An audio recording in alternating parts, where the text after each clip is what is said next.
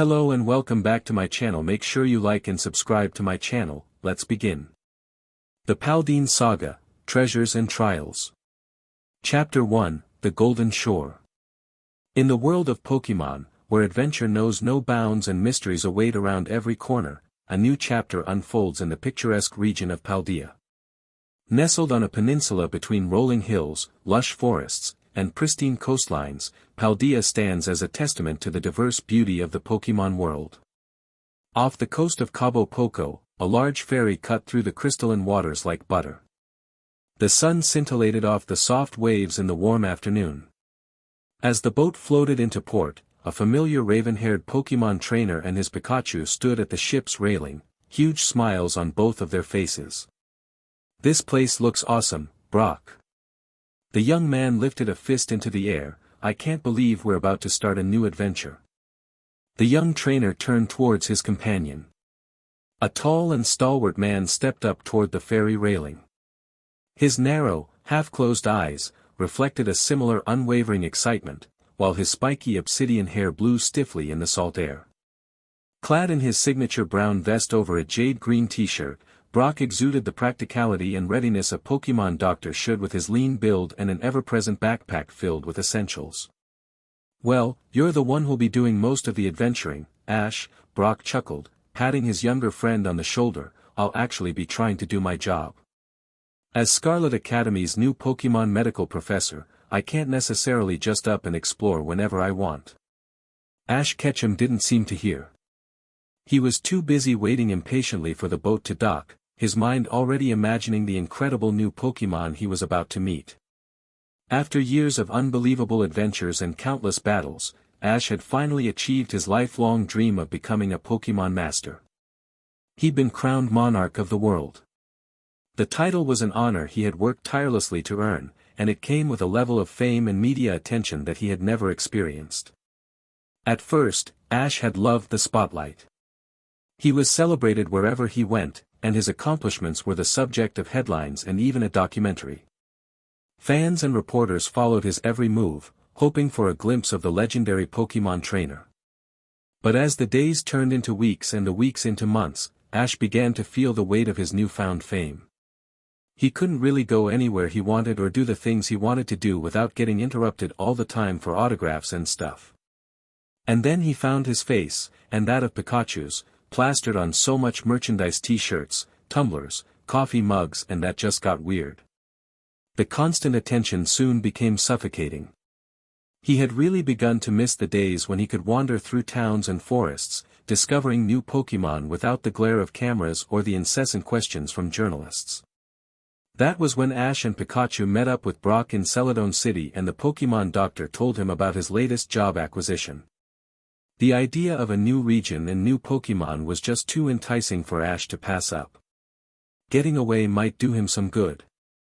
"In Paldea, they actually might not recognize you as much," Brock had pointed out. "Sure, they like their Pokémon battles and battle champions, but not as much as other regions. From what I've read, the culture is more laid back. They don't really keep up with the latest news and seem rather isolated. For instance, even their schools only began allowing foreigners to attend as of last year." Ash had considered that, and liked the idea of starting fresh as a new trainer. Just him and Pikachu. The young champion's thoughts were soon interrupted by a soft chuckle. He turned and saw Brock shaking his head at him. "What?" Ash raised an eyebrow beneath his cap. Brock shrugged and examined his old friend. Years of traveling allowed for Ash to undergo a remarkable transformation. Now 18, his face had lost its youthful softness, forming harder lines along his cheeks and jaw. And where he'd once had to look up at Brock now found himself meeting Ash at eye level. The trainer's frame overall was more lean and firm. Of course, Ash's characteristic raven-colored hair was still a mess, never bothering to be styled, but there was probably no point as Ash still always wore his trademark red and white cap wherever he went. "You just seem pensive, which is a first," Brock stretched a finger out towards Ash, "but you do know that you'll actually have to attend the academy yourself before you go off on the treasure hunt and your big adventure, right?" Ash looked at Brock and deflated just a little at the reminder. The young trainer exchanged glances at Pikachu and scratched the back of his head. Yeah, I guess I'm getting ahead of myself. Ash turned back towards the new region, the Golden Shore. I guess I should be grateful you even got me into this place. Pie. Pikachu squealed to reflect his trainer's delight. Brock had to laugh at that, patting Ash heartily on the shoulder. I don't think you would have had any problem getting in all by yourself, being crowned monarch of the world and all. Brock shook his head as if in slight disbelief that Ash had really gone and achieved so much already towards his dream. You may not be recognizable to the townsfolk, but you still are going to be quite the celebrity at the Academy's battle school. So just be ready. Ash shrugged, his expression unchanging. He didn't care if other trainers recognized him.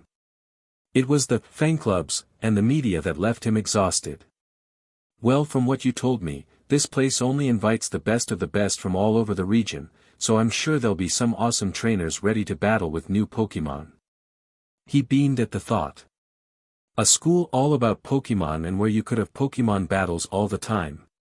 This had to be a dream come true. And he would be starting fresh just like when he first started out. Not just trainers, Brock nodded, agreeing partly to what Ash was saying, but breeders, doctors, coordinators. Scarlet Academy pretty much provides avenues of study for every vocation that involves Pokémon. Usually it's a 4-year commitment if you want to attend, but gifted students, such as yourself, can take a 1-year fast-track program in the major they choose to study. It's incredibly intense, I hear, which is why they don't just offer that chance to anyone. The ship slowed. Waves crashed against the bow in hollow thumps while the excited murmurs of the crowds at Cabo Poco's port became clearer and more distinct. The dock seemed full of activity. Booths and temporary storefronts skittered with movement as hawkers sold ferry tickets, coffee and tea, and other traveling wear for new and old adventurers alike. Ash's gloved hands tightened on the ship's cool railing. I just can't wait. He yelled, and Pikachu jumped from his shoulder to the railing with delight. As the ferry gently docked, Ash felt the slight shudder beneath his feet, a tangible connection to the solid ground he was about to set foot on. The low hum of the horn faded, replaced by the excited chatter of passengers and the clatter of footsteps. The port was a vibrant tapestry of colors and sounds. Rustic buildings with terracotta roofs lined the waterfront, their golden walls glowing in the sunlight. Ash could hear the faint strains of stringed music wafting from a nearby musician and his cricketun picking at a guitar. The scent of saffron rice filled the air, making Ash and Pikachu's mouth begin to water. As the two disembarked, they were greeted by the warm olive-skinned smiles of locals. Many of the men wore jackets adorned with intricate embroidery and ornate buttons over crisp white shirts, while the women favored dresses vibrant in color with intricate patterns and layers of ruffles that flared out as they moved. Ash looked around, the dresses reminded him of. He quickly cleared his mind. Alright, so where is this Pokémon school? Ash and Pikachu stretched their limbs, taking in all the sights and sounds. A strong rush of wind forced Ash to catch his hat before it blew into the sea. Wait a second, Brock dropped his bags as though entering a state of shock. It was a face Ash had seen before. Look at all of these beautiful women.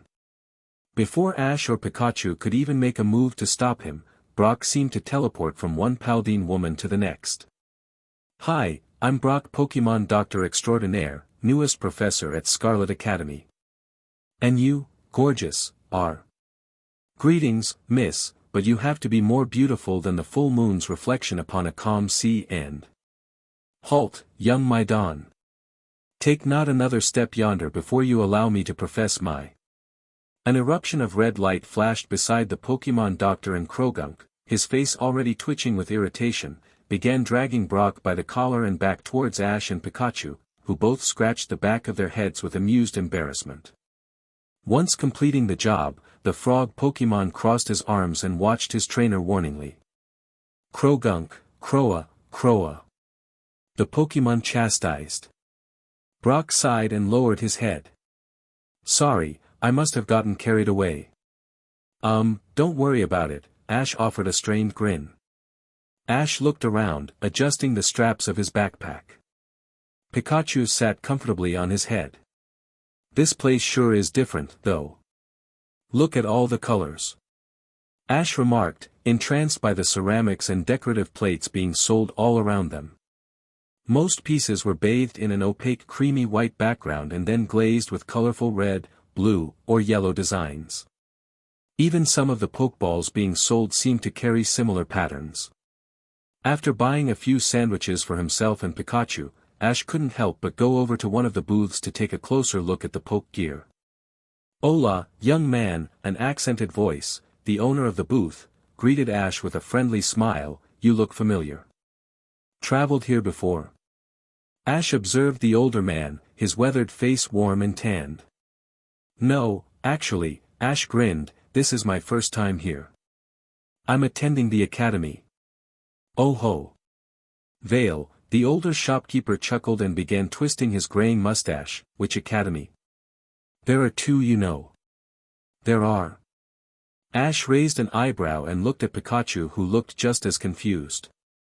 "Brock didn't mention that," the young man muttered to himself.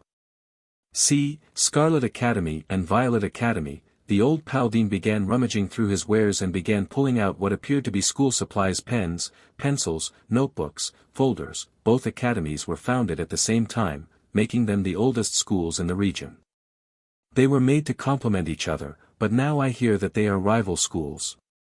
Students from Scarlet are always trying to be better than those from Violet, and the other way around, of course. The old man chortled as though he found the rivalry more amusing than anything. Both schools strive to best each other at the Paldea Cup.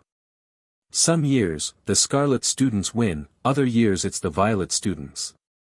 Goes back and forth. The Paldea Cup. Ash's eyes lit up. Sounds like an awesome battle tournament. The graying shopkeeper just laughed. It's not a contest of battling strength. The Paldea Cup is a blitz tournament. Blitz tournament? Ash repeated, tapping his chin. Before he could ask anything more, Brock appeared, having straightened himself up with Krogunk now at his side. The Pokémon doctor glanced at the booth items and folded his arms across his chest with interest. "You will need to get some stuff for school eventually," Brock mused, "but we better hurry. We need to catch the bus to Mesagosa. I'm sure there'll be plenty of stores there. It's the biggest metropolis in the region. If you intend to catch the bus, you should move quickly." The elderly man offered a warm smile to the two young men. "It is departing in just 5 minutes. Startled, Ash, Brock, and their Pokémon suddenly sprang into action. They swiftly headed toward the far end of the dock, their footsteps beating loudly against the wooden floor. "Thanks, sir," Ash shouted back, waving to the shopkeeper while his face beamed with an enduring youthful enthusiasm that belied his maturing appearance. The old man chuckled and lifted a tanned, wrinkled hand in farewell. The double-decker bus was nearly full. Ash glanced around to take in the crowd and he was surprised to see a lot of young people. Pikachu, who was sitting happily on his lap, did the same. Trainers around his age or a little younger clamored excitedly all around them. Pokémon, some of which he'd never seen before, bounded up and down the vehicle aisle.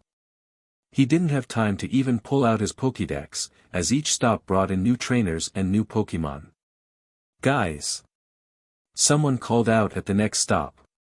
The bus had paused in front of a quaint village littered with sunset-colored terracotta houses upon coastal cliffs. One house, however, stood out in particular as its size was enough to make one stand before it in awe. It sat high upon a hill and glinted like silver in the sunlight. "Look, it's Neimona's house." Brock leaned forward to glance past Ash out the window. "That looks more like a chateau than a house," Brock muttered, but looked on with interest. "It's Neimona." A young trainer squealed, her arms holding a green cat-like Pokémon Ash had never seen. "Is she still the president of the student council at Scarlet?" Another trainer asked. "Didn't she win the battle school tournament last year?" There were affirmative mutterings until the bus went still with a quiet excitement as a tall, black-haired girl stepped into the vehicle, her orange eyes bright with a charismatic excitement and confidence. She seemed to relish the attention, giving the crowd a casual smirk. Undoubtedly, this was the Neimona everyone had been talking about, Ash concluded. There better be no violet thugs on this bus, Neimona began, lifting up a determined fist.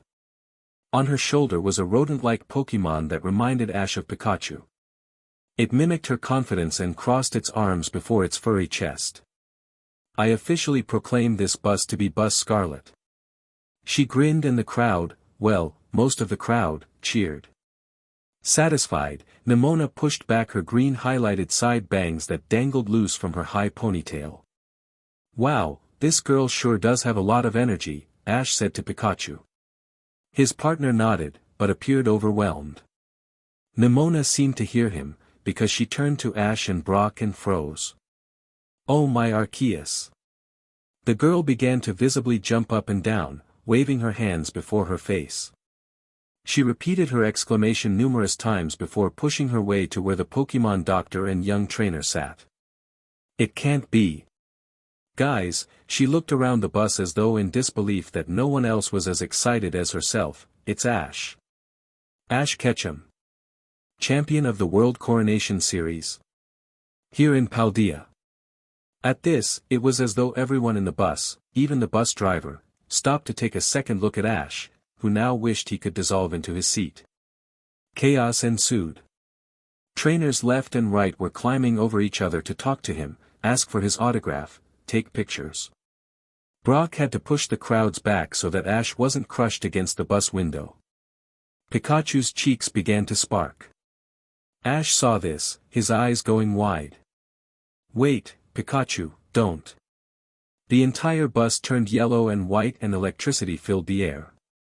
When the attack stopped, Pikachu returned to sitting calmly on his trainer's lap while the smoke and burning scent in the air settled over the electrocuted trainers. Ash coughed. Brock twitched. Neimona settled her frizzed hair. Well, sorry, that was all a bit much, wasn't it? She grinned, not missing a beat. She looked over at a couple of student trainers who were sitting across from the famous Pokémon champion and his companion. She grinned and gave them a charged stare. Yeah, we'll move, I guess, one of them mumbled as they left their seats to make room for Neimona and her pommel. The bus resumed its route after jerking forward with a metallic shudder. Many trainers lurched violently forward and groaned, the chaotic energy from before dissipating into hushed whispers and murmurs. Now, where were we? Neimona smiled brightly, looking particularly at Ash, which made Brock chuckle. Ash Ketchum. I can't believe it. I have to battle you as soon as we get off this bus. Ash's eyes flashed at the challenge. You bet. He raised a determined fist and Pikachu gave an ambitious cry. Maybe we can start with introductions before we begin battle propositions. Brock suggested, amused by the two. This girl seemed about as fired up as Ash when it came to battling. Ash would fit in just fine at this place. The Pokémon doctor decided to take the lead. I'm Brock. I'll be Scarlet Academy's new medical professor. And I'm Ash. Ash declared out of habit and then looked a bit embarrassed, scratching his nose. But I guess you already knew that. Even after a year, he was not used to being famous. He had kind of hoped that he wouldn't be recognized so soon, but so far everyone in the bus had seemed to have calmed down and resumed doing their own thing, which was nice. The media was never that polite. I'm Neimona, the Paldea trainer beamed, her eyes bright with a confidence that bordered arrogance, student council president of Scarlet Academy, champion of last year's Battle School tournament, and captain of the Scarlet Blitz team. Ash wasn't sure what all of that meant, but he knew it was supposed to be impressive so he said simply, whoa. Pikachu, the yellow mouse intoned. Neimona looked pleased. She settled into her seat and crossed her arms. She appeared to already be wearing the school's uniform consisting of a white polo and a scarlet tie that matched the color of her shorts. The academy emblem was emblazoned on the left side of her upper chest. What brings the champion of the world to Paldea? Neimona hummed with interest. Wait, are you here on vacation? But then, why are you on this bus? Oh. Well, Ash chuckled, scratching the back of his head, I'm trying out a fast-track thing on battling at Scarlet Academy.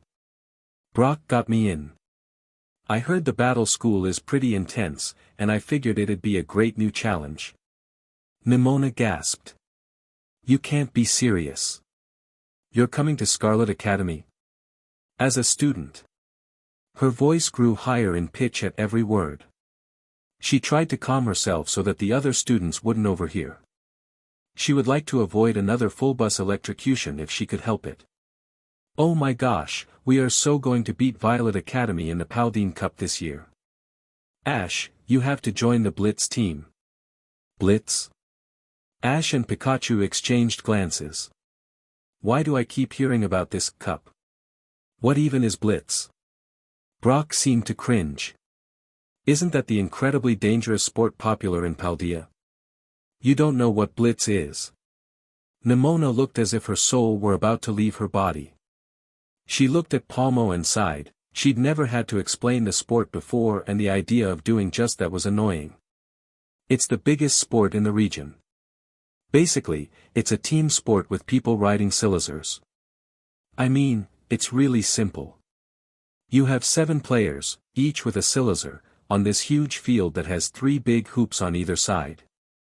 There are 3 ball and, well, the players have to get the ball in the opposing team's hoops to get points. Whoever has more points by the end of 3 15-minute rounds, wins. Palmo.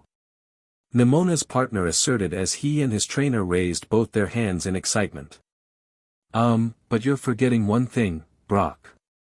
Pointed out, the Pokémon those SatoSeres on the field are used to attack the other players, preventing them from getting to the hoops. Pokémon attacking people. Ash looked stunned. But, what? No. You're trying to attack the other SatoSeres, people just happen to be riding them. But you wear these pads and a helmet and you're fine. Neimona shrugged and waved it off as though being attacked by a Pokémon's hyper beam was like swatting a fly off the skin. And, some attacks are off limits, obviously. And there are other restrictions. Ash and Pikachu didn't look convinced. Maybe I'll need to see a game. Match, Neimona corrected automatically. They're referred to as matches. But, anyway, of course. There's an exhibition tomorrow actually, and we should totally go. Neimona winked. As student council president, it is my duty after all to make sure new students feel welcome and ready to take on Scarlet Academy. Ash smiled looking down at Pikachu. I guess that could be fun. Remember, Ash, Brock cut in gently, you still have to get your school supplies before Monday. That's books, uniforms, not to mention you'll have to get settled into your dorm and all that. I can help you. Neimona beamed, and once you're all settled, we can have a proper battle. Ash's eyes flashed. You're on. Brock sighed, raising his hand to still the 2 younger trainers. Let's just all take it one step at a time, he chuckled uneasily, and more to Ash added, I think it will be nice when we meet up with Go, he might be able to rein you in a little bit. Neimona looked curious at this last remark. Ash picked up on her intrigue and chuckled, scratching the back of his head, remembering his partner in crime. He'd almost forgotten that Brock managed to get Go after much begging and pleading by the Mew-obsessed trainer into the battle school too. Yeah, my roommate, Ash clarified to Neimona. Oh, great.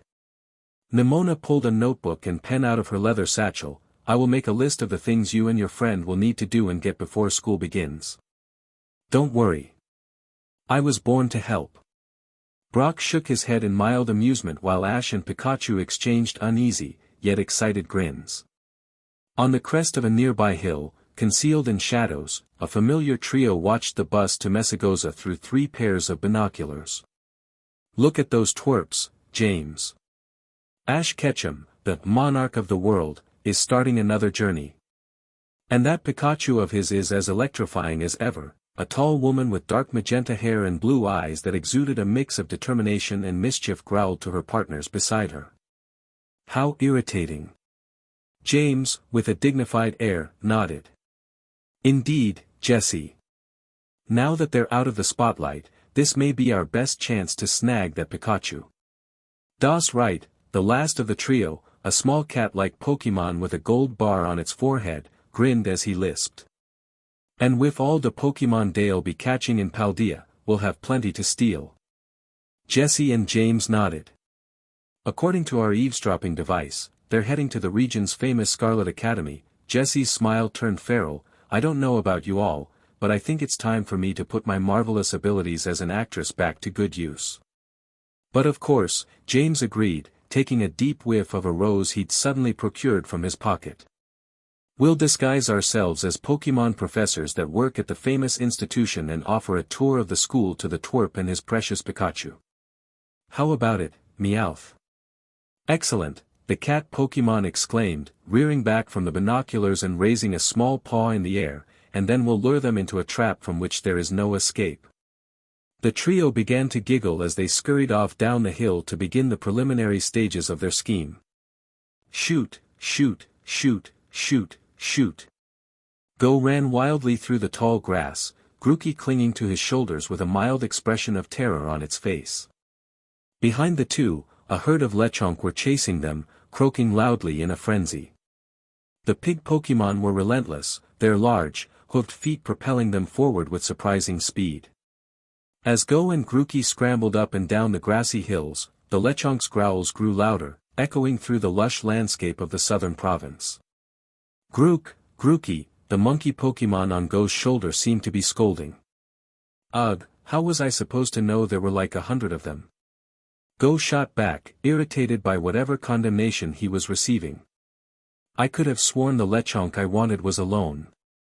But indeed, it had not been. Go, too excited to just stay at Mesagosa and wait for Ash, had thought he'd impress his friend by striking out on his own for a little while to catch some Paldean Pokémon. Things had not gone according to plan. We have to shake them off, Go grunted, sliding down another hill and taking a quick pause to study his surroundings. Behind him, the ground seemed to shake as the Lechonk charged forward. With a quick glance around, Go spotted a cluster of tall trees ahead, their branches extending high into the sky. An idea sparked in his mind. Hold on tight, Grookey, he called out as he altered his course towards the trees. Upon reaching the broad branches, Go and Grookey quickly climbed up to a sturdy bough, their hearts still racing. The Lechonk, unable to follow them into the trees, skidded to a stop below, croaking loudly in frustration. Go couldn't help but let out a sigh of relief as he watched the Lechonk disperse, their attention diverted by something else in the distance. Looks like we're safe for now, Grookey, he said, gently patting his Pokémon's head. Grookey, who had been clinging to Go's shoulder throughout the ordeal, let out a relieved sigh of its own and gave its trainer a grateful nod. As they perched high in the trees, Go couldn't help but smile. Despite the close call, he knew that these thrilling moments of adventure and danger were all part of the excitement of exploring the Paldea region and getting closer to his dream of catching every Pokémon. It was for this very reason, Go had begged Brock to get him into Scarlet Academy as well. He had heard much about the colorful peninsula and its Pokémon over the last year and a half, but more importantly, Go had heard musings of legendary Pokémon sightings in the region's infamous Area Zero from Gary Oak. But they keep Area Zero under wraps, Gary had explained to Go during one of the Vulcan-haired trainer's visits to the Ceres lab for the latest information on the legendary Pokémon. It's apparently inside of this huge, hazardous crater. Even if I did go to Paldea for research, I doubt I'd be able to get in. It's strictly forbidden. Go's eyes had gotten fiery at the thought of a super-secret, off-limits laboratory. They've got to have some information on Mew there. And then, Go had realized that Ash had been planning to go to Paldea.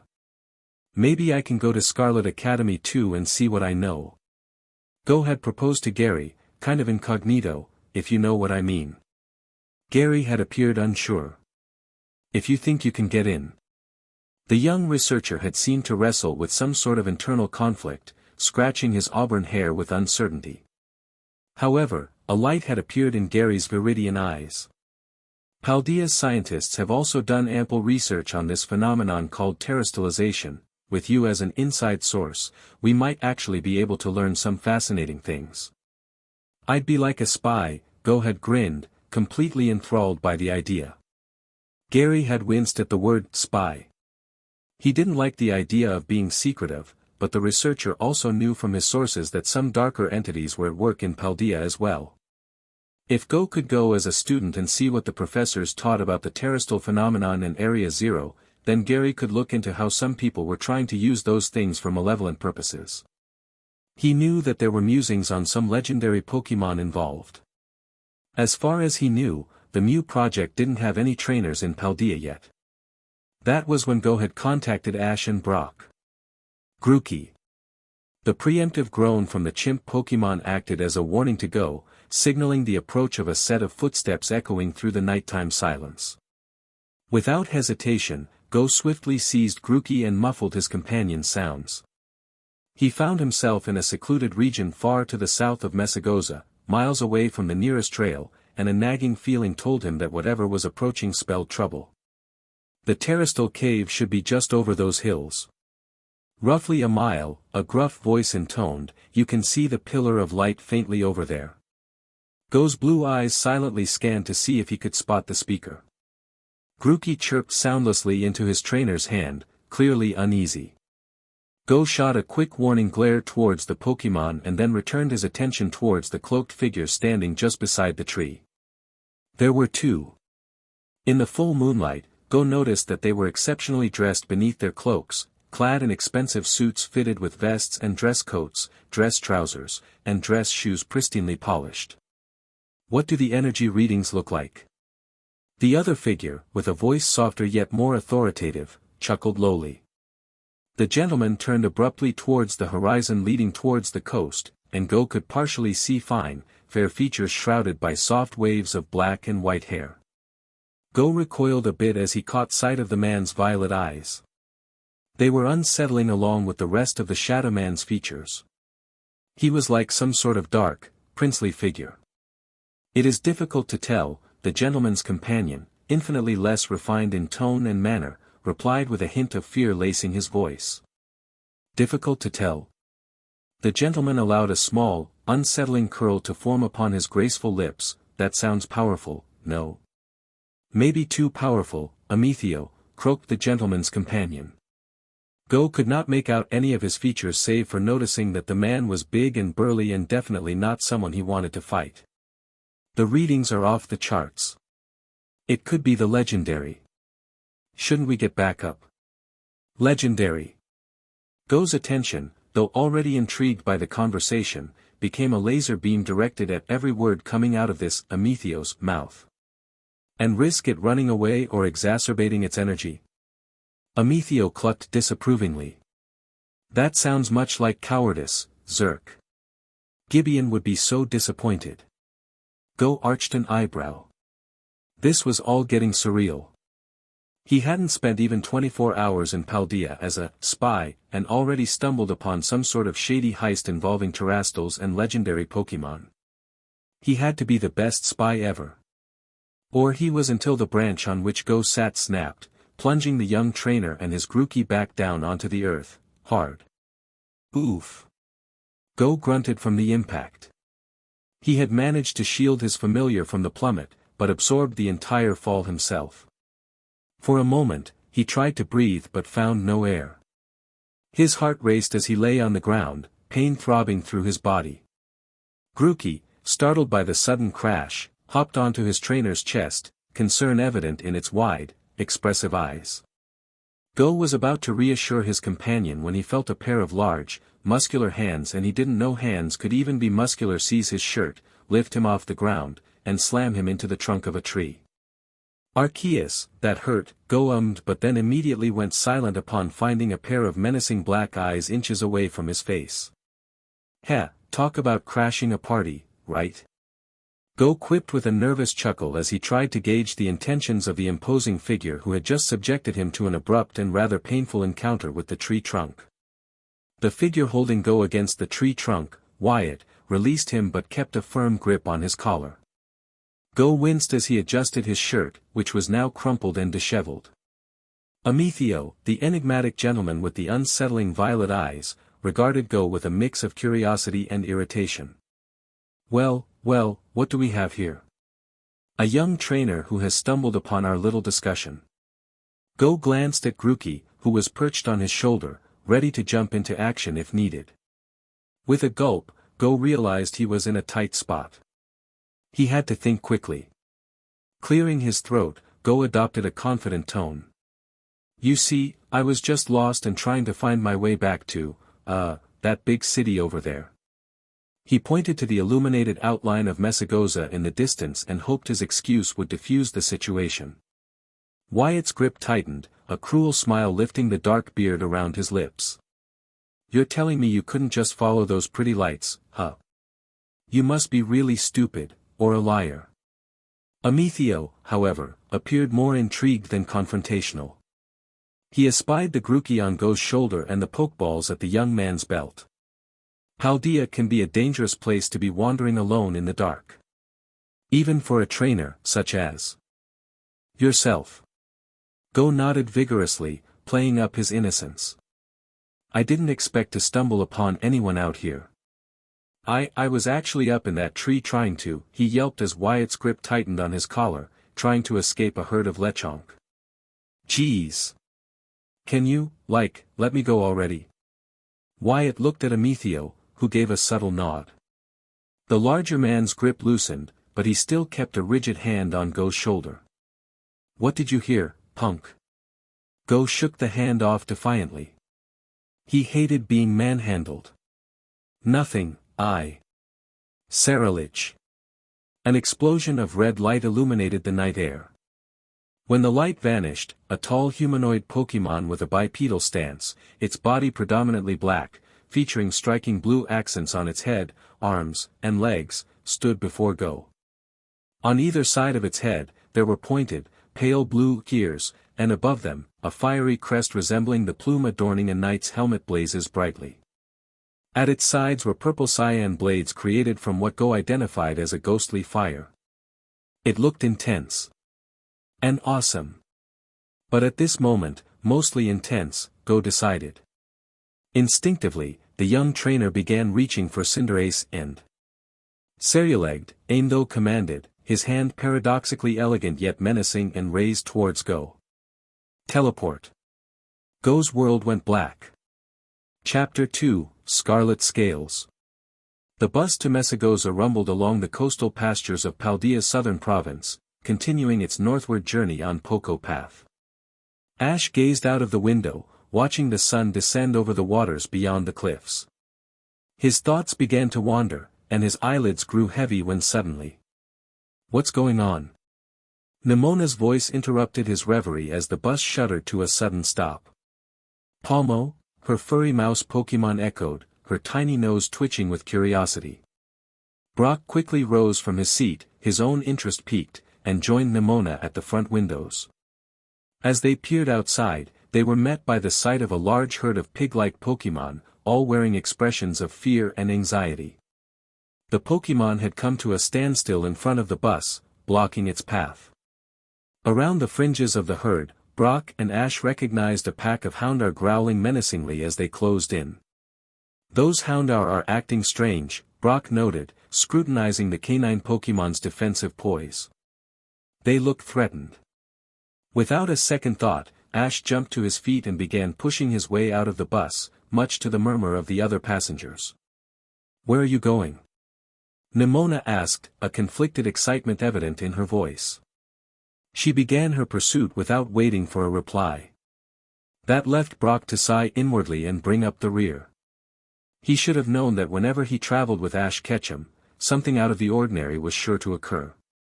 As Ash rushed towards the bus door, Brock quickly moved a few Pokeballs from his backpack into his pockets, ready for any unexpected developments. Neimona, her eyes sparkling with the thrill of adventure, followed closely behind Ash, her Palmo perched attentively on her shoulder. The bus driver, a portly man with a thick mustache, called out nervously, "Oi, be careful out there. Those Houndour don't look friendly." Ignoring the driver's warning, Ash, Neimona, and Brock disembarked the bus, stepping cautiously onto the dirt road. The herd of pig-like Pokémon, startled by their arrival, began to shuffle uneasily, their squeals and grunts adding to the growing tension. What are those?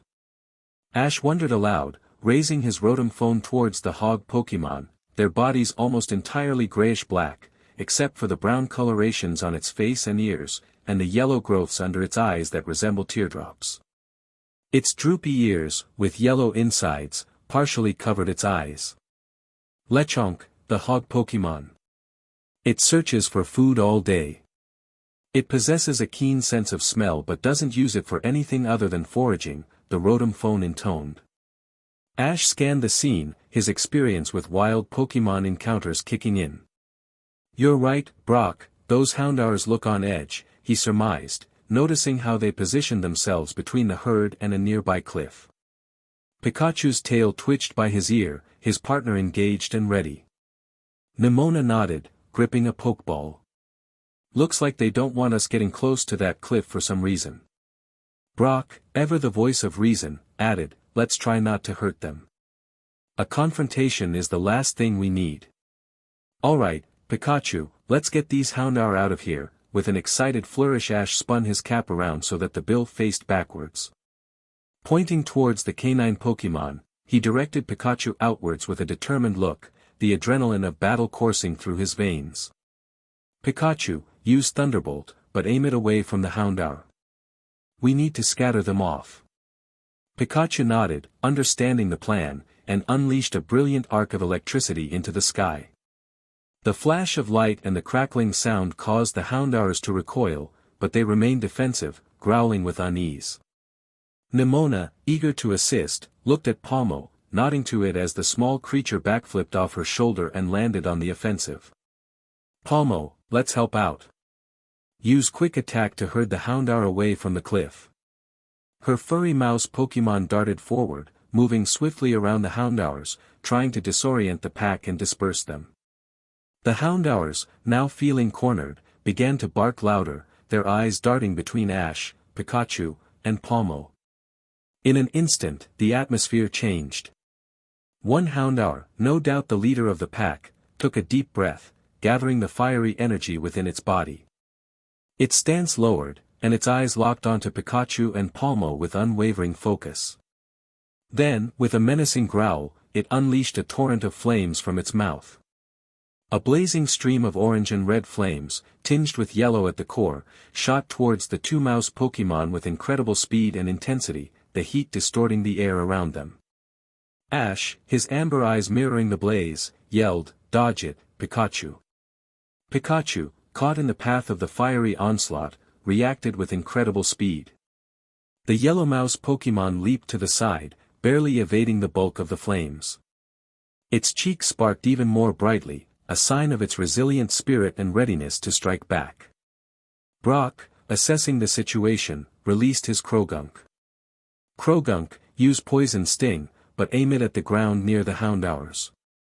We need to create a barrier around the Lechonk." Croagunk complied, firing off Poison Sting shots that landed near the Houndours, creating a temporary barrier of poison spikes that discouraged them from moving closer to the frightened hog Pokémon. The Houndour, now feeling threatened from all sides, began to retreat, fleeing into a nearby grotto up the road.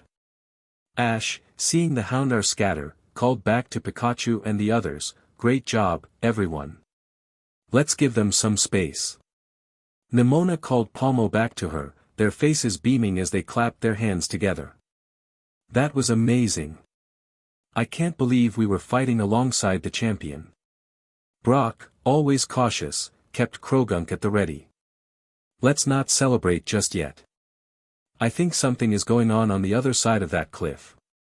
Brock examined the cavern into which the canines fled. "Where does that grotto lead?" "To the inlet actually," Neimona blinked, turning towards the cliff that overlooked the inlet beach. "Why were the Houndour defending that ledge?" she asked, her mouth twisting in bemusement. Ash cautiously approached the edge of the cliff, his eyes scanning for any sign of what could be causing the Houndour's strange behavior. Pikachu, ever vigilant, stayed close to his side. As Ash peered over the ledge, a sudden, thunderous roar echoed from the sand below. The sound was unlike anything Ash had ever heard, and he and the others were forced to cup their palms over their ears and drop to his knees. Pikachu clung to Ash's hair. The young champion's eyes immediately found the source of the noise. A large red, reptilian Pokémon lay almost listless in the sand. It looked injured. Before the looming creature, another pack of Houndour and a Houndoom were closing in upon it menacingly. The beast issued out another fearsome roar that reverberated again through the air. The canines reared back in fright, disappearing into the entrance to the grotto that fed into the beach. Ash stood fascinated.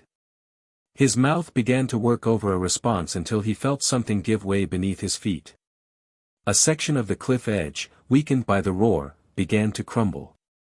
Before Ash could react, the ground completely melted away, and he, along with Pikachu, tumbled down towards the beach below. Ash! Neimona and Brock shouted in unison, rushing to the edge. Miraculously, Ash managed to find himself sliding down the cliff as opposed to free-falling. With Pikachu in his lap, the young trainer chose to ride the landslide rather than fight it and managed to make it to the bottom relatively unscathed, but full of sand and dirt. Ash let out a small groan, rubbing his backside a bit sheepishly before looking up to see Brock and Neimona peering down at him, concern etched on their faces. "Pikachu, are you okay?" Ash asked his partner, who clung to his shoulder. "Pika." Pikachu responded affirmatively, albeit startled. The small rodent bounced off his trainer, shaking the dirt from its fur. With some effort, Ash stood up, adjusting his red and white vest over his black t-shirt before giving it a good dusting with his hands. He moved the bill of his cap back over his eyes and squinted through the late afternoon sunlight shimmering on the sea water just beyond the shore. Laying motionless at the lip of the beach where the waves crashed onto the strand, the creature dressed in scarlet scales laden with white accents on its cheeks, abdomen, legs, and tail turned its massive plumed head towards Ash, its yellow eyes reflecting a mix of curiosity and caution. Ash observed carefully the Pokémon's webbed feet and the blue features on its elbows and shoulders, as well as the frills running down its neck. He was trying to figure out at least what type of Pokémon it could be. Dragon? Water? On the Pokémon's chest was a large circular protrusion which resembled a rubber tire. Its texture and black coloration was similar to the base of its tail. Ash had definitely not seen anything like it before. Even Rotom could not identify the creature. Ash decided to draw closer, his footsteps stirring the sand. Pikachu issued forth a cautious chirp. The young champion, with an exhilarated breath, slowly made his way to the mysterious Pokémon, each step deliberate and gentle so as not to startle it. As he drew nearer, he noticed the creature's labored breathing and the way it flinched with every wave that brushed against its scarlet scales. It was clear that the Pokémon was injured. "Hey there," Ash whispered, his eyes entreating the creature to trust him. He wore his winning, welcoming smile on his tanned face. "I'm not trying to hurt you. I want to help." Remembering the sandwich he had bought earlier at port, Ash slowly reached into his backpack, careful not to make any sudden movements that might frighten the creature. He unwrapped the sandwich a bit squashed from his fall and extended it towards the Pokémon. The creature's eyes, weary and filled with caution, lit up slightly at the sight of the food. With a tentative sniff and a gentle nudge, it accepted Ash's offering and swallowed the meal in one powerful gulp between its massive jaws. "Whoa," Ash chuckled, exchanging glances with Pikachu. As the Pokémon ate, the young champion noticed a renewed vigor in its movements. Gradually, it pushed itself up with a powerful huff, its webbed feet digging into the sand. The Pokémon seemed to regain some of its strength, enough to stand on its own.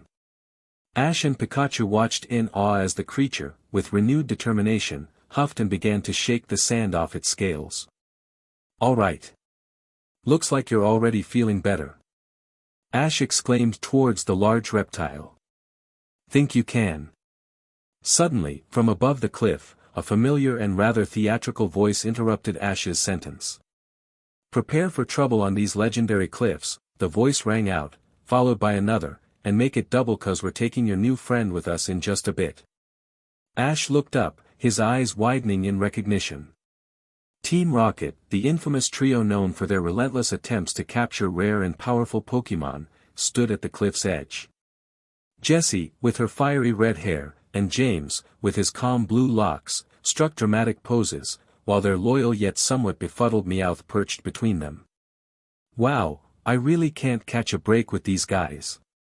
Ash sighed, crossing his arms before his chest as he and Pikachu lowered their heads with mild irritation. To protect the world from devastation. Jessie began. To unite all peoples within our nation. James continued. And they continued in this way until their feline companion chimed in, Meowth. Das right. Wobbuffet popped out of its pokeball, ready to join the fray, as Jessie and James descended from the cliff, landing with a puff of sand a few meters away from Ash and the mysterious Pokémon. Who are those people?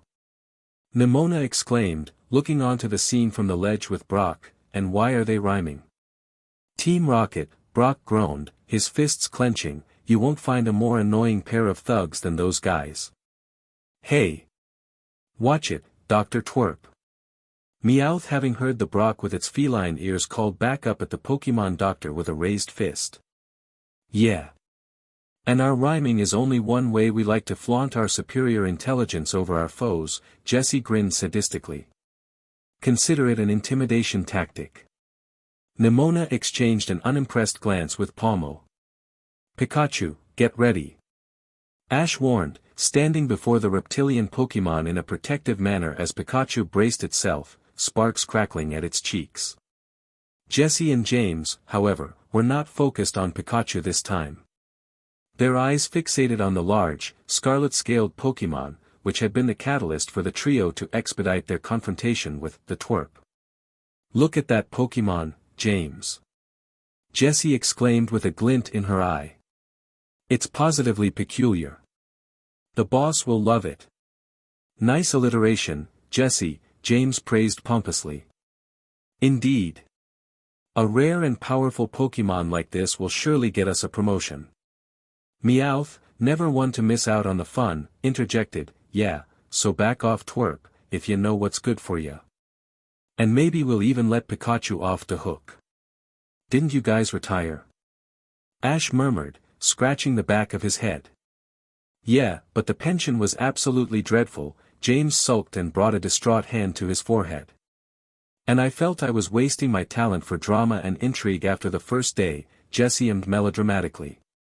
Alright, well, you guys asked for it, Ash excitedly positioned himself into his signature battle stance. Pikachu, use Thunderbolt, he commanded, and Pikachu unleashed a powerful stream of electricity towards the trio. However, Team Rocket was one step ahead. Just as the attack was about to hit, Jessie and James quickly unveiled their latest contraption, a large, metallic umbrella-like device with a reflective surface, which they opened just in time to deflect Pikachu's Thunderbolt. The attack bounced off the reflective surface, harmlessly dissipating into the air. Ha! You think we'd come unprepared? Jessie taunted, holding the device steady. Behold the Reflecto Umbrella 3000, our latest and greatest invention. James declared proudly. Meowth added with a smirk, and we've got another surprise up our sleeves. The Reflecto Umbrella 3000 not only shielded Team Rocket from the attacks but also seemed to have a secondary function. With a press of a button by James, the device began to emit a strange, hypnotic light, aimed directly at the reptile Pokémon. Watch and learn, Twerp. Jessie said with a wicked grin. Our Reflecto Umbrella 3000 is also a Pokémon Hypno Beam. The reptile Pokémon, caught in the beam's glow, started to sway slightly, its eyes glazing over as if it was becoming entranced. Ash, realizing the danger, shouted, "Don't look at it. Cover your eyes." But it was too late. The Pokémon was already under the beam's spell, its movements becoming sluggish. Brock. Ash called out to his friend up on the cliff. I need your Marshtomp. Brock nodded. In one smooth motion, he retrieved Marshtomp's Pokeball and hurled it high in the air towards Ash, who jumped up and caught it with a flourish and a grin. Marshtomp, come on out. Ash yelled, throwing the Pokeball. With a burst of light, Marshtomp appeared, landing with a determined stance beside Pikachu. Time for a real battle. Ash declared with a wide grin, his eyes fixed on Team Rocket. He could feel the adrenaline pumping through his veins. This was what it was all about. Creating new challenges, meeting new friends, traversing new grounds, protecting Pokémon. Man, he'd missed this. He'd even missed Team Rocket following him around everywhere, kind of. Jessie smiled viciously and with a spin, sent out her own Pokémon. Gourgeist, show them your power. James, following suit, finessed a Pokeball out of his pocket. Inkay, it's your time to shine. Alright, then. Pikachu, use quick attack on Inkay. Ash commanded. Pikachu darted forward with incredible speed, aiming straight for Inkay. Marshtomp, mud shot on Gourgeist and tried to hit the machine. Ash added quickly. The amphibious Pokémon gathered clumps of mud in its webbed fingers and launched it with force at Gourgeist. Gourgeist, with its spectral grace, floated elegantly across the battlefield, deftly evading the mud-shot attack launched by Marshtomp. The ghostly Pokémon, its body a swirling mix of orange and black, mimicking the pattern of a carved pumpkin, moved with a dancer's grace that only added to its ghostly allure. It glided through the air, skillfully avoiding the muddy projectile, and then let out a haunting laugh, a sound that seemed to echo from another world. Shadow Ball, Gourgeist. Jessie commanded with an intense glare. The ghostly Pokémon's already haunting visage took on a more focused, ominous expression as it began to harness the dark energy needed for its attack. The air around Gourgeist seemed to grow colder, denser, as if the light itself was being drawn into its form. Suddenly, the ghost Pokémon extended its vine-like arms forward, its slender fingers splayed out as a sphere of pulsating dark energy began to materialize in front of it. The Shadow Ball, swirling with shades of deep purple and black, grew in size, its surface crackling with spectral energy. Keep using Mud Shot, Marshtomp, you got this. Ash shouted over the roar of the attacks, already having predicted the outcome of the battle. It wouldn't go on for much longer. Crouching slightly, Marshtomp gathered moisture and soil from its surroundings, rapidly churning them together in a display of its natural prowess. The mud at its feet began to swirl and converge, forming a dense, cohesive mass. Marshtomp's powerful legs, well adapted for both aquatic and terrestrial environments, anchored it stably as it readied its counterattack. With a forceful move of its arms, Marshtomp launched the mud shot. The projectile, a compact sphere of mud, shot through the air with surprising velocity. Its trajectory was a direct response to Gourgeist's attack, calculated with precision to intercept the Shadow Ball. As the mud shot collided with the Shadow Ball, there was a momentary struggle of opposing forces, the ethereal darkness of the Shadow Ball against the raw, earthen energy of the mud shot. The impact resulted in a spectacular burst, the Shadow Ball's dark energy dispersing into wisps of shadow, while fragments of mud scattered in all directions. Team Rocket's Reflecto Umbrella 3000 was not spared, and the mud now caked onto the invention blocked the Hypnobeam's power on the reptilian Pokémon behind Ash. Meanwhile, Gourgeist, caught off guard by the effectiveness of Marshtomp's mud shot, recoiled slightly in the air, its ghostly form flickering as it regained its composure.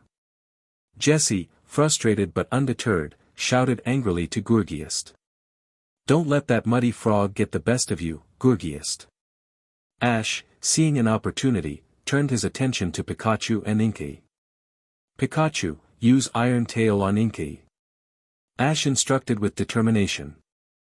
Pikachu, responding instantly, leapt into the air, its tail glowing with a metallic sheen. With a swift and powerful movement, Pikachu struck Inkay with its iron tail, sending the dark and psychic-type Pokémon spinning towards the ground. Inkay, dazed by the powerful hit, struggled to get back up. James, looking worried, called out, Inkay, try to use Psybeam. But before Inkay could gather its strength, Pikachu was already poised for another attack. Now, Thunderbolt, Pikachu! Ash yelled. Pikachu's cheeks sparked with electricity as it unleashed a fierce bolt of lightning. The thunderbolt struck Inkay directly, causing it to faint and fall to the ground, unable to continue the battle. Seeing Inkay defeated, James called it back into its Pokeball with a sigh of disappointment, but Ash was not finished. Great job. Now, Marshtomp. Ash swiftly looked towards the remaining Pokémon on the field. Let's finish this. Water gun. Marshtomp, responding instantly to Ash's command, took a deep breath and then unleashed a powerful stream of water from its mouth. The jet of water, clear and forceful, sped towards Gurgiest, who was still recovering from the mud shot's impact and hovering before the Reflecto Umbrella. Meowth, realizing the peril, frantically tried to reboot the settings on their invention to conjure up another defensive maneuver. But before any of them could fully activate their device, the water gun hit its mark. Gurgiest and the machine were engulfed in the deluge, the force of the water pushing it back through the air. The Reflecto Umbrella 3000 sputtered and sparked, overwhelmed by the intensity of the battle. Jessie gritted her teeth, watching as Gurgiest struggled against the torrent. Gurgiest punched through that ugly toad stream. Gurgiest, demonstrating its resilience, managed to partly push through the water, though it was clear that the ghost type was in peril. On the sidelines, Meowth, his eyes wide with concern, muttered, "This ain't looking good, guys. Now's our chance." Ash exclaimed, raising a fist and grinning at Pikachu, "Pikachu, combine a thunderbolt with that water gun and take them out." The air crackled with electric energy as Pikachu released a thunderous bolt straight towards the stream of water from Marshtomp. The combination of electricity and water created a powerful conduit, amplifying Pikachu's thunderbolt exponentially.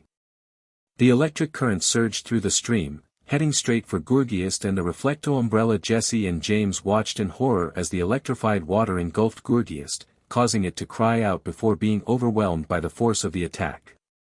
The Pokémon was flushed back towards the group and Jessie, James, Meowth, and Wobbuffet found themselves pinned against their machine. The Reflecto Umbrella 3000, already weakened from previous assaults, stood no chance against this combined onslaught.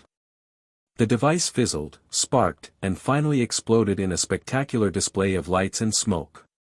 "Looks like Team Rocket's blasting off again." Jessie, James, and Meowth cried in unison with Wobbuffet and Gurgiest following as the force of the explosion and the shockwave from the combined attack sent them all soaring through the air, disappearing into the horizon with their signature twinkle. Ash gave a crooked smile as he looked on, his hands on his hips. He really had oddly missed those three. The young champion then turned his attention as Pikachu and Marshtomp high-fived each other, celebrating their victory with joyful cheers. Brock and Neimona, having witnessed the battle from the cliff, waved their arms in celebration. "Well, looks like you're blasting them off with more style," Brock said with a small smile, impressed. Neimona, her eyes shining with excitement, added, "What a powerful combination attack. That was some teamwork." A crowd of trainers and locals had also gathered on the cliff and began to cheer and clap with enthusiasm. Ash, a bit nonplussed by the applause, almost forgot about the huge creature behind him until it issued forth a powerful huff. The reptile Pokémon, now having regained its full sense of consciousness, began moving stalwartly past Ash and towards the mouth of a large cavern on the beach. Hey! Ash called out to him. He quickly returned Marshtomp to its Pokeball and extended an arm for Pikachu to climb before running after the powerful creature. "Wait up!" The scarlet reptile half turned in subtle acknowledgement of the young champion but continued on at a hurried, yet limping, pace. Don't follow it." Neimona cried from the cliff, clearly unsettled by Ash's decision, that Pokémon could be dangerous. "I have to agree with Neimona on this one," Brock added in a raised voice. "Let it go." Ash hesitated. He had to admit that the creature did look dangerous. Very dangerous. But it was also hurt, and Ash couldn't stand aside without making sure the Pokémon was going to be okay. That just wouldn't be him. "Let's follow it, Pikachu." Ash decided and his partner let out a confident, affirmative chirp. Darkness soon swelled around them as they pursued the powerful reptile into the inlet grotto. 1 month prior. Gulwar City Castle, Kalos. A young lemon-haired girl, around 12 years old, quickly glanced around the theater as the lights began to dim. She tapped the cushioned armrest of her seat with mild anxiety, her pale eyes shooting towards the various entrances to the enormous space. Darkness soon enveloped the audience and the sound of Monsieur Pierre's accented voice began to reverberate from the grand stage. "Where is he?" the girl asked irritably. A small mouse-like Pokémon perched atop her head appeared to shrug, indicating that it was just as bemused as herself. "It's starting. He's going to. Bonnie. I apologize, but I was delayed." A young man with an unmistakable aura of intellect and enthusiasm hurried towards her. He was a figure of both inventiveness and awkward charm with a vivid shade of blonde hair similar to Bonnie's, which was neatly combed to the side, giving him a tidy and thoughtful appearance. He wore a pair of large, round glasses that magnified his expressive blue eyes that always seemed to sparkle with curiosity and a hint of perpetual surprise. Currently, he wore a blue and gray suit for the occasion at hand, which Bonnie thought was quite the juxtaposition compared to his typical yellow and blue jumpsuit lined with various pockets and attachments filled with all manner of gadgets and tools. He was slightly out of breath, his cheeks flushed with the rush of his hurried arrival. "I was working on a new invention and lost track of time," the young man panted, taking his seat beside Bonnie. "What could you have possibly been working on, Clement?" Bonnie whispered a fierce huff, adjusting her dress so that her older brother did not sit on any of her pretty ruffles. Her companion, the small mouse-like Pokémon Diden, hopped from her head to her lap, watching Clement with a curious gaze. "Funny you should ask," Clement exclaimed, which immediately caused him to be shushed by the crowd. He continued in a hushed, yet excited voice. Out of thin air, it seemed, the young inventor procured a pair of atrocious, mechanical binoculars. "I call it the binoculars that predict the statistics for performance victory based on appeal, choreography, and..." "Zip it, Clement. It's starting." Bonnie gushed, bringing her hands to her face and kicking her feet with exultation. "The master class is starting." It began with a dazzling display of lights and music.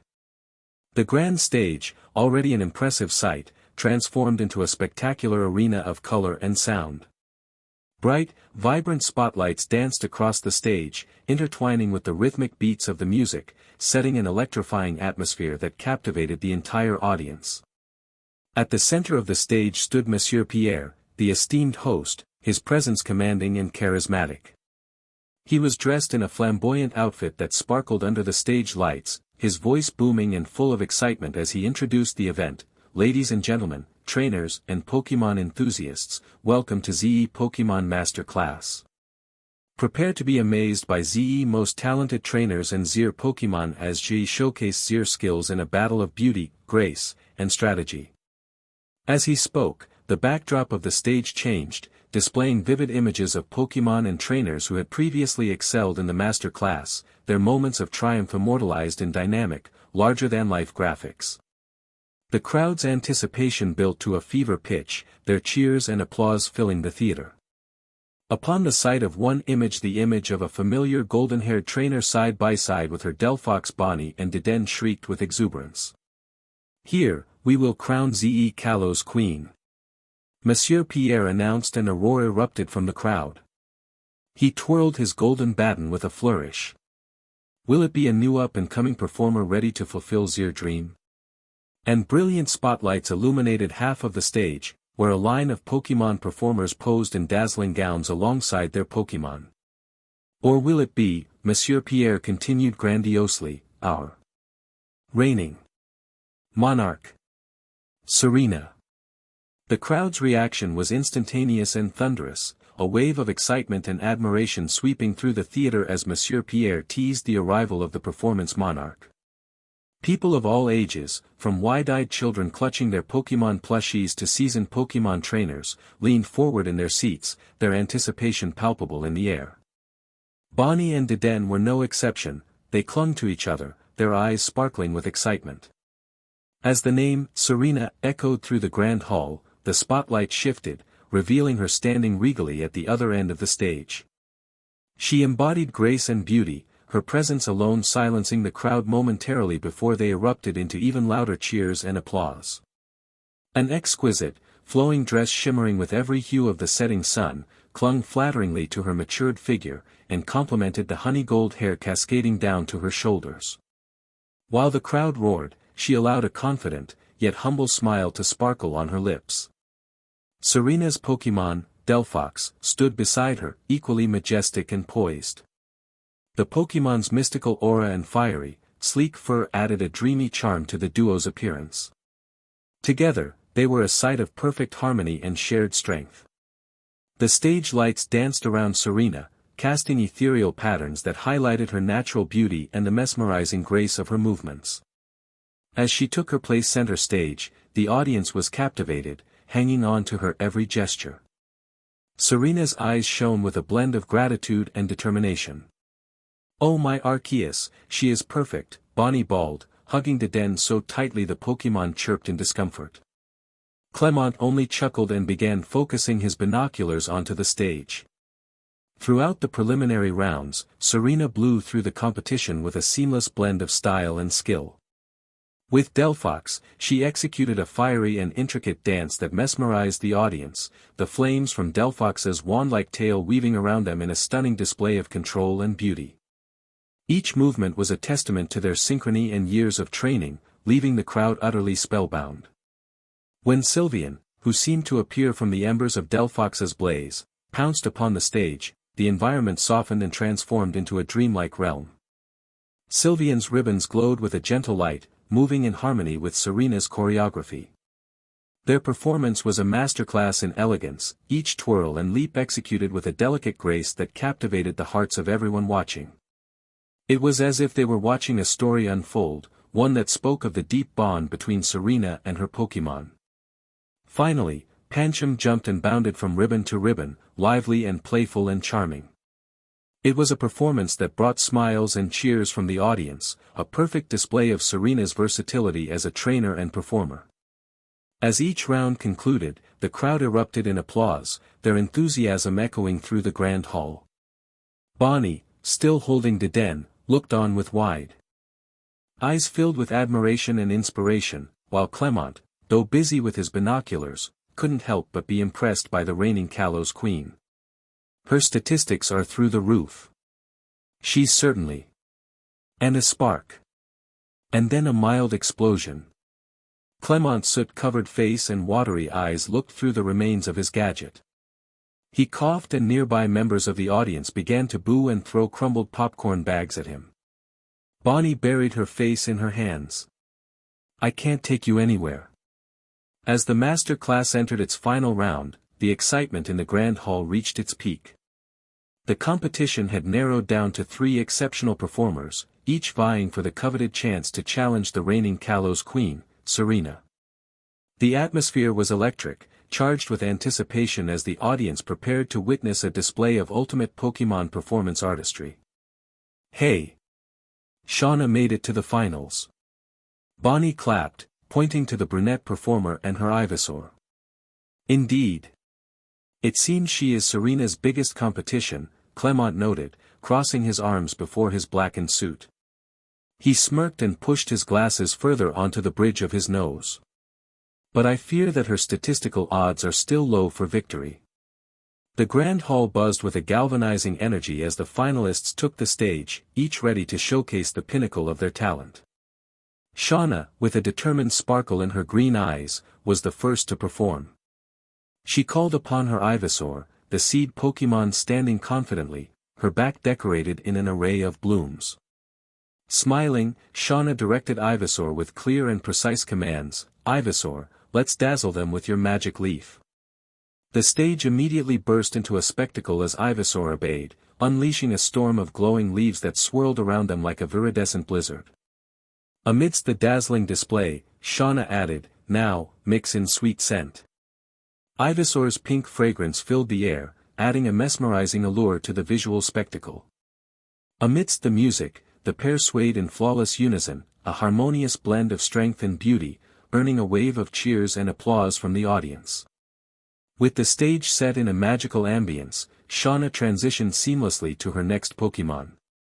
"Flababy, let's go," she called out with a twirl. The tiny fairy Pokémon floated delicately beside Shauna. "Fairy Wind." Shauna's voice was gentle but filled with excitement. Flababy's fairy wind swirled around Shauna, weaving through the lingering magic leaf, creating a fantastical scene that seemed straight out of a fairy tale. Ivysaur's leaves continued to twinkle like green stars along the Flababy's dreamlike breeze, leaving the audience captivated by the enchanting display. When she finished, the applause was thunderous. Bonnie, still clutching Deden in her lap, felt a sudden surge of nervousness. Her eyes were wide with anticipation, and her heart began to race. She knew what was coming next, and the weight of the moment settled heavily on her shoulders. Monsieur Pierre's voice, rich and enthusiastic, filled the air as he announced Shauna's departure from the stage. "Let's hear it once again for the magnificent Shauna and her Pokémon," he exclaimed, prompting another round of applause. As the cheers for Shauna began to fade, the theater dimmed into near darkness, a signal that the stage was being prepared for the next performer. Bonnie's grip on Deden tightened, her blue eyes fixed on the stage. The anticipation in the air was palpable, and the young girl's heart thumped loudly in her chest. Monsieur Pierre's voice soon returned, this time with a hint of grandeur as he prepared to introduce the reigning Kalos Queen. "And now, ladies and gentlemen, prepare yourselves for a performance that will captivate your hearts and ignite your spirits." The crowd hushed, hanging on his every word. Presenting the one, the only, our reigning monarch. Serena. At that moment, the lights began to fade, plunging the theater into a momentary suspenseful darkness. Bonnie's breath caught in her throat. The brief pause felt like an eternity, heightening the sense of anticipation that filled the grand hall. Then, as if by magic, the stage was bathed in a brilliant, warm light. There, poised in the center, stood Serena. The sudden illumination revealed her in a stunning pose, exuding confidence and grace. She was a vision of beauty, her elegant dress shimmering under the spotlights, her honey gold hair cascading beautifully over her shoulders. Beside her, her Pokémon partners stood ready, their presence adding to the majestic aura that enveloped the stage. Bonnie could hardly breathe. "Go Serena." As the music swelled, a captivating melody that seemed to echo the very essence of elegance and battle, Serena stood poised, her gaze fixed on the audience with a mixture of determination and grace. "Let's start this, Delphox," she commanded, confident and clear. Delphox, responding to her trainer's call, took center stage, the flame on her wand glowing more brightly than ever. With a graceful pirouette, Serena directed, "Mystical Fire, Delphox." The majestic Pokémon began with a series of elegant, fiery twirls, igniting colorful flames that danced around the stage in mesmerizing patterns. "Enter, Pancham." Serena announced with a brilliant smile, and Pancham leapt into the scene with enthusiasm, its martial arts-inspired movements characterized by powerful stances and swift, precise strikes. "Pancham, your turn. Quick attack." The little panda Pokémon grinned and moved around Delphox, dodging and weaving through the flames, creating a dynamic interplay of fire and agility, showcasing its skill in combining speed and precision. As the duo enthralled the audience with their contrasting yet complementary performances, Serena gracefully extended her arm towards her third partner, Sylveon, time for Fairy Wind. Sylveon glided onto the scene, its ribbon-like feelers flowing ethereally, her pink enchanted breeze twirling around the fiery spectacle and Pancham's dynamic movements.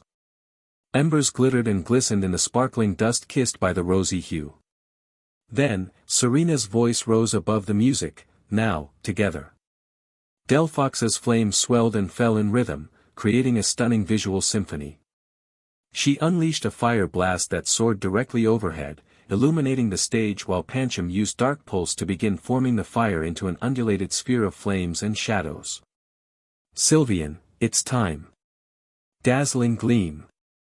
Serena laughed and Sylveon took center stage with a grace that seemed to quiet the world around it. The fairy type's ribbons began to glow with a radiant energy, casting a spectrum of dazzling colors across the stage. With a gentle twirl, Sylveon directed the brilliant field of rainbow light towards the undulating sphere of fiery night, the light swirling around it like enchanted vines seeking the sun. The moment the rainbow light touched the orb, the air seemed to hold its breath. The sphere began to pulse with a new energy, the colors of the rainbow seeping into its very core. Then, in a spectacle that seemed to defy the darkness of the shadows and the danger of the flames, the sphere shattered. The shattering was not abrupt but a beautiful disintegration, as if the sphere were made of the night sky itself. Little embers burst forth from the sphere like a cascade of fireworks, each ember a tiny star born from the union of fire, shadows, and light. They showered around Serena, who stood in the midst of this celestial display, her figure silhouetted against the brilliance of the makeshift fireworks. The effect was breathtaking, as if Serena and her team were at the center of a galaxy, with stars swirling in orbits defined by the rhythm of their performance. The audience was captivated, witnessing a moment of pure magic where the elements of battle and beauty merged into a spectacle of light and color. The grand hall erupted in smiles and a roaring applause, the cheers filling the space with an overwhelming sense of admiration and awe for Serena and her Pokémon's transcendent performance. The stage then went dark. Now is the time we have all been waiting for. Monsieur Pierre announced, the spotlight suddenly on the host as he removed his glittering, white top hat, waving it towards Serena and Shauna, both reappearing under the emergent stage lights. Kalos. Who is your queen? Finally, the time came for the audience to cast their votes with their glowcasters. The tension was palpable as the votes were tallied. And then the pressure released. Serena had won. Again. Chapter 3, Scarlet and Violet. Beneath the lighthouse ATired, half a mile up the road from the inlet, a young trainer stood brooding as his gaze fixed intently on the beach below. In his hands, he held a pair of binoculars, through which he observed the unfolding scene involving the world champion and the Pokémon the young trainer had been tracking for over a week now with a mixture of curiosity and anticipation. His eyes, keen and observant, scanned the area, taking in every detail and planning his next move. Pushing his long dirty blonde hair aside, the trainer grunted with irritation. The situation had become officially more complicated than he could have imagined. The legendary Pokémon had been spotted and somehow the monarch of the world was with it out of some sort of obligation to protect the creature. DMN, the young man cursed and procured a Pokeball from the back of his belt. His teal eyes never left the champion, as he watched him follow his target into the inlet grotto. Mabosstiff, time to run. From the trainer's side, a large, canine Pokémon. His coat was primarily gray, with blackish-gray colorations on its underside, back, and around its face and eyes whined. The Pokémon stretched its powerful limbs and shook out his thick fur before turning to its trainer with dark, expectant eyes. The young man put away his binoculars into his large hiking backpack before clipping the pack around his waist and hopping onto a bike beside his Mabosstiff, which stood stoically a good 4 feet from the ground on its powerful limbs. There was another way into the grotto, and he needed to get there quickly before Ketchum and that Pokémon could emerge from the other side. Mabosstiff, let's go. Fast. At his command, Mabosstiff, though with enormous effort, sprang into action, his powerful limbs propelling it forward with an impressive burst of speed. His trainer followed, pedaling as hard as he could to lead the way. The bus is leaving. Why is the bus leaving? Neimona looked in alarm to see the bus driver starting up the vehicle's engine. The portly, mustached man waved to the crowd with irritation, signaling for everyone to climb back on. He seemed to make it clear that he would drive off without his charge if he had to. The Lechonk, now with the threat of the Houndour over with, had dispersed and were grazing peacefully along the pasture to the left of the road, leaving the path clear. But, Neimona found her mouth working over numerous thoughts at once. What about Ash? Brock didn't seem to hear her. In one swift motion, he actually jumped, much to Neimona's shock, off the ledge and began sliding his body down the cliff in a cloud of dust towards the beach from which Ash had just disappeared moments ago. Neimona glanced in stupor at Pomo, who only shrugged as though it were being asked to predict the victor of a race between Snorlax and Slowpoke. The student champion had a certain image to uphold, a certain reputation. She was not one for going rogue. In fact, Neimona prided herself in not only being an excellent battler, in the classical sense, but also in the fact that she was an excellent student all around. She mentored younger pupils, she made top marks, she volunteered at the school's Pokémon Center.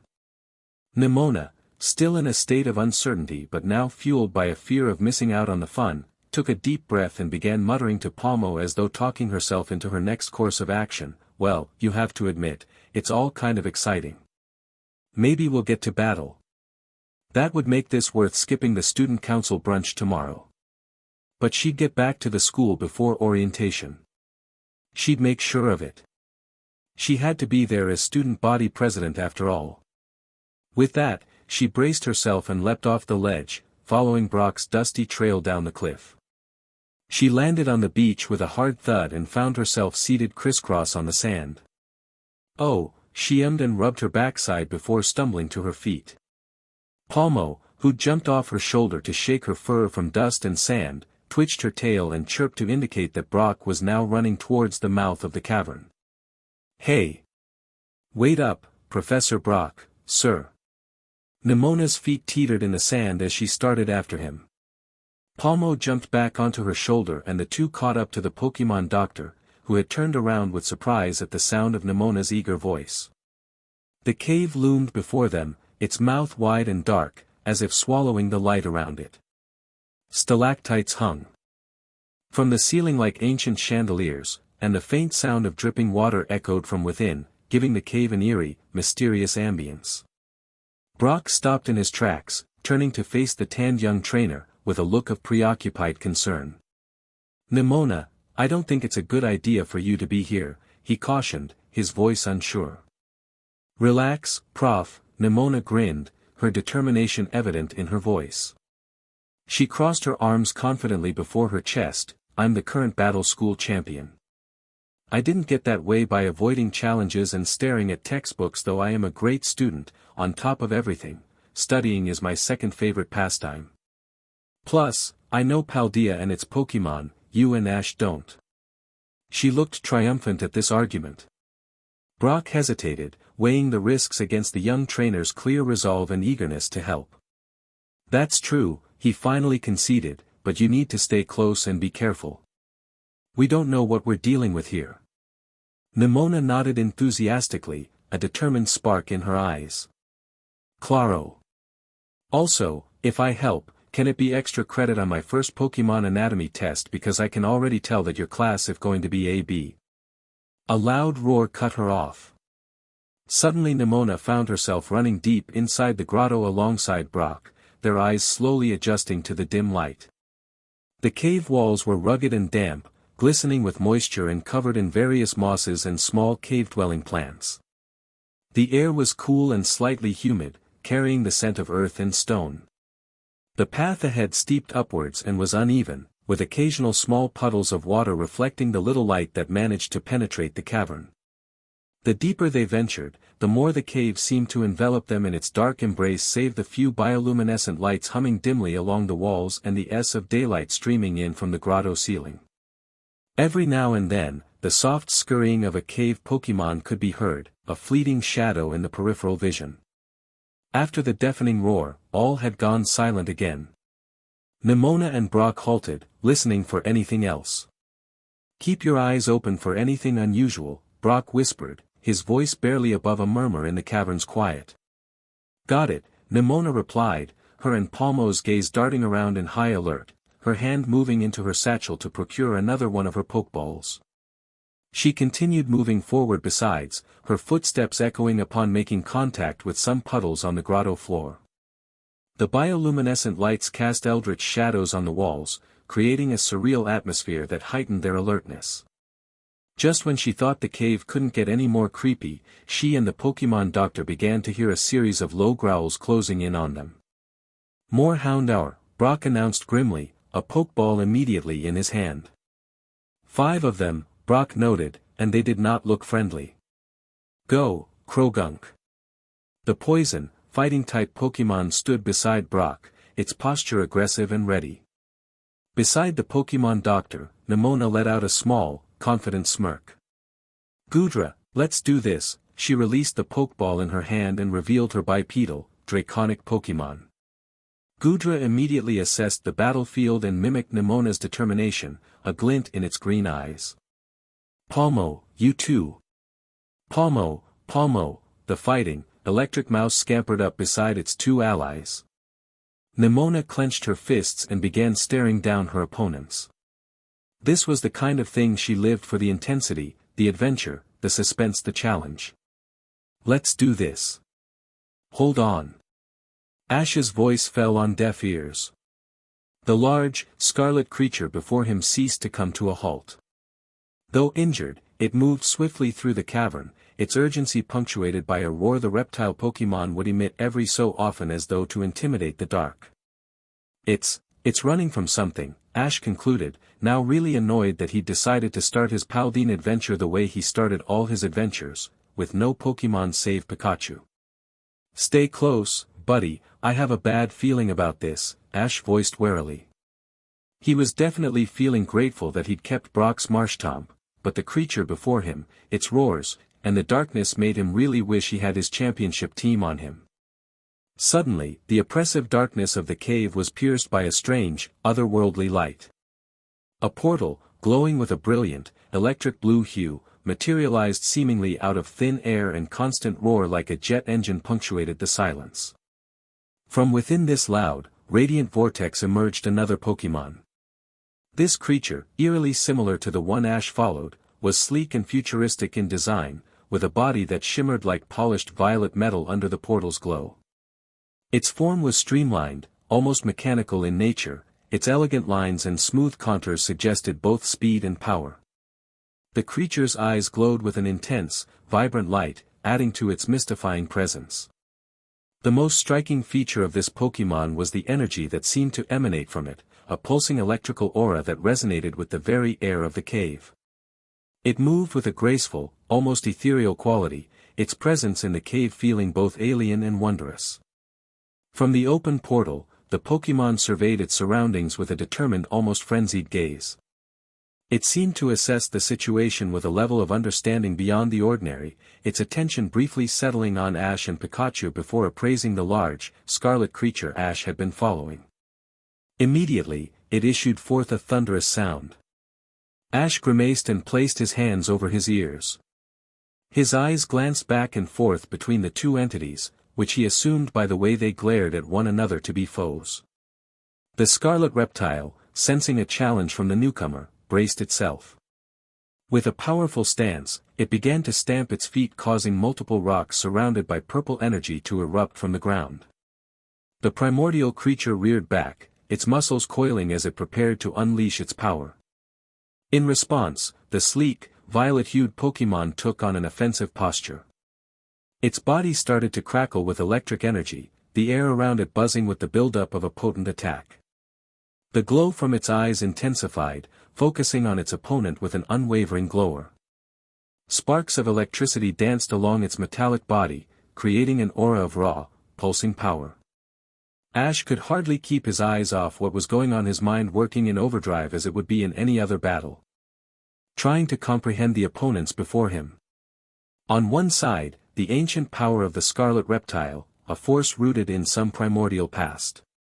On the other, the futuristic energy of the violet creature, a display of advanced, almost otherworldly power.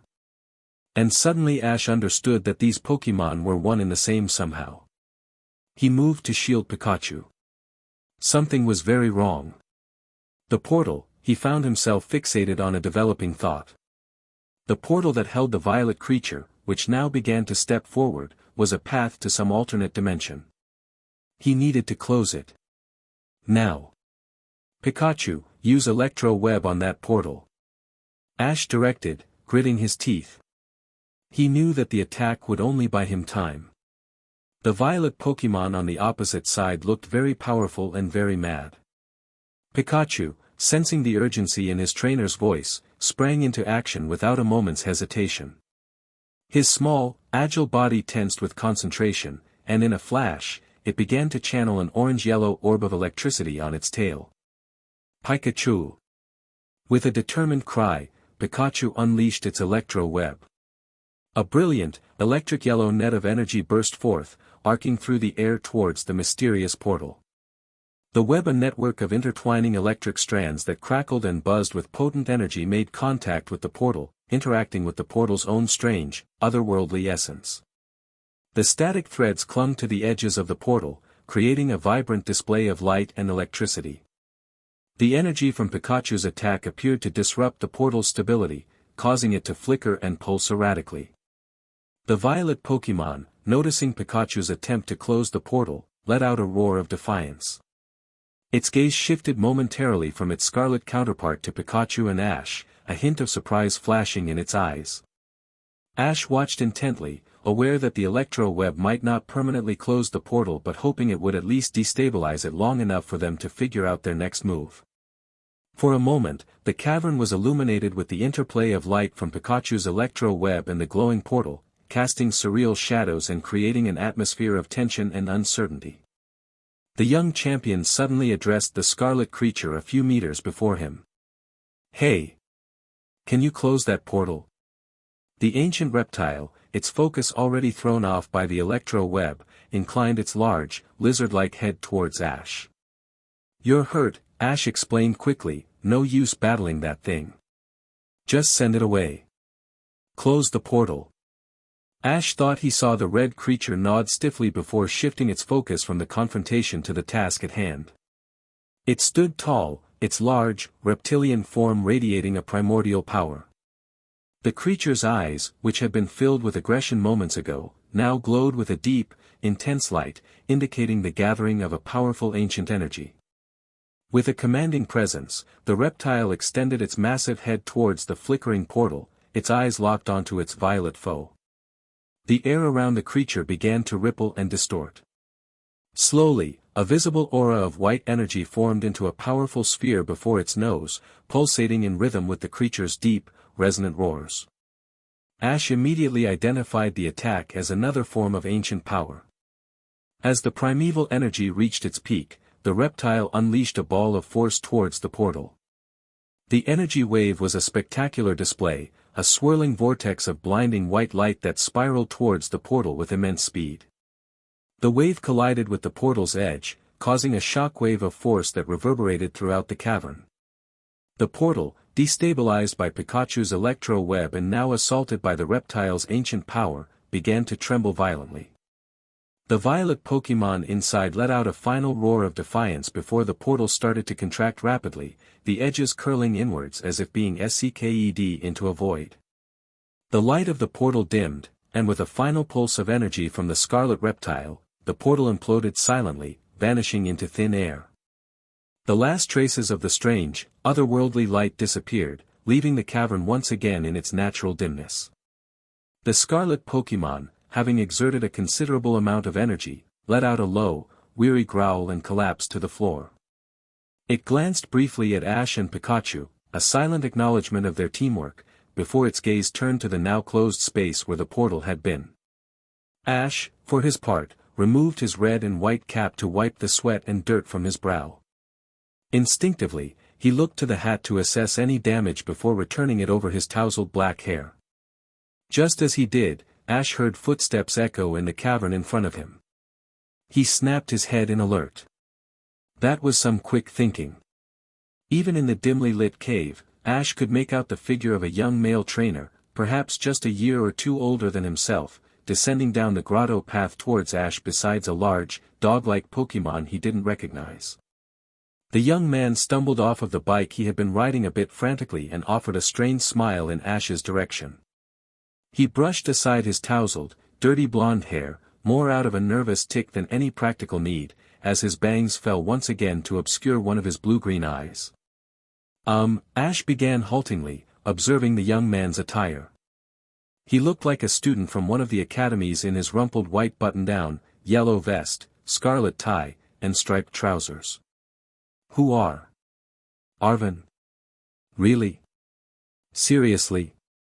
Ash whirled around to see Neimona running up to them, Brock pursuing. Palmo, Krogunk, and Agudra also followed them. The young woman, a bit haggard and laboring to catch her breath, addressed the newcomer with an irritated wrinkle of her nose. "What the heck are you doing here?" she panted, stopping to stand up straight and put her hands on her hips. Out of all people, the young trainer, Arvin, rolled his eyes at the sight of Neimona. "Should you already be at Scarlet Academy planning some sort of battle marathon event with your lackeys?" Okay, everyone, stop. Ash closed his eyes to think. He was exhausted, very hungry, and still standing beside a very large and dangerous Pokémon. Does anyone know what just happened? I mean, I was following this Pokémon and then another Pokémon really similar to this one except all electric and metal looking appeared and the two tried to fight but there was this portal and he trailed off, unable to find the words and resorted to waving his arms as though swatting at beedrills. Neimona's eyes immediately shot to glare at Arvin. You! When are you going to stop being so weird? You and your father are behind this. Professor Turo is always behind the shady things happening around Paldea and you're always covering for him. She pointed an accusatory finger at the long-haired young man. I'm telling Director Clevel and you are so going to be expelled. Arvin scoffed but looked a bit unnerved, folding his arms before his rumpled shirt. Still running to Clevel whenever you have a problem with someone, I see. Arvin side-eyed her to see if his insult landed. Coriden's appearance here had nothing to do with me. And I can't tell you if Dad has anything to do with it since I have officially stopped talking to him. Probably for the best, Neimona muttered with a stubborn huff and turned to Brock. He's a complete nut job from what I hear. Arvin shot her an angry look, but didn't respond. Coriden. Ash repeated, looking towards the scarlet reptile, its scales flashing in the grotto's dim light. Is that your name? Coriden nodded, attempting to stand back up, but collapsing again with a deep rumble. Arvin took out a pokeball. Don't mind if I do, he gave Ash a strange, sheepish look, and then focused intently on Coriden. You're not trying to catch it, are you? Brock now stepped forward, moving towards the injured Pokémon out of instinct to assess its damage. This Pokémon is obviously hurt. Arvin appeared embarrassed and shrugged. Yeah, that's usually when you want to try and capture a Pokémon. Ash's eyes flashed a warning at Arvin. Don't do it. Or what? Arvin challenged, however his voice sounded hollow. Or the monarch of the world will take you down, obviously, Neimona piped in, grinning her arrogant smile. Just what do you want with this Pokémon anyway? What even is a Coriden? I've never heard of it and I know every Pokémon in Paldea. It's not, even with his Pokeball in hand. Arvin scratched his head furiously in frustration. Okay, maybe the Pokémon does have something to do with my dad. But I'm just trying to help it. Coriden needs to come with me, so I can figure out what to do with it before they. Arvin shut himself up before he could say more. Visibly, the flustered young man seemed to be kicking himself. Brock, who'd been scrutinizing the situation with his keen eyes, addressed Arvin with a stern voice. This isn't just any ordinary Pokémon, clearly. It wasn't a question. Everyone had picked up on that. Brock continued, and in my experience, whenever there's a powerful Pokémon, there's always someone. Or something, Ash added with a nod. After it, Brock finished, tracking with his oldest friend. So if your intention is to protect it, Arvin, then maybe it should go with someone who can protect it. Everyone looked at Ash. Arvin's face contorted into a conflicted scowl. Of course, he began slowly, his mouth carefully working over his next words, but, it's a bit complicated. What's complicated, Arvin? Neimona rolled her eyes. The Pokémon is hurt, it needs protection, and you have a champion literally right here. Ash happens to also be Scarlet Academy's newest battle school student, and so he could take the Pokémon to Director Clevel. If anyone would know what to do next, it's him. Arvin gritted his teeth and flinched. That's, actually not a horrible idea, he muttered, making a face to indicate that he clearly hated this admission. Neimona looked smug. Ash, on the other hand, remained wary towards the whole situation. He glanced at Coriden, its enormous colorful plumes seeming to deflate with exhaustion and fatigue. The Pokémon's large, golden eyes bore into his. Look, the champion spoke up, I'm not going to capture Coriden against its will. That just seems wrong given the circumstance. Is there some other way to get the Pokémon to safety? Or to this Clevel guy? Arvin paused. He seemed to be continuing his internal debate, but finally pushed the Pokeball in his hand out towards Ash. Take this, Arvin sighed, dropping the Pokeball into Ash's outstretched palm. Upon closer inspection, Ash noticed that what Arvin held was no ordinary Pokeball. The red and yellow orb had a strange and elaborate calligraphic symbol atop the release button. What is it? Brock spoke up before Ash had finished studying the strange tool. What is the marking there? Arvin looked wary, but shrugged. It's called a trust ball. A prototype. It's only supposed to work if the Pokémon trusts you enough to let you catch it. On top of that, the Pokémon is free to release itself whenever it wishes. Arvin gestured towards Coriden. Coriden's honestly too powerful to be held in anything but a Master Ball, and we all know those are impossible to come by, so I was given this. Neimona actually started laughing. So your plan was to just waltz up to Coriden and say, "Hey, can I help you? Would you please get inside this Pokeball?" Arvin. Are you insane? Ash looked at the trust ball, deliberating. He then turned to Coriden, who appeared close to fainting. Its breaths were labored and erratic, and it hardly appeared to be conscious of the scene. Approaching the large, scarlet creature with care, Ash crouched down and held the ball up to the Pokémon's large eyes. "Coriden," he began, Pikachu hopping up beside his knee, "we want to help you. You're hurt and we need to take you somewhere to heal you, but it seems as though you're in no condition to travel." The powerful beast stirred but seemed to emit no resistance. Its enigmatic eyes continued to bear down into Ash's. Ash continued to hold up the trust ball. "Will you go in here for just a little while? We will take care of you and get you all healed. After that, you can go where you want. The ball will let you go." Well, it really shouldn't go wherever it, Arvin began, but trailed off under Neimona and Brock's affronted stares. Coriden eyed the contraption suspiciously for a moment before turning its gaze back to the young champion. It even looked at Pikachu for a moment, and the small mouse Pokémon seemed to smile and urge Coriden to let itself be momentarily captured. After a pause that felt like an eternity, Coriden huffed and nudged its snout towards Ash's hand. The trainer tapped the release button onto the tip of Coriden's nose, and the creature dissolved into an explosion of red light. Ash saw the symbol on the Pokeball glow blue as the object shook once, twice, 3 times. Then it went still and the symbol returned to normal. "Well," Neimona began, interrupting the awkward silence that ensued, "this has been fun." She placed a peculiar emphasis on the last word, her own stress finally starting to leak through her confident front. "But I think it's time to get to the academy, which will be our next interesting challenge since we missed the bus." Ash didn't seem to hear her. He turned to Brock, handing the trainer the Marshtomp Pokeball he'd borrowed earlier before securing the trust ball to his trainer belt. "Maybe you can also look at Coriden when we get to the academy," Ash suggested, adjusting the bill hat. "Sure thing," Brock nodded, trying not to appear too impressed by how much Ash had grown. The old Ash would have jumped to conclusions, been more reckless, maybe would have even challenged Arvin to a battle or chosen not to believe him. This pensive Ash, however, seemed to actually think certain things through. Brock found it fitting for a champion. "Okay, I'm starving," Ash announced, clutching his grumbling belly. "Well," Brock sighed, "some things never change." Neimona glowered at Arvin.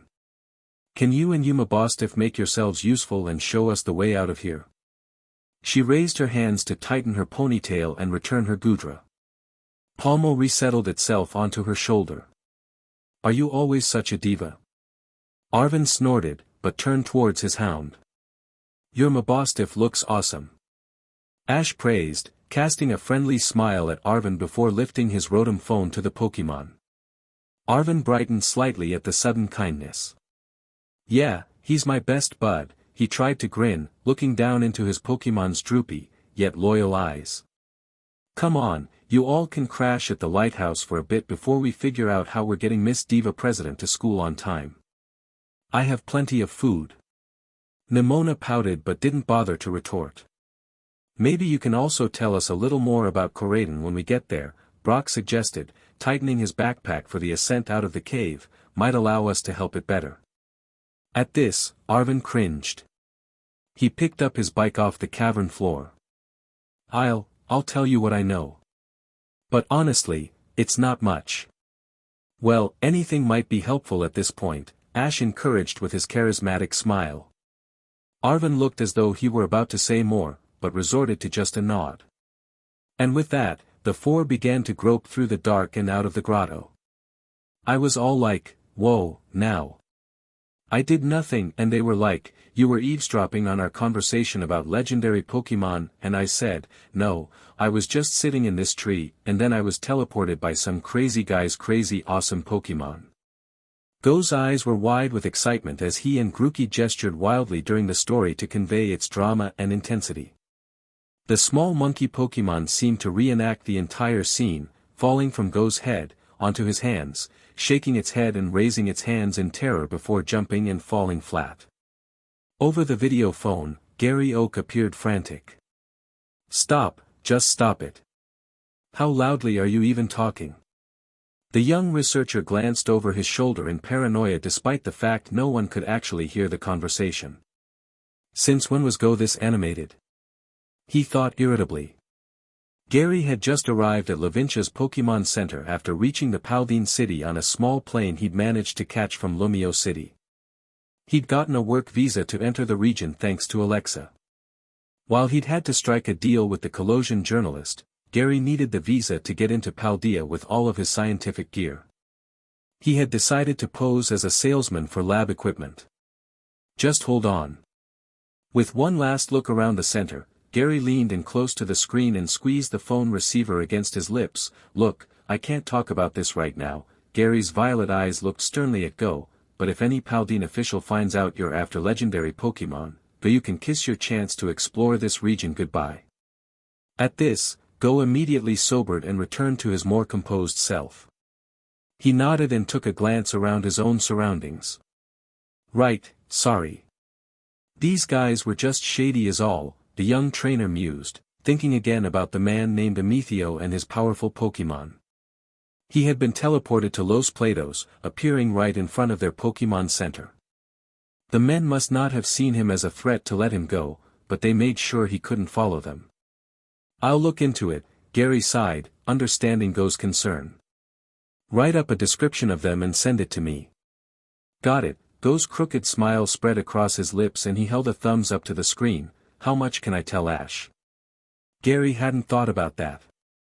Nothing, he decided, for now. Then he signed off the call and hung up the receiver. The young researcher glanced at Umbreon, who had curled up on a cushioned seat besides the video phones. Next to the chairs, Gary spotted a stack of newspapers and tabloids. One had a picture of Ash disembarking a boat with the bold letters blaring across the front page, Monarch in Paldea. This caused Gary to shake his head and smile slightly. Looks like Ashy Boy can't hide from everyone, the researcher mumbled to his Umbreon, picking up the tabloid. Behind the magazine, however, Gary noticed another interesting headline, Pokémon Performance's debut in Paldea. On the cover was a stunning young woman, her golden hair flowing elegantly and catching the light in such a way that it seemed to shimmer with a multitude of subtle blonde hues. Her blue eyes sparkled with a vibrant intensity and matched the Paldea dress, a form-fitting garment with bodice and fitted waist which melted into a flowing skirt that flared out dramatically. Gary noticed was fashionable in the region. Why does this girl look so familiar? Gary mused aloud, his Umbreon turning to cast a slow blinking stare towards whatever it was that caught its trainer's attention.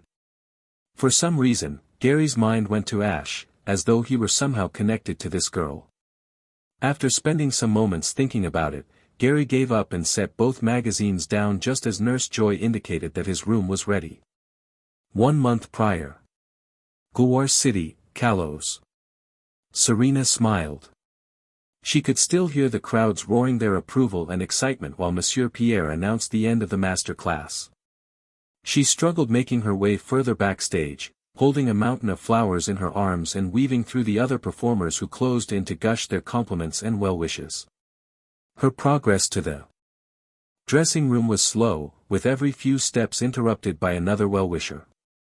Serena maintained her gracious demeanor, smiling and thanking each person, her heart full from the overwhelming support but her arms aching under the weight of the flowers, their sweet fragrance mingling with the heady scent of stage makeup and sweat. Finally reaching her dressing room, Serena barely had a moment to catch her breath before her manager Kathy Grace, sister to Diantha's manager Kathy Lee, burst in. "Serena, you were phenomenal. The crowd is going wild out there. They're all waiting for you in the lobby." Kathy Grace spoke rapidly, not even bothering to glance up from her tablet and phone, both of which she seemed to be using simultaneously.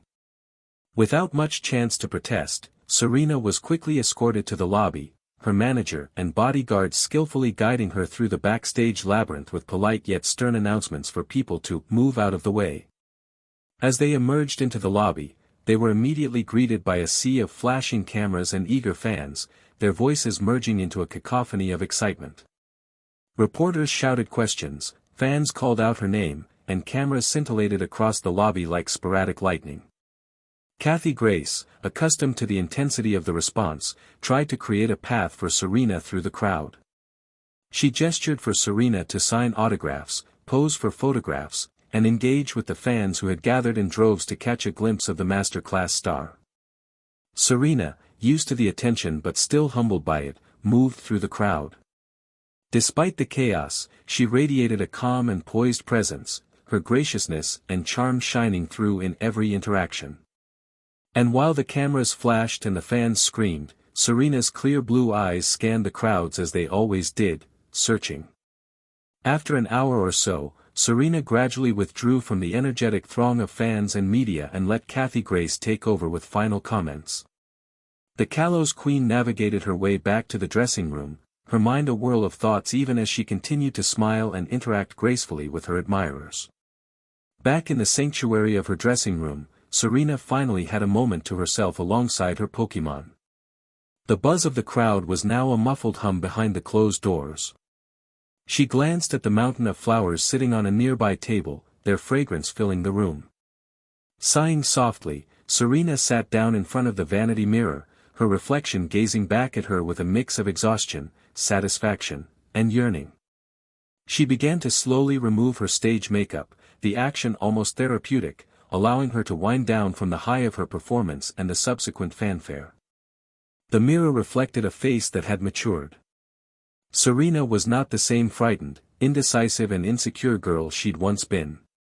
Nor could she really be called a girl anymore. Her maturity was evident in the composed and thoughtful expression she carried, her features having evolved from the youthful softness of a girl into the defined elegance of a woman. Her large blue eyes, once wide and doe-like with the innocence and eagerness of youth, now held a depth of experience and determination. They reflected the wisdom and understanding she had gained through her journeys, sparkling with intelligence and a newfound assertiveness. Her gaze appeared more measured and piercing, capable of conveying her emotions and thoughts with greater clarity and intensity. Serena's cheekbones were more pronounced, giving her face a sculpted look that accentuated her natural beauty. Her lips, perhaps once prone to uncertain smiles, now curved with confidence, reflecting her self-assuredness.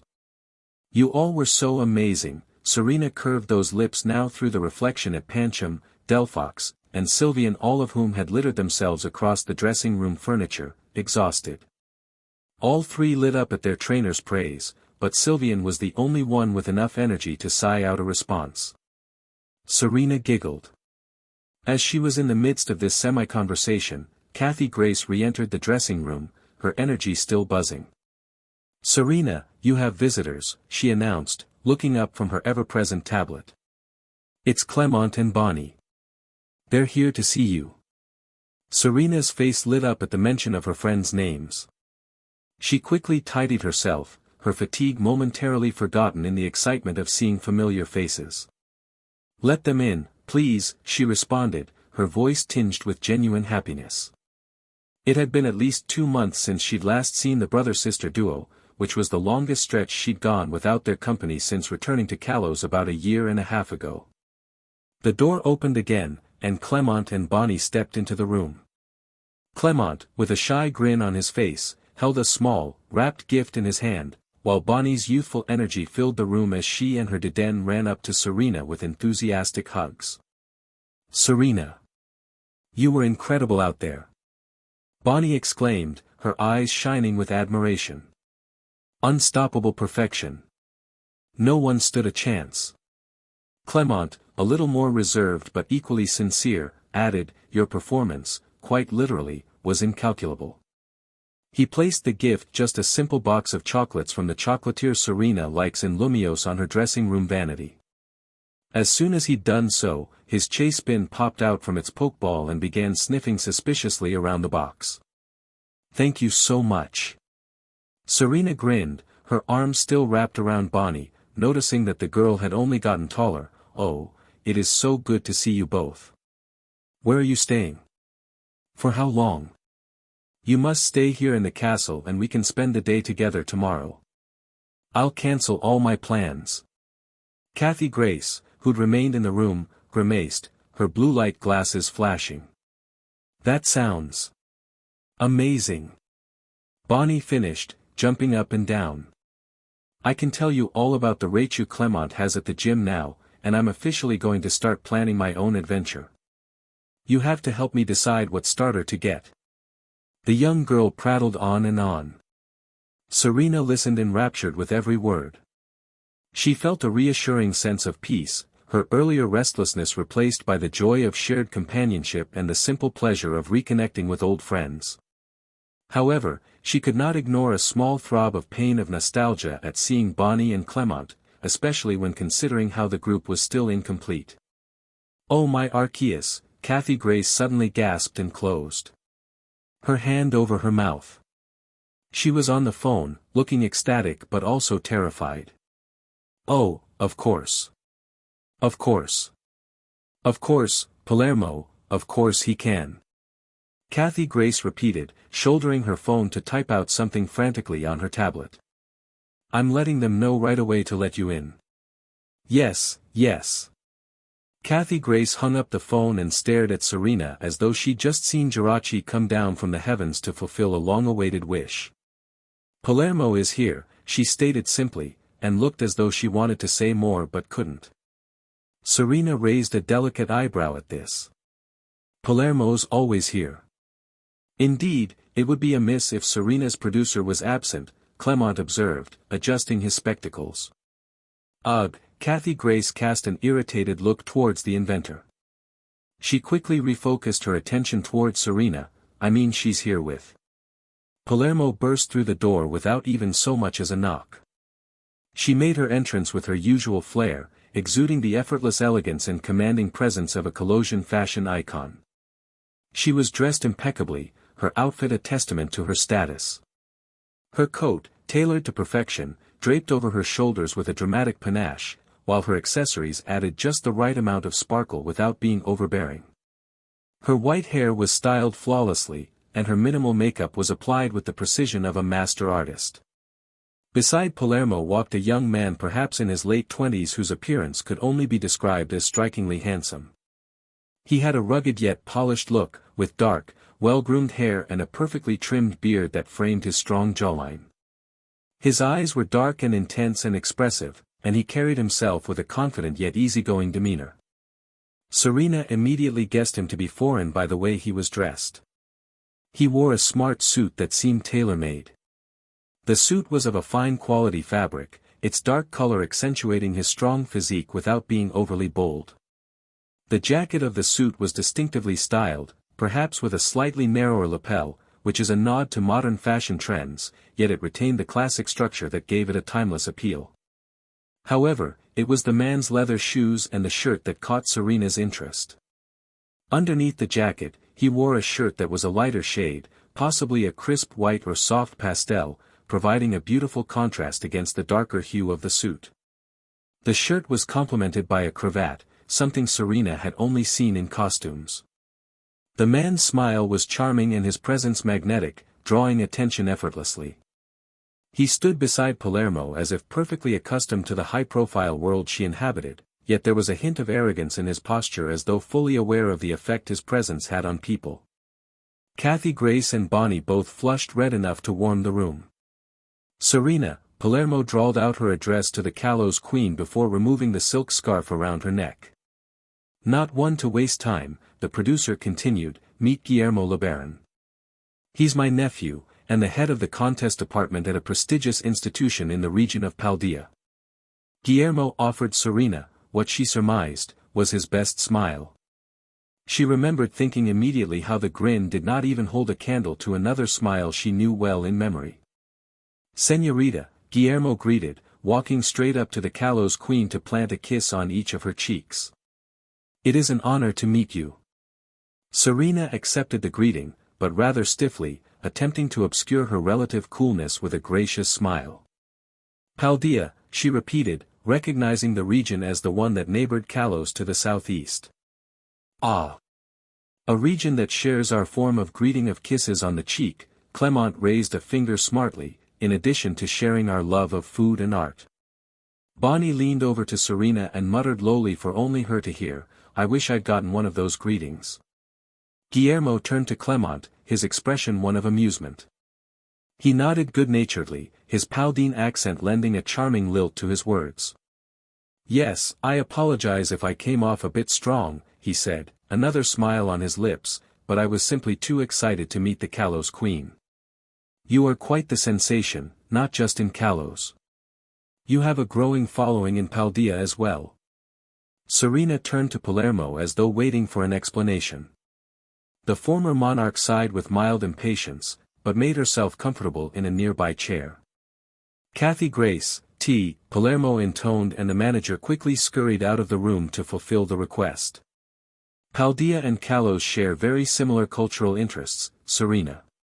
Especially in regards to their love of fashion, art, entertainment, and beauty." Guillermo's dark eyes found their way back to Serena. This time she did not react and his smile broadened. Palermo ignored her nephew's brazen flirtatious advances as though they were nothing new. "The region already has a fabulous contest scene, but Guillermo here has an interesting proposition." She raised her eyebrows for the Paldine to continue. "It is as Palermo says," Guillermo began politely, his hands clasped behind his back, "I am head of contests at Scarlet Academy, and oversee the Department of the Arts. My colleagues and I have watched your career, Miss Serena, with much interest. You won the Hoenn Grand Festival, then returned here to become Kalos Queen. A true performer. You bet she is. The best." Bonnie, her mouth full of petit fours Kathy Grace had brought in with the tea, exclaimed with much fervor. "Bonnie." Clement groaned, slightly mortified. Behind the inventor, Chasebin ceased its devouring of the chocolates and turned its attention to the tea cakes. "No, the girl is right," Guillermo's smile grew wider. "You have shown that you can cross over and accomplish both performing and coordinating with much success. That is why my colleagues and I wish to expand the arts program to encompass Pokémon performances. We believe this form of entertainment can be popular globally, not just in Kalos. Paldines have already shown an interest. We love beautiful shows, after all, and perhaps if the Kalos Queen took a Paldine tour, it would inspire young ones across the region to study performance. And, of course, while the Kalos Queen was there, she could enter into some contests to show her versatility. Show the young girls of Paldea that they can always do both as well." Palermo tapped a silver spoon against the porcelain of her teacup, and glanced up expectantly at Serena. "You could be a Kalos Queen and a Paldine princess." Serena's mind was in a daze. She felt as though she were being soaked by a powerful water gun of information. It was well past midnight, and Palermo was having tea while her foreign model of a nephew, who claimed to be some sort of professor, was trying to convince her to go to some region she knew very little about. Needless to say, Serena was overwhelmed. But Serena began to speak, realizing all eyes were on her. "What about my duties as Kalos Queen? The performance season is over," Palermo spoke languidly, taking a delicate sip from her cup. "We can have you film all of your Pokevision videos in Paldea, and fly you over for any exhibition performances when needed. However, I believe Kalos will be thrilled at the idea of you taking your influence internationally. It will certainly help the economy and send a buzz about our region and Pokémon performances. This type of entertainment needs more exposure." "I completely agree," Guillermo appeared almost effervescent with excitement, though he tried to keep it under his cool control. "Please," he said, reaching into his pocket and gracefully procuring a card with his information printed on it, "give me a call when you are ready to discuss more. The school season begins in about a month, and we would love to have you there before then. You and your wonderful Pokémon could help us bring in the new year." Delphox, Pancham, and Sylveon had hardly stirred from their places, but watched the exchange with some fascination. "I suppose we'll go then," said Palermo matter-of-factly. "Kathy Grace, order our car. We must drive immediately to Lumois. Guillermo's flight leaves at dawn. He came all the way just to see the Kalos Queen." Palermo gave Serena a knowing look before making her grand exit. Guillermo turned to follow the producer out the door, but not before giving Serena a solicitous wink. When they had all left, Bonnie whirled on Serena like a Pidgeot's gust. "You have to go. It sounds amazing. And then Clement and I can go visit." Bonnie turned imploringly to her brother. "Maybe we should all get some rest," Clement suggested, studying Serena and noticing her blank expression. He could tell she was overwhelmed and exhausted. "Bonnie and I will stay in the castle tonight," Clement offered, hoping that would give his friend some comfort. "We'll come by your room first thing in the morning." "Or early afternoon," Bonnie corrected with a dramatic yawn that Deden mimicked. Serena smiled appreciatively at the two. When they left, she sat motionless, her eyes wide, reflecting the room's soft light like two sapphires caught in a gentle stream. Her thoughts were a tempest, swirling with the suddenness of the offer laid before her. All of it was muddled by the exhaustion she felt. Sylveon approached and wrapped a comforting feeler around her trainer's wrist. Serena put forth a mollified expression before looking towards all her Pokémon. "Let's get some rest," she announced, much to their relief. The next morning, Serena awoke at the first hints of dawn spilling in through the red velvet curtains of her room, the light casting a warm, golden glow across the opulent space. Despite the softness of her bed and the light that beckoned a new day, Serena's mind was adrift in the fog of the previous night. The victory of the master class still hung in the air, an accomplishment that filled her with pride yet now seemed distant as the unexpected proposal from Guillermo loomed in her thoughts. Serena sat up, stretching languidly, her movements slow, as if she were testing the reality of her surroundings. The suite, with its high ceilings and grand windows that offered a view of Gawar City's coastal shore, felt both familiar and alien all of a sudden, like a gilded cage of comfort that was at once suffocating and reassuring. Serena's Pokémon, awakened by her movements, watched their trainer with knowing eyes. They too seemed to sense the shift in the air, the undercurrent of change that the morning had brought. Delphox, with its flame-tipped tail, flickered embers in quiet contemplation. Pancham sat perched on a cushion, its usual mischievousness tempered by the room's stillness, and Sylveon's feelers moved forward to cling again gently to Serena's wrist, a silent show of support. As Serena rose, the reality of her situation settled in with the weight of her crown. The joy of her victory was now intertwined with the threads of opportunity and decision. She approached the window, pulling apart the curtains, her gaze soon lost in the sprawling cityscape. The question of what lay beyond Kalos's borders, in the neighboring region of Paldea, called to her spirit of adventure. It had been a while since she traveled, and she had never really been one to stay put ever since. Of course, Serena had always dreamed of becoming Kalos Queen. But had it really ever been her ultimate goal? Her ultimate desire?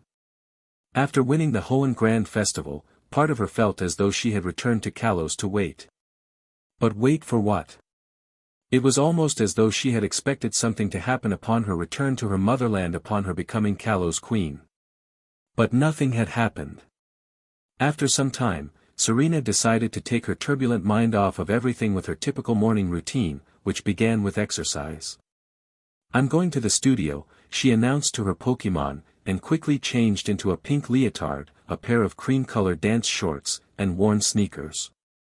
She left her shoulder-length hair as it was, giving it only a quick brush before leaving her suite with her ballet shoes and studio bag slung across her shoulder.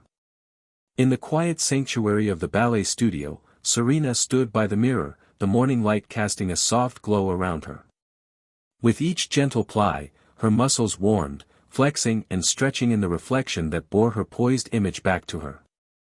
Her feet, snug in the soft ballet shoes, whispered across the floor as she flowed into Tendis, the arches of her feet pressing and pointing with an artist's precision. She already began to feel better, more like herself. Ever since becoming a coordinator, Serena saw the need for discipline and routine in her life to focus her mind for victory. She had seen what a single focus-driven mind could achieve, and she desired to cultivate that within herself. Serena had always loved to dance, and found it an incredibly valuable skill as an entertainer. Therefore, she decided to become proficient in ballet. She had wanted that control over her mind and her body. The sport formed within its constituents. Her leotard and tights hugged her form, a second skin that moved with her, accentuating the disciplined lines of her physique. The mirror was her silent partner, reflecting the grace of each movement, the extension of her leg in a develop, the controlled lift and fall of her arms in port de bras. It was a dance of control, a prelude to the day, a quiet conversation beckoning her mind to be still. As the warm-up concluded, Serena paused, her breathing even and deep, her eyes meeting her own in the mirror. Already, her mind felt clearer and more alert. "Serena. There you are." A voice echoed against the mirrored walls of the studio. The Kalos queen turned to see Bonnie running up to her with her pink Rotom phone behind her back. She looked flushed and excited and determined. Diden, who had evidently been left behind, appeared to struggle keeping up with the lemon-haired girl as it scampered along her trail. Serena suppressed a giggle at the young girl's enthusiasm. "Bonnie, you're up early. This must be good." Bonnie slowed down, almost as though she were regretting her haste. In fact, she suddenly looked uncertain, but this only lasted half a second before a second wind propelled her forward, a new bounce to her step, toward Serena. "I think you have to go to Paldea," Bonnie began, looking as though she could hardly contain herself. She only smiled mischievously, the magazine still behind her small figure. At this, Serena laughed aloud. "Oh, do you? What have you been up to?" "Doing some late-night research on Guillermo LeBaron," the Kalos queen teased. "Well, yes and no," Bonnie breathed, biting her lip. "But trust me, Serena. Paldea looks amazing. The women all wear these beautiful colorful dresses and they dance by whipping their skirts around. And the contest scene is supposed to be one of the most competitive in the world. In fact, they hardly let just anyone participate. You'd have so much fun going out and traveling again while you still get to do your shows. It's like the best of both worlds. You get to be Kalos queen, but also keep climbing your way to top coordinator." Serena stared warily at the excited girl. "Okay, that's all true, Bonnie, but why are you up at 7 a.m. to tell me all of this?"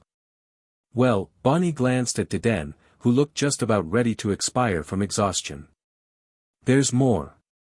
So I just read that. I'm going to take the offer, Bonnie." Serena turned back to the mirror and took hold of the bar once again, returning to a point position. Bonnie froze. Oh. Her phone, which the young girl had begun to reveal, was quickly returned to being hidden behind her back. "That's amazing." She began to bounce up and down, though heading strategically for the exit. I am going to have to tell Clement we have to visit every weekend. We can watch your performances, do, touristy things, and see." When the performer perceived Bonnie's nervous shuffling, Serena peered back at the young girl through the reflection. But Bonnie had already fled, running down the hall, the article pulled up on her phone, which Bonnie had meant to show Serena, now burning her hands. Perhaps it was better if Serena didn't know. Once she felt it safe, Bonnie reread the title. A Champion Prepares for Paldea. Chapter 4, Mesagosa. The later afternoon sun elongated the shadows along the coastal cliffs on Poco path as Arvin led Ash and company towards the lighthouse that stood on a cliff up the road. The Mabostiff trainer appeared a bit embarrassed by the idea of having visitors. He leaned his bike against the threshold of the building before unlocking the doors. As Ash stepped in, Pikachu on his shoulder, he thought the place looked more like a laboratory than a lighthouse. The interior, with its circular walls and narrow windows, bathed the advanced scientific equipment in streams of natural light.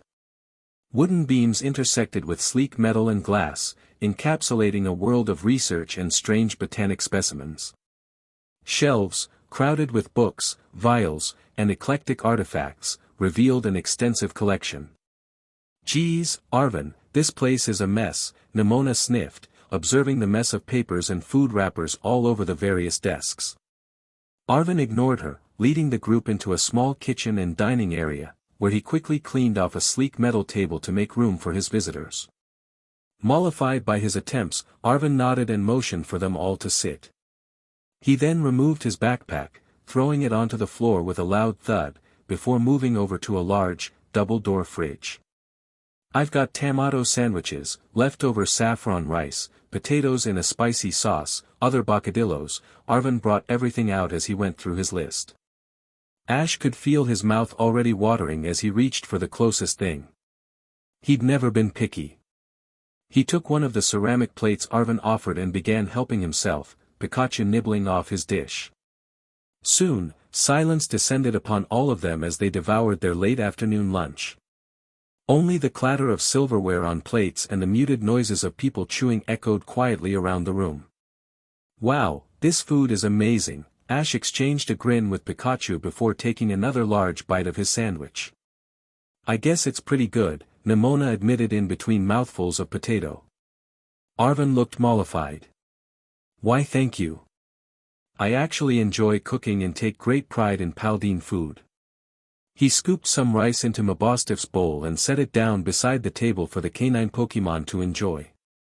"The more seasoning, the better, in my opinion.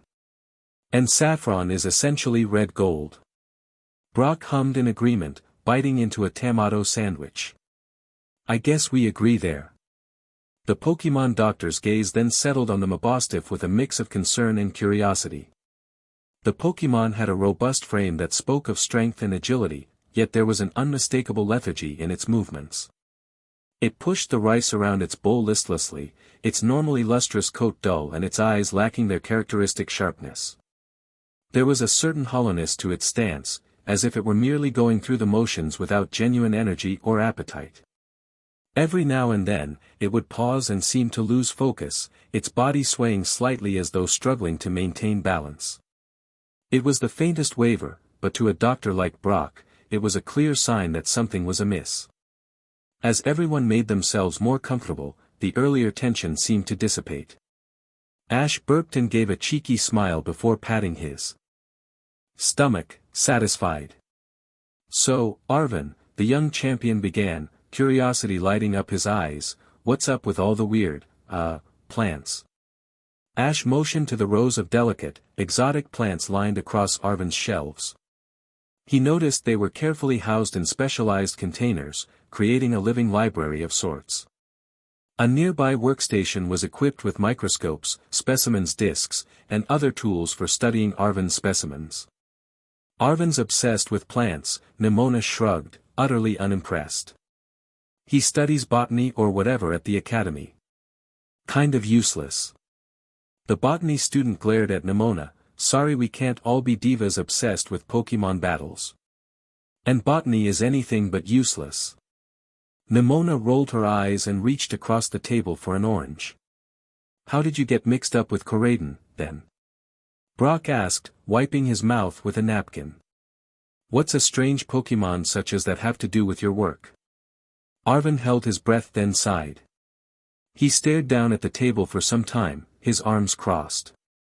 "Has to do with his daddy," once again, Neimona interjected. "Arceus, do you ever shut up?" Arvin growled. Neimona smirked, pointing a fork towards the dirty blonde trainer. "I'll shut up as soon as your dad stops performing freak experiments on Pokémon." And the bickering began. Ash and Pikachu watched the two go at it, the young champion leaning over to Brock to whisper, "Man, they really don't get along." Brock exhaled, his own arms crossed over his broad chest, assessing the situation. Eventually, he lifted both hands to try and pacify the two academy students. "All right, guys, let's just try to remain civil. Tell her that." Arvin cried, waving an arm angrily at Neimona. He turned to glare at the student council president, though his expression lacked conviction. Look, I don't speak to my dad anymore. He's not exactly around. Neimona appeared conflicted. She said nothing, opting instead to peel her orange absently. So your dad is after Coriden? Ash prodded, feeling a bit empathetic towards Arvin. Maybe the guy was misunderstood. Maybe he really had been trying to help the Pokémons after all, he did let Ash protect it. What did Neimona mean by the experiments? His father is Professor Turo, former professor of Violet Academy. He went crazy during his research on things like Pokémon lore or whatever, Neimona interjected quickly, handing Pomo a piece of her orange before looking at Ash. Arvin rolled his head back as if exasperated. Look, I don't exactly know what my dad does, okay? I just know it's shady and has to do with mysterious Pokémon in Area Zero. Again, I don't have anything to do with it, but, last time I saw my dad, he'd, brought Coriden to the Lighthouse and as though he'd been trying to hide it. Said it was one of the Pokémon from the crater, and I don't know. He appeared nervous, said people were after him, some experiment gone wrong. I don't know. I thought you didn't speak to your dad. Neimona's narrowed on Arvin suspiciously.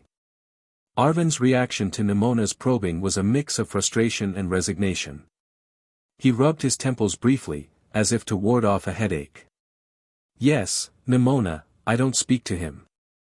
That was the first time in a year he'd shown up. It's not like we have regular family dinners, he replied with a hint of sarcasm, his voice tinged with a mixture of annoyance and underlying sadness. Arvin leaned back in his chair, his gaze drifting away as if lost in a distant memory. The usually composed botanist's demeanor shifted, revealing a more vulnerable side. He just appeared out of nowhere, looking worried and haggard. It was like he was on the run from something. Or someone. He didn't even stay long enough to explain everything. Just left Coriden here and disappeared, again. Arvin's eyes then refocused, meeting Ash's with a newfound earnestness. That's why I've been tracking Coriden. Not just because of my dad, but because I felt responsible. And there's something about that Pokémon. I think it. Arvin looked as though he were about to say more, but clamped his mouth shut into a thin, white line. The room fell into a contemplative silence as everyone digested Arvin's words. Even Neimona, usually quick with a retort, seemed to mull over this new information, her earlier combative stance softening slightly. But, what even is Area Zero? Ash repeated, rubbing Pikachu between its ears. He felt uneasy. Parts of Arvin's story weren't adding up. What kind of experiments are they doing there? Why are Pokémon like Coriden being hurt? I don't think he knows, Brock said, coming to Arvin's defense. Thank you. Arvin extended his hand towards the Pokémon doctor as though incredulous that no one else had picked up on that.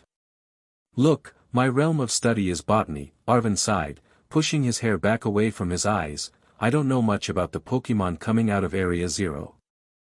I do know, however, that Coriden doesn't belong here and a lot of people are looking for it. And apparently another Pokémon is looking for it too. Ash, sensing the complexity of the situation, nodded thoughtfully. Sounds like you've been dealing with a lot, Arvin. But we're here to help now. Right, Pikachu?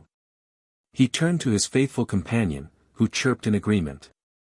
So, correct me if I'm wrong, but Area Zero is that crater in the center of Paldea's map? Brock scratched his chin, thinking, if Coriden came from there, could one theoretically put it back? Would it be safe there? Area Zero is strictly off-limits, Neimona interrupted before Arvin could respond. Even she looked fascinated now, as though the crater were a delicious mystery students love to wonder about.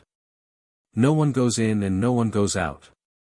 Some people think that if you fall in, you enter into an alternate dimension. Arvin looked about to scoff, but then stopped to consider. He decided to ignore her and respond to Brock's question. Coriden doesn't belong here, Neither does the other creature following it, Arvin said gravely. I have this theory.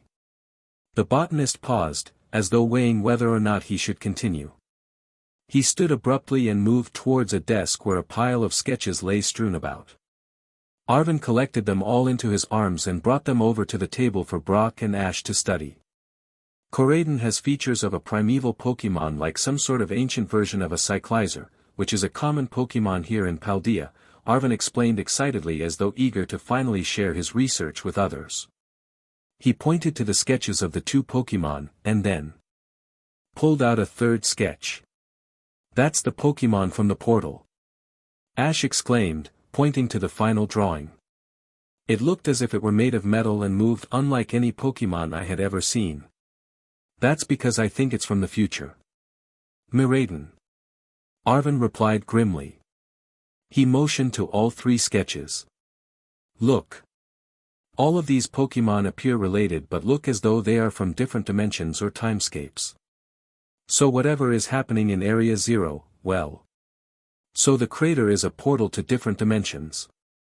Neimona jumped out of her chair, I knew it. Oh, I can't wait to tell Aliquis I was right. You can't tell anyone, Neimona. It's just a theory, but it could get others in trouble. Arvin grunted irritably, unnerved by the girl's seemingly bipolar temper. There are some shady people involved in all of this. The less they think we know, the better. Miraiden, Ash mused, removing his cap for a moment to run his hand through his hair. Well, if these Pokémon are sort of one and the same, but from different time PRDS, no wonder they'd feel threatened by one another. They shouldn't exist in the same dimension. Exactly, Brock agreed, staring at the sketches. The Pokémon doctor looked between everyone at the table. We do need to tell someone though. Ash can't hold on to Coriden forever and get caught up in all this, as much as he'd like to. Ash grinned. I think it's a bit too late for that. I won't rest until I know Coriden is safe. We tell Clevel, Neimona announced confidently, raising a gloved fist in the air. She loved solutions, and this seemed like a no-brainer. He will know more about Area 0 than anyone and will know what to do with Coriden. Neimona's suggestion to inform Clevel, with her characteristic confidence and flair for the dramatic, was met with nods of agreement from Ash and Brock. Arvin, however, couldn't help but interject doubtfully. Sure, let's just casually drop in on the head of Scarlet Academy and tell him we're having issues with multidimensional Pokémon trying to kill one another. He'll love that. Maybe I should bring my plant sketches too, just for fun, he said, his tone dripping with sarcasm. You said so yourself that it wasn't a bad idea, so don't start chickening out now. Neimona rolled her eyes, standing to take her plate over to the sink. She then turned to the group and crossed her arms. Can we start thinking about how we're even going to get to Mesagosa? I cannot be late to the student council orientation social. Arvin snorted, but then appeared to really think about this new dilemma. There's a Cyclizer farm nearby, he shrugged, uncertain, I don't know, Sonora Alvarez sometimes lets travelers rent them. Not sure how it works, though. At the sound of this idea, Neimona jumped up and down with excitement. Oh! This is an amazing idea. A Cyclizer will get us to Mesagosa in just under 2 hours from here. Neimona's elation was quickly tempered by Brock, who pointed towards the window. That's great and all, but it's about to get dark. I don't think we're getting to the city today, the Pokémon doctor stated soberly. He turned to Arvin, is there a Pokémon center nearby we can stay in? Or an inn? Arvin waved the question off. Nonsense. You all can stay here tonight.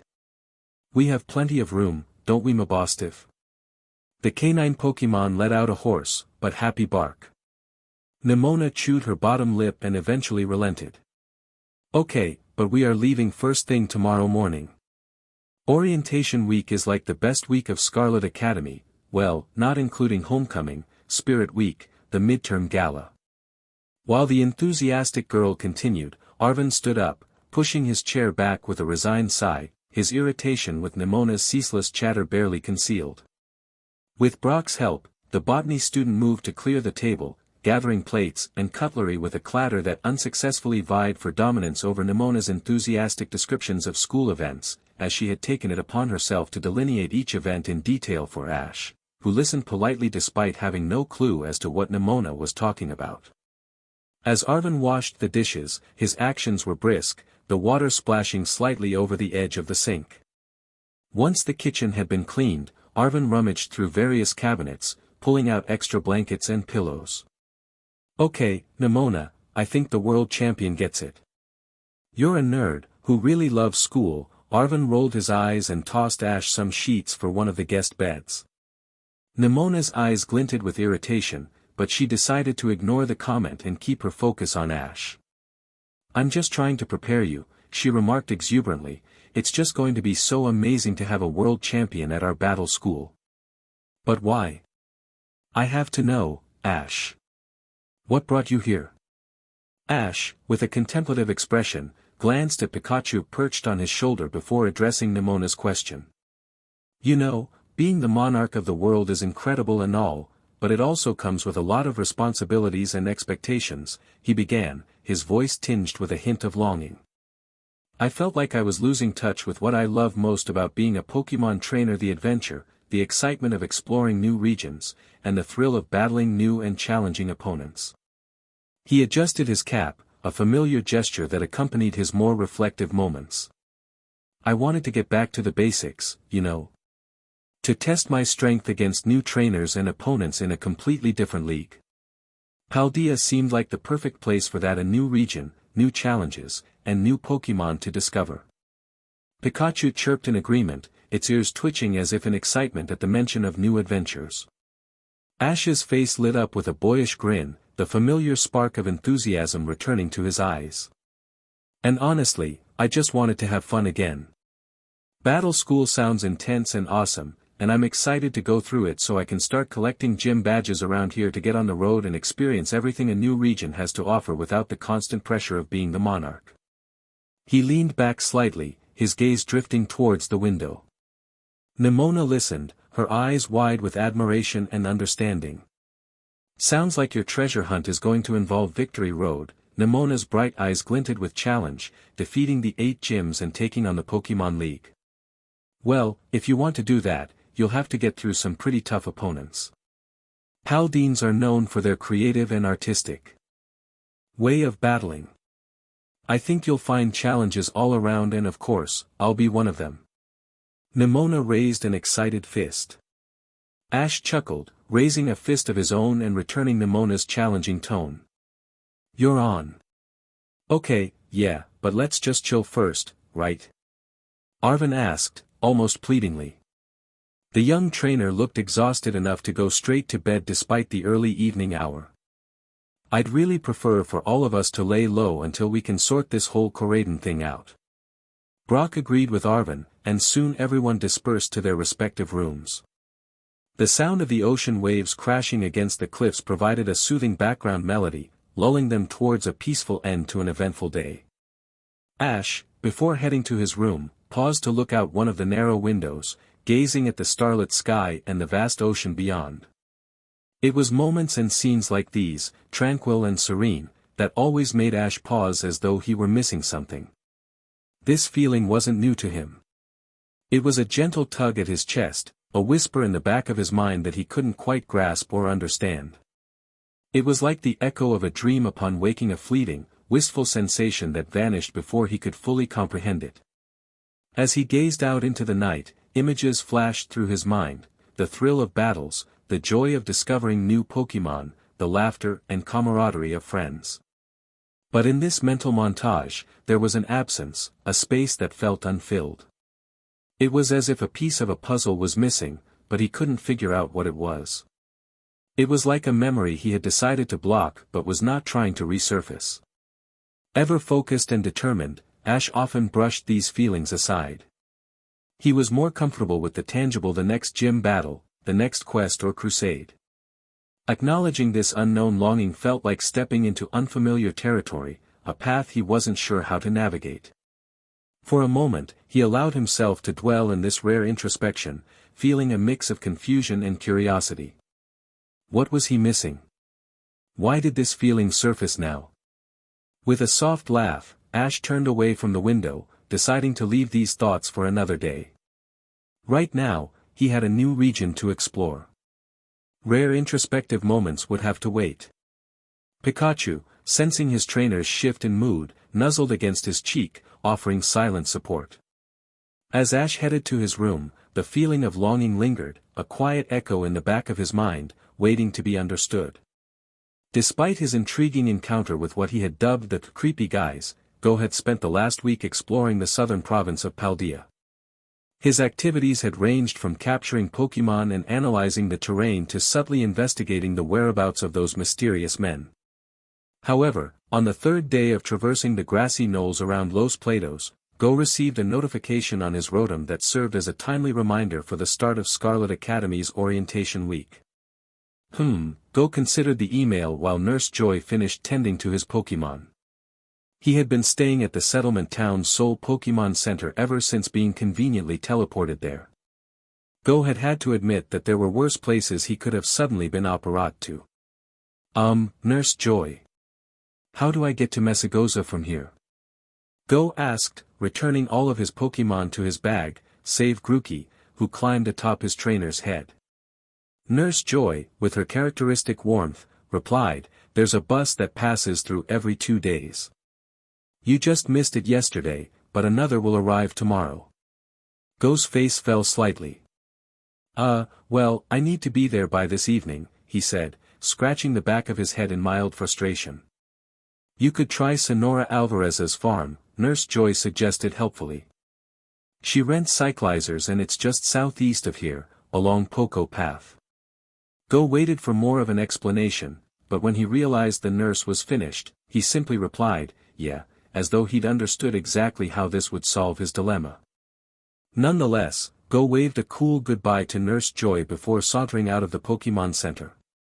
With his hands in his pockets, Go strode through the charming and picturesque settlement town, past red-tiled roofs and the flower-laden balconies and children playing on the streets with their Pokémon. He stopped by the main street, where cart vendors sold a variety of local crafts and delicacies, from intricately woven textiles to mouth-watering street foods.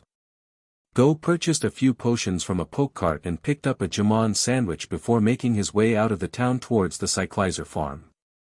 Grook, the small monkey Pokémon began hitting Go in the head with its stick after seeing the trainer had no intention of sharing his food. Go grunted and ripped a piece of his sandwich, handing it to his familiar. "Just ask nicely next time, alright?"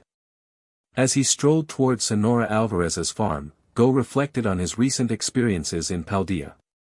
He had encountered a variety of local Pokémon, some of which exhibited unique characteristics he hadn't seen before. One phenomenon, in particular, had caught his interest: terrestrialization. The trainers he battled had been able to temporarily alter Pokémon's appearance and change their type with something called Terra Orbs. Ash was going to think this was just awesome, but how the phenomenon actually worked, Go had no idea. Someone had told him, almost accidentally, that it had to do with Area Zero. However, whenever Go broached the topic of Area Zero, the mysterious crater in the center of Paldea, he was met with evasive responses or outright refusal to discuss it. This only fueled his curiosity. 15 minutes down the path, Go and Grookey came across an expansive, lush fields that stretched out before them. The pastures, nestled amidst rolling hills, were a sprawling expanse of greenery, with neatly arranged rows of crops and orchards that added to its rustic charm. In one large, fenced-off area, Go saw several green reptilian Pokémon grazing peacefully. The young trainer ran up to them, standing on the fence to get a better look and direct his rotom phone at the creatures. Cyclizer. The Mount Pokémon. Apparently Cyclizer has been allowing people to ride on its back since ancient times. Depictions of this have been found in 10,000-year-old murals. Cool, Go mumbled, his blue eyes squinting at the sunny scene. "I guess that means we found the farm." The main building of the ranch was a large, traditional structure, with whitewashed walls and a terracotta roof that seemed to glow in the sunlight. Around it, smaller outbuildings and stables formed a quaint, organized layout. Workers moved about, tending to the fields and Pokémon with practiced ease. Go jumped off the fence and began to approach the main house when. Go. Hey. The city boy whirled around at the sound of his name. A crooked smile spread across Go's face at the sight of Ketchum running up the path with his characteristic energetic stride. Ash's cap was slightly askew, his eyes gleaming with excitement. Hey! Go greeted, stepping forward to meet his friend, his hands on his hips. I thought you'd be at Mesagosa by now. Ash reached Go and clapped him on the shoulder, his grin matching Go's. It's a long story, but we missed the bus. Grookey, now excited by the new arrival, jumped from Go's head onto Ash's arm, chattering happily. Pikachu, perched on Ash's shoulder, greeted Grookey with a friendly nod and a cheerful Pika. Just then, Brock, Neimona, and Arvin caught up, slightly out of breath from trying to keep pace with Ash's enthusiastic run. Neimona, not missing a beat, vivaciously extended her hand to Go with a bright smile. Hey there. I'm Neimona, student council president at Scarlet Academy. You must be Go, Ash's roommate, right? Arvin offered a preoccupied nod. I'm Arvin. Nice to meet you. Go smirked and shook Neimona's hand and nodded at Arvin. Yeah. Nice to meet you both. As the group exchanged pleasantries, Ash explained how he and Brock had met Neimona and Arvin, not omitting the story about Coriden and the grotto, much to Arvin's evident horror. Oh, don't worry, Go won't tell anyone, Ash reassured the dirty blonde trainer with a cheeky grin. So you're telling me that you're carrying around some ancient Pokémon from an alternate dimension, like, right now? Go looked pumped. You gotta show it to me. Not right now. Arvin cut in, looking as though he were about to have a slide and a heart attack at the same time. He glanced around furtively. We can't risk anyone seeing it and spreading the word. Ash looked annoyed. I'm not dumb. Besides, Coriden's hurt. We need to wait until we get to Scarlet Academy, where Brock can take a better look at it. Go's interest was piqued by Arvin's paranoia. Were people looking for this thing? Go wondered briefly if the strange men he'd seen were connected somehow to the Pokémon in Ash's possession. However, Gary had seemed pretty adamant about Go saying nothing to Ash, which meant Go would just give it a few days before telling Ash about the creepy guys. Well, I guess we all have a shared mission now, Brock observed with a smile, his hands on his hips. Shall we see about renting these? The Pokémon doctor motioned to the cyclizer, having forgotten what to call them. Let's do it. Neimona exclaimed excitedly. The cyclizer farm was run by a sturdy, middle-aged woman with a warm smile and leathery hands that bore the marks of hard work. Hola, young ones. How can I help you? Sonora Alvarez asked with a warm smile and wiping her hands on an apron stained with the day's labor. Ash explained their need to rent cyclizers to reach Mesagosa by evening. Sonora Alvarez listened attentively, nodding as he spoke. With a thoughtful look, she led them all towards the stables where the cyclizers were housed. Inside, the air was filled with the earthy scent of hay and the faint sound of the reptilian Pokémon. The stables were immaculately kept, each stall spacious and clean, with fresh straw bedding. Ash noted how Cyclizer indeed bore an eerie resemblance to Coriden. Do all of you know how to ride Cyclizer? Sonora Alvarez asked dubiously, appraising Ash's blank expression. I do. I do. I do. Neimona practically screamed, her voice ringing loudly in Arvin's ear as he'd had the great fortune to be standing right beside her at that moment. I'm officially deaf, the dirty blonde student sighed, his mabostiff looking about as depressed as its trainer. It is not hard, Sonora Alvarez looked amused, introducing Ash to a particularly spirited cyclizer, its coat of green scaled catching the light. You must only be respectful. My cyclizer are trained to be kind to new riders, and they will respond to distinct commands. Sonora Alvarez, with her seasoned expertise, beckoned a farmhand to assist in preparing the cyclizers for their. The farmhand, a young man with sun-kissed skin and a friendly demeanor, moved efficiently, fetching saddles specifically designed for cyclizer riding. Each saddle was robust, crafted from durable leather, and fitted with sturdy handles for the riders to grip. As the farmhand began outfitting the cyclizers, Senora Alvarez explained the nuances of the saddles. "These are specially made for cyclizers," she said, her voice rich with pride. "They provide stability for the rider and comfort for the Pokémon. The handles here," she pointed to the front of the saddle, "are for you to hold on to. Cyclizers can be quite swift, so it's important to stay secure." The farmhand adjusted the straps and buckles with practiced ease, ensuring each saddle was snug and secure on the cyclizers' backs. He then demonstrated how to mount and dismount the Pokémon safely, his movements fluid and confident. Ash exchanged excited glances with Pikachu. "This looks amazing."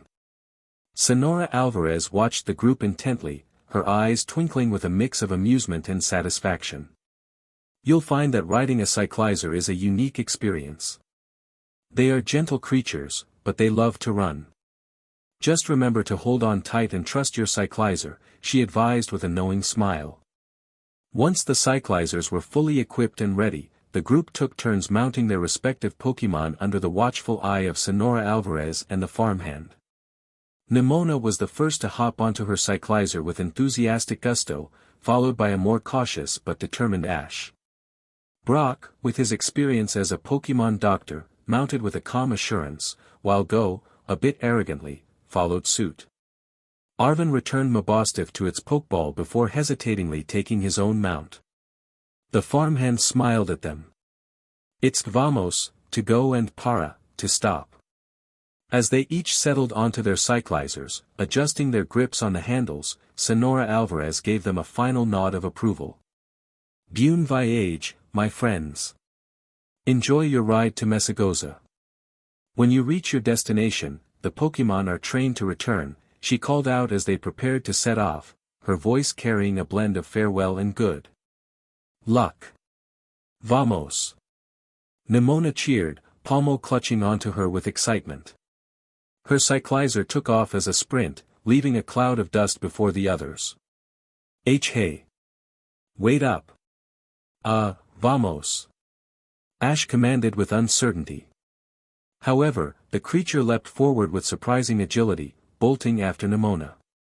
Ash, initially taken aback by the sudden burst of speed, quickly adjusted his grip on the saddle's handles, a mixture of exhilaration and focus on his face.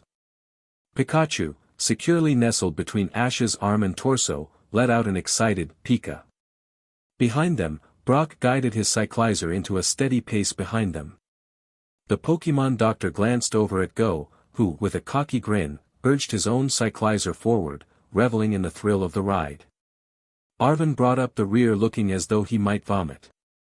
The group, now spread out along the path, made their way through the picturesque countryside.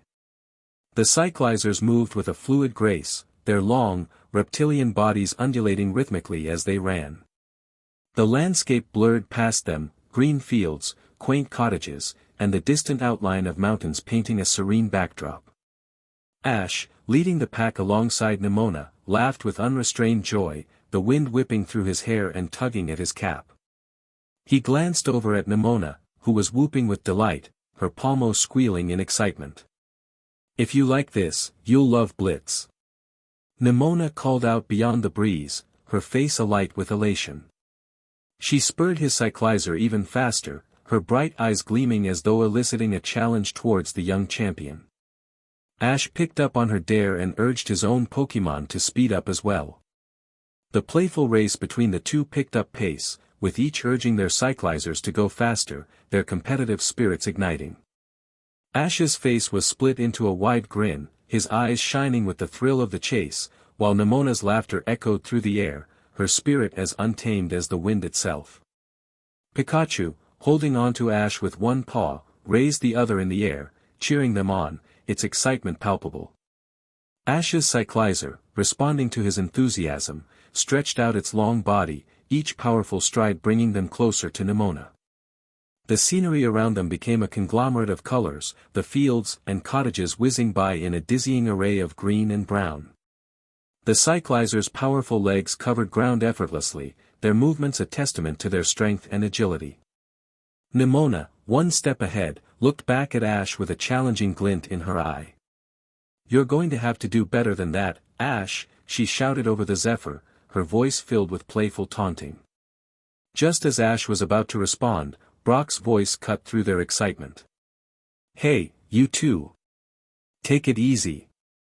This isn't a Rhyhorn race," he called out, his voice firm yet tinged with amusement. His own cyclizer maintained a steady, controlled pace, reflecting Brock's more cautious approach. Ash, hearing Brock's voice, suddenly felt as though he'd been knocked off his saddle. He glanced at Neimona and then slowed down, his competitive fervor cooling under his friend's sensible advice.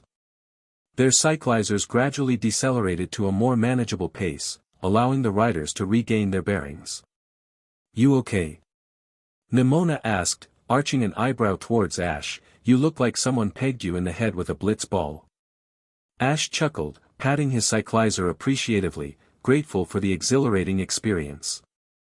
Pikachu, still buzzing with excitement, chattered animatedly to its trainer. But Ash still felt as though he were 1,000 miles away in some memory. As Ash, Neimona, and the rest of the group settled into a more leisurely pace, unbeknownst to them, a pair of familiar figures observed them from a safe distance. Hidden among the trees that lined the path, Jesse and James of Team Rocket peered out, their eyes fixed on the group with a mix of curiosity and scheming. Jessie, her fiery red hair barely contained under a wide-brimmed hat, held a pair of binoculars to her eyes, tracking every movement of the cyclizer riders. "Look at them, James, just gallivanting around on those lizard things. They think they're so smart," she sneered, her tone dripping with disdain. James, adjusting his own disguise, a rather unconvincing mustache and a floppy hat, nodded in agreement. "Indeed, Jesse. But little do they know that Team Rocket is always one step ahead," he said, his voice a mixture of confidence and his usual dramatic flair. Meowth, perched on a branch above them, rolled his eyes. "Yeah, one step ahead into another disaster," he muttered under his breath, but loud enough for the other two to hear. Jessie lowered the binoculars, turning to face her companions. "Quiet, Meowth. We need to get to that Pokémon school quickly before that giant gaggle of twerps," she declared, her hands clenched in determination. "There, we will disguise ourselves as powerful professors. Where we'll snatch Pikachu right up." James concluded with a squeal. With their plans set and their spirits high, Team Rocket began their preparations to execute their latest scheme. The group rode on, the sun slowly moving across the azure sky, casting long shadows over the landscape. The journey to Mesagosa, which might have seemed long and tedious on foot, was transformed into an exhilarating adventure atop the cyclizers. The creature's speed and stamina made the distance melt away beneath their swift strides, and in about 3 hours the group neared the outskirts of Mesagosa. The late afternoon sun cast a golden glow over the plateaued city, a sprawling metropolis perched atop a raised platform made of layers of sedimentary rock. The cyclizers began to slow down as they approached the more populated areas, their pace reducing to a gentle trot. A grand stone archway adorned with intricate carvings and wrought iron gates decorated the southern entrance. As soon as the riders passed through this arch, they dismounted their cyclizers, thanking them with pats and words of praise. The cyclizers, in turn, nuzzled their riders affectionately before turning around and beginning their journey back to the farm, as trained. "Well, guys." Neimona beamed, lifting her hands in demonstration, "welcome to Paldea's beautiful capital." Mesagosa's streets were lined with cobblestones, polished smooth by centuries of footsteps. Colorful banners fluttered in the gentle breeze, adding a festive touch to the already picturesque scene. The buildings, made of sun-kissed stucco and adorned with terracotta roofs, featured ornate balconies, wrought iron railings, and arched doorways. Each structure seemed to tell a story of the past, reflecting the rich heritage of the city. Neimona led the way, her eyes wide with excitement as she expertly navigated the bustling streets. Pokémon-themed shops and cafes lined the avenues, offering a delightful mix of traditional and modern Pokémon culture. Ash, Go, and Brock followed their enthused tour guide, taking in the sights and sounds of the metropolis. Arvin, after allowing his Mabostiff to come back out of its pokeball, caught up to them with a nervous stride. Looks a little like some of the cities in Kalos, Go noted as they ventured deeper into the city. They encountered a grand plaza adorned with a majestic fountain, where water cascaded from the outstretched wings of a bronze Lugia statue. The plaza was a hub of activity, with street performers entertaining the crowd, and locals and tourists alike enjoying the ambience. Ash had to admit that the city did look a little like the ones they'd see in Kalos, but the thought left him a little unsettled for some reason. This place is awesome, he decided to say, and kept busy by taking in all the sights. And just like in Kalos, the women are hermosas. Brock's eyes twinkled with his usual amorous glint as they passed a group of local women chatting animatedly near a flower stall. Without missing a beat, he straightened his posture and smoothed his hair back before boldly approaching. "Ah, the beauty of Paldea is matched only by its charming residents," he remarked, a suave smile playing on his lips. As he stepped forward, ready to deliver more flirtatious greetings, a familiar, foreboding presence emerged from his pokeball. Krogunk, ever vigilant, appeared beside Brock, its gaze fixed sternly on him. The poison frog Pokémon's timing was impeccable, as always. Brock, momentarily lost in his romantic reverie, turned to greet the women but was abruptly stopped by Krogunk dragging him away by the collar of his shirt. Go chuckled, shaking his head in amusement. "Never change, Brock," he said with a smirk. Grookey chirped in hilarity. Neimona watched the scene unfold with a mix of amusement and disbelief. Does he do that a lot?" "Yes," Ash and Go replied in unison. Pikachu, perched on Ash's shoulder, let out a chuckle of its own, clearly familiar with Brock's antics. Ash scratched the back of his head, embarrassed. "I suffer from severe second-hand embarrassment," Arvin informed them all anxiously, "so if he can refrain from doing that again while I'm around, I might be able to live to 50. Neimona snorted. Beyond the plaza, the city's layout revealed itself in layers, each level connected by winding staircases, terraced gardens, and charming funicular railways. The layers of sedimentary rock on which the city was built gave it a unique topography, providing breathtaking panoramic views of the surrounding landscape. The group made their way through the thronging streets filled with people and Pokémon, passing by quaint cafes and bustling shops. The aroma of freshly baked pastries and savory dishes wafted through the air, tempting Ash to make a mental note of all the local delicacies he wanted to try. "Isn't this place amazing?" Neimona exclaimed vibrantly and spread her arms wide as though hugging the vast metropolis. "It's huge and anything you could ever want is here. I would give you the official grand tour, but we really should be getting to the academy."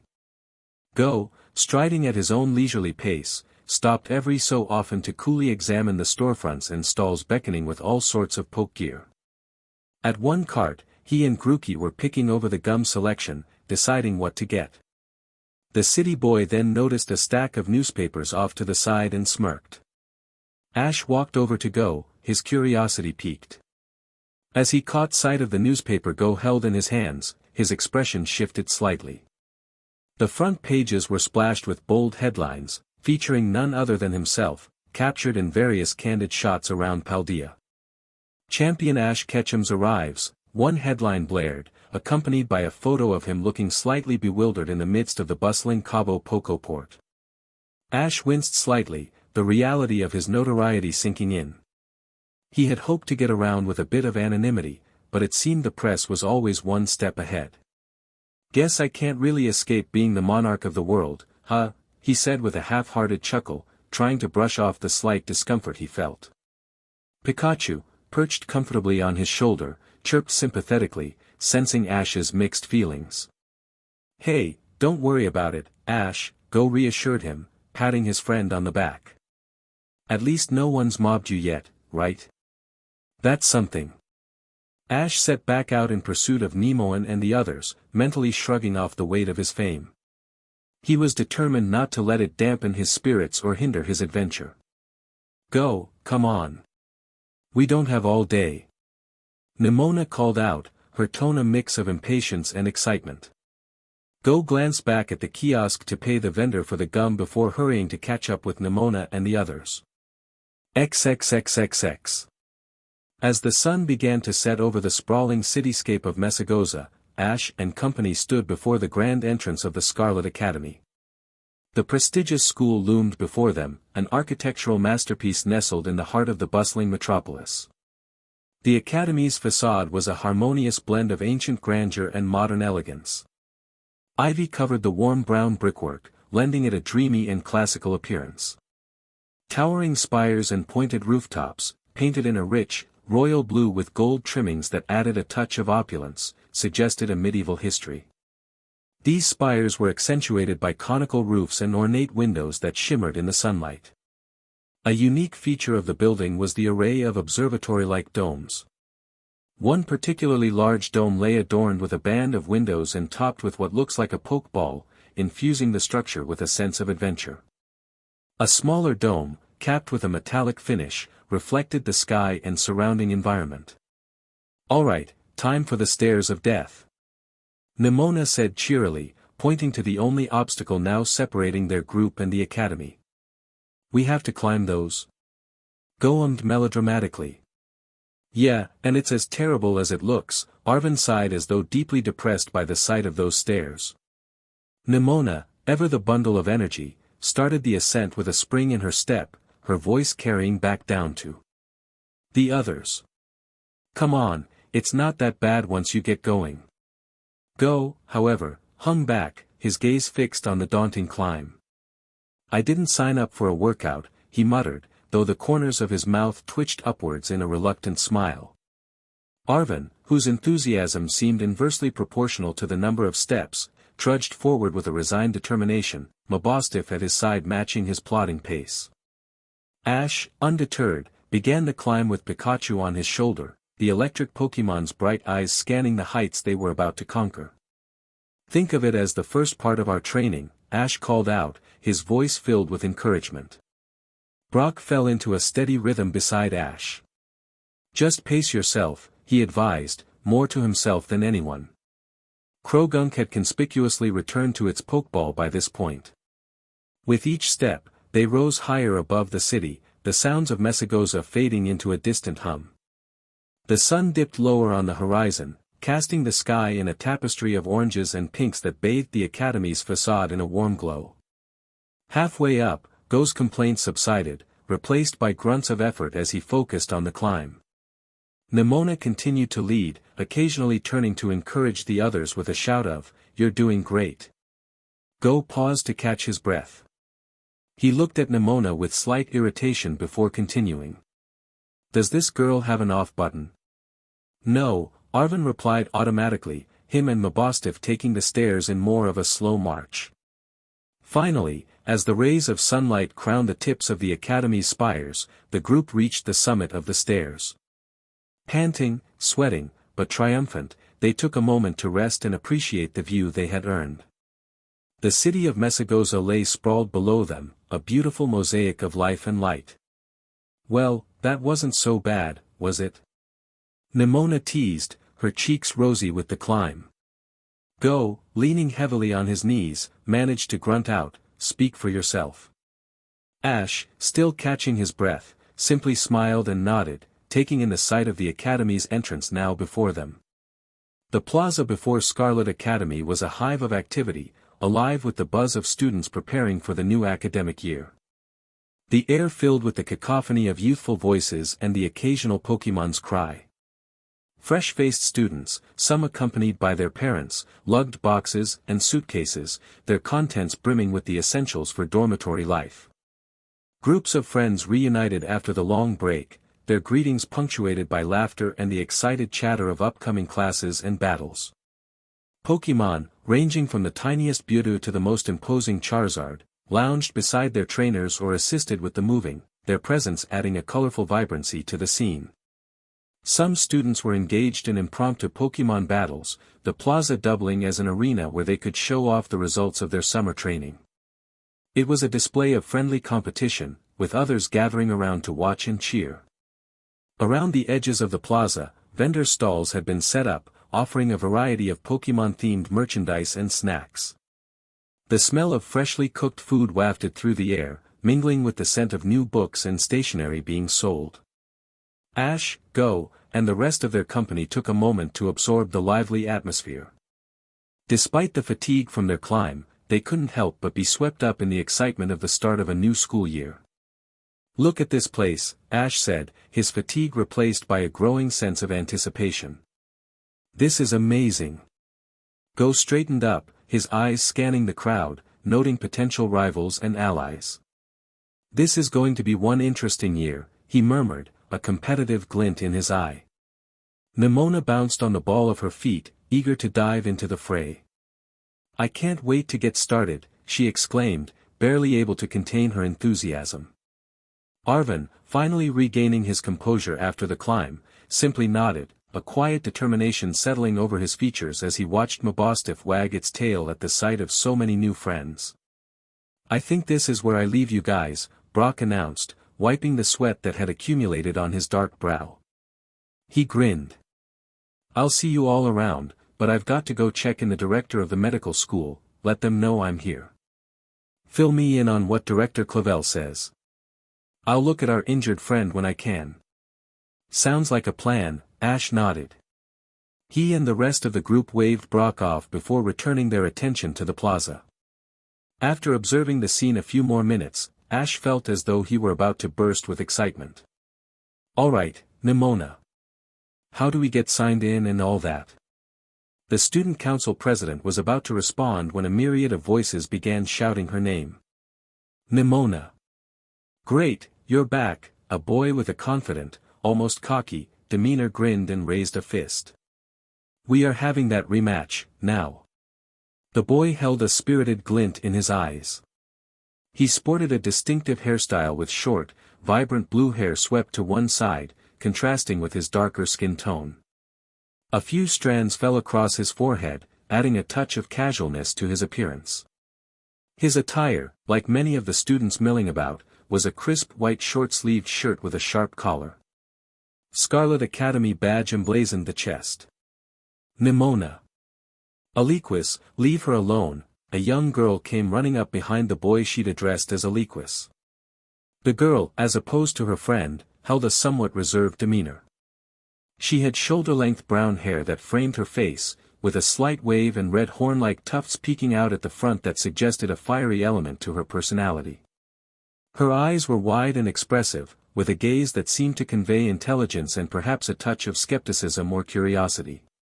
She wore a light gray jacket with rolled-up sleeves.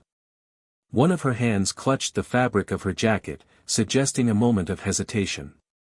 Coco, for Coco, barked a bipedal crocodilian Pokémon mostly red-bodied with a white stomach and face as it followed the girl enthusiastically. "O'Hara. Hi." Neimona greeted the girl with her energetic grin before turning serious. "Now tell me how the student council brunch went. Did I miss anything important?" The girl, O'Hara, smiled nervously. "No, nothing. We just talked about a few changes to the orientation week schedule, and then Professor LeBaron gave us a new program for the welcome ceremony tomorrow and so we went over that. Apparently, there's a performance of some sort after the orchestra plays and the tortoise were kind of bland and soggy," Aliquis yawned, already bored by the conversation, "and you forgot to order churros. No one in the southern province eats churros for breakfast. How many times do I have get that through your thick skull?" Neimona looked peeved, finally turning to address the blue-haired boy. She drove a finger into his chest, "And you'll get your rematch, Aliquis, on the very first day of battle school, we'll make it official." Aliquis was about to reply when he spotted Ash. Recognition ignited his features, and he couldn't help but blurt out his shock. "No way, that's Ash Ketchum, the world champion," he exclaimed, glancing between Neimona and O'Hara as though waiting for them to join in his surprise. O'Hara, meanwhile, blinked in mild stupor. Who?" Despite not recognizing him, the demure girl gave Ash a shy nod. Even if she didn't know who he was, O'Hara had enough sense to see that the young trainer was handsome, with tousled black hair, bright eyes, and a charming grin. Are you serious? Ugh. Aliquis threw up his hands before turning suddenly to Ash. Wait, so what the heck are you doing here? Forget our rematch, Neimona, I gotta battle this guy. Hey! Not before I battle him first. Neimona protested, putting herself between the two young men. Ash is here to take over this battle school. Go folded his arms in front of his chest and allowed a lazy smirk to curl his lips. And then add the Paldea League trophy to his stash. Ash winced at Go's open arrogance. He then glanced around a bit self-consciously, noticing that other people had begun to stare and whisper. Yeah, I thought Paldea would be a nice change of pace, Ash said distractedly, feeling Pikachu's tail twitch by his ear. He's actually trying to not bring attention to himself. Maybe you all can give the guy some space, Arvin spoke up, shifting uncomfortably behind Ash and Go. Aliquis finally noticed Arvin and made a face. Why are you traveling with Plant Boy? Aliquis actually started chuckling at Neimona, but she appeared unperturbed. She waved her rival off and shrugged. None of your business, Aliquis. Official matters only the student council president matters. Oh, how you love making yourself all self-important, Aliquis snorted. O'Hara stammered, maybe Arvin is right.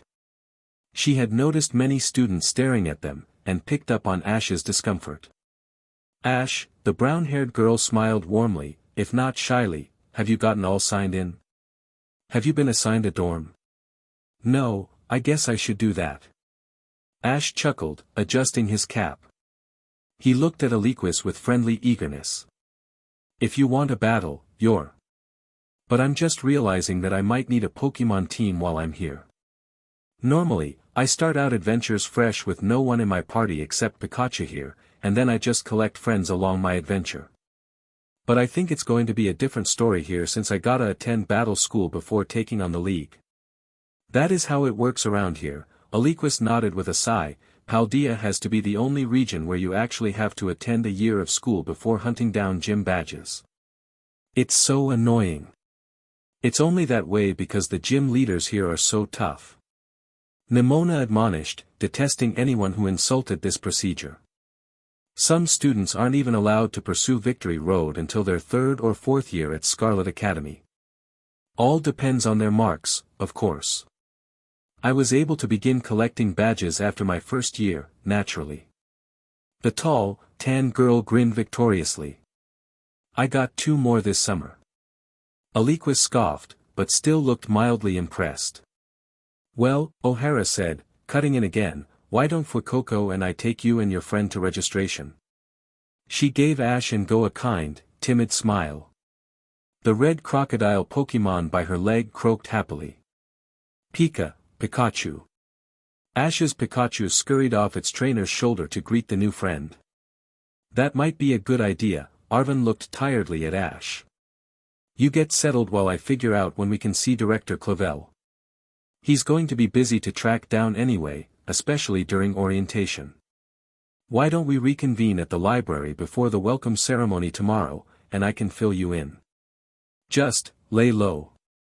The aspiring botanist looked ironically around the plaza at all the students beginning to hover towards the young champion. Ash, oblivious to the growing attention, nodded solemnly before giving Arvin an encouraging thumbs up, you got it. See ya then. Neimona chuckled at the mob beginning to form around the Monarch. She placed her hands on her hips and flipped her ponytail before making her way conspicuously beside the raven-haired trainer. Don't worry, Ash, people will get used to you being around real soon, Neimona winked at him, just give some time to adjust. I bet you literally flipped your sheet when you saw him.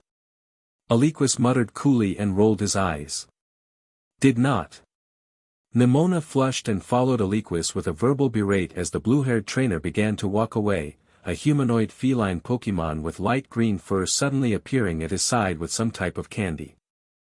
Ash looked at Go to see him and his Grookey staring down at the city boy's Rotom phone, which he'd pulled out to identify Meowscarada and Poco, 2 popular Paldene Pokémon. Lead the way, O'Hara. Ash asked tentatively, his grin charming. The Poco trainer blushed and smiled in return before beckoning the Kanto boys to follow. Chapter 5, A Golden Welcome. Gary Oak, with his blue jacket cinched tight against the evening chill, moved with purpose under the glow of Medali's vibrant street lamps. The luminous storefronts cast a carousel of light that danced across his determined features as he weaved through the energy of the town's nightlife. His eyes scanned the towering modern edifices that stood like sentinels against the mountainous backdrop. He was searching, his gaze flitting from sign to sign, decoding the unfamiliar language of the local commerce. His search, however, was proving fruitless. With a flicker of frustration, Gary delved into the depths of his pocket and withdrew a crumpled note. The words, Medali. Treasure Eatery. Larry, were scrawled upon it in hasty script. He shielded the note from the burgeoning rain that had begun to fall, a drizzle that promised to transform into a torrent as the thunder crackled. Gary hastened his pace, his shoes slapping against the wet cobblestone as the raindrops gathered momentum. He darted past the tables of a street cafe, sending a few unoccupied chairs clattering in his wake. His eyes shot up and down the thoroughfare, looking for any culinary establishment that boasted the name he sought. In his fervor, he nearly collided with the flow of traffic, the honking of cars snapping him back from his intense reverie. He jumped back just in time, a car swerving slightly to avoid his abrupt intrusion into the road. With an apologetic wave that was more reflex than sincere, Gary retreated back to the safety of the sidewalk. "Oi, looking for something?" asked a gray old man from a nearby bus stop. He wore a grin on his dark face beneath his black umbrella. Gary turned towards the voice, his expression one of momentary surprise. The man at the bus stop was looking at him with a knowing twinkle in his eye, the kind that spoke of a lifetime spent watching the ebb and flow of city streets and their myriad travelers. "Yes, actually," Gary responded, stepping closer to the man to avoid another misstep onto the road. "I'm trying to find a place called the Treasure Eatery. Would you happen to know where it is?" The old man chuckled, the sound rich and deep beneath the patter of the rain. "Claro, see that alley over there?" He pointed with his umbrella to a narrow passageway between two buildings, barely noticeable if not for the delicate stream of light spilling out onto the wet pavement. "Go down that way, take a left at the end, and you'll find it." Gary nodded, committing the directions to memory. "Thank you," he said, giving the man a small, appreciative smile. "I appreciate it. May I ask if you're going to see the gym leader?" the old man inquired, curiously. Gary paused, and then nodded slowly. "Maybe. Grilled rice ball. Medium serving, extra crispy, fire blast style." "Lemon," the old man replied knowingly, his grin widening as he settled back into the shelter of the bus stop. Gary scrunched his face, utterly confused. Eventually he simply nodded and headed towards the alley the man had indicated, his blue jacket now a shield against the intensifying rain. The thunder rolled again, a dramatic backdrop to his quest for the elusive eatery. He maneuvered through the alley with ease, the scent of skis growing stronger as he approached the promised left turn. There, just as described, the sign for the Treasure Eatery shone like a beacon, welcoming him from the storm. Relief washed over him as he pushed open the door, the sound of the rain fading behind him. Inside, the eatery was a haven of comfort, its interior resembling a restaurant he'd find in Kanto. Patrons sat at sturdy wooden tables, where they would kneel to eat, their conversations a murmur of contentment amid the muted clinking of chopsticks and plates. Gary paused just inside the entrance, taking in the sight of the tranquil dining area. Soft lighting illuminated the room, casting a cozy ambience that made the diners' faces seem to glow with satisfaction. He walked further in, his footsteps quiet on the well-trodden floor, each step taking him deeper into the warm embrace of the establishment. The aroma of hearty meals and rich skis beckoned him, promising a respite from his travels and the inclement weather outside. Gary glanced around, searching for a place to settle down. "May I help you, sir?" asked the hostess, a tall woman dressed in a black vest beneath a crisp white shirt. I'm here to see Larry," Gary asked with uncertainty. "Oh, are you looking to challenge the gym leader?" It didn't take long for Gary to connect the dots. "Sure. What would you like to order?" the hostess then asked, catching the researcher off guard. Gary ran a hand through his wet, auburn hair and then shook his hands of the rain. What's this about? The hostess blinked. You have to order the secret item from the menu in order to get an audience with Larry. Gary rolled his eyes with frustration and then paused. Grilled rice ball. What size? Medium. How would you like them cooked? Extra crispy. Topping? Lemon. Gary exclaimed, impressed he'd remembered all of that. Honestly, if it hadn't been so weird and random, he probably wouldn't have. The hostess's eyes narrowed, follow me then. They passed by the murmur of contented diners and the welcoming clink of dishes, the homely ambience a stark contrast to the stormy chaos left outside. At the end of the room, she approached a nondescript wooden door, pushing it open to reveal a private chamber set apart from the rest of the eatery. Inside, the room was serene, with walls adorned in subtle, traditional decor. A large window on one side, now patterned with the rivulets of rain, offered a muted light that supplemented the soft glow of a hanging lantern. There, seated at a polished wooden table, was one of the most plain-looking men Gary had ever seen. Still, the man who commanded the space with an unspoken authority. He looked exactly like the man in the picture Gary had been shown by Professor Cerise. Dressed in a sharp, dark suit that was tailored to perfection, he had an air of casual elegance about him. His hair was styled neatly, a few strands artfully out of place, and his eyes were hidden behind the folded newspaper he held in his hands. A steaming cup of tea sat beside him, the vapor curling up into the air like a silent greeting. As they entered, the man looked up from his newspaper, setting it aside with a precise movement. His eyes met Gary's, and there was a flash of curiosity. The room felt like a world away from the bustling eatery outside, a sanctuary of calm where important matters could be discussed. Have a seat, Larry said a bit blandly, gesturing to the chair opposite him. His voice was calm, yet there was an aloofness to it that spoke of a man with many things on his mind. I'm almost done reading the day's paper. Normally I would have read it in the morning, but I had some business to attend to. Gary took the offered seat, the leather creaking slightly under his weight. The hostess excused herself quietly, leaving the two to their conversation, the patter of the rain outside a soft backdrop to the unfolding dialogue. Larry folded his hands on the table and sighed. You don't look like the typical trainer, he began, almost expressionless. It's not the season for challengers anyway. Most of my opponents are in school this time of year. Gary nodded, still somewhat taken aback by the old man's knowledge at the bus stop and now this unexpected turn of events. Yeah. I don't want to battle, Gary grunted, taking off his wet jacket just as a waitress came by to take his order for tea. He then looked at Larry a bit furtively. I'm a friend of, Professor Cerise. Larry's eyebrows lifted at this. Oh. You're the researcher. Yeah, no wonder you've been acting like some sort of shady spy. Relax. I knew you were coming. Gary let out a long breath and rubbed his cold hands together. He said you could help build up my cover. While I did research around here. I admit, didn't expect you to be a gym leader. You don't really look like one. Larry shrugged, as familiar with that line.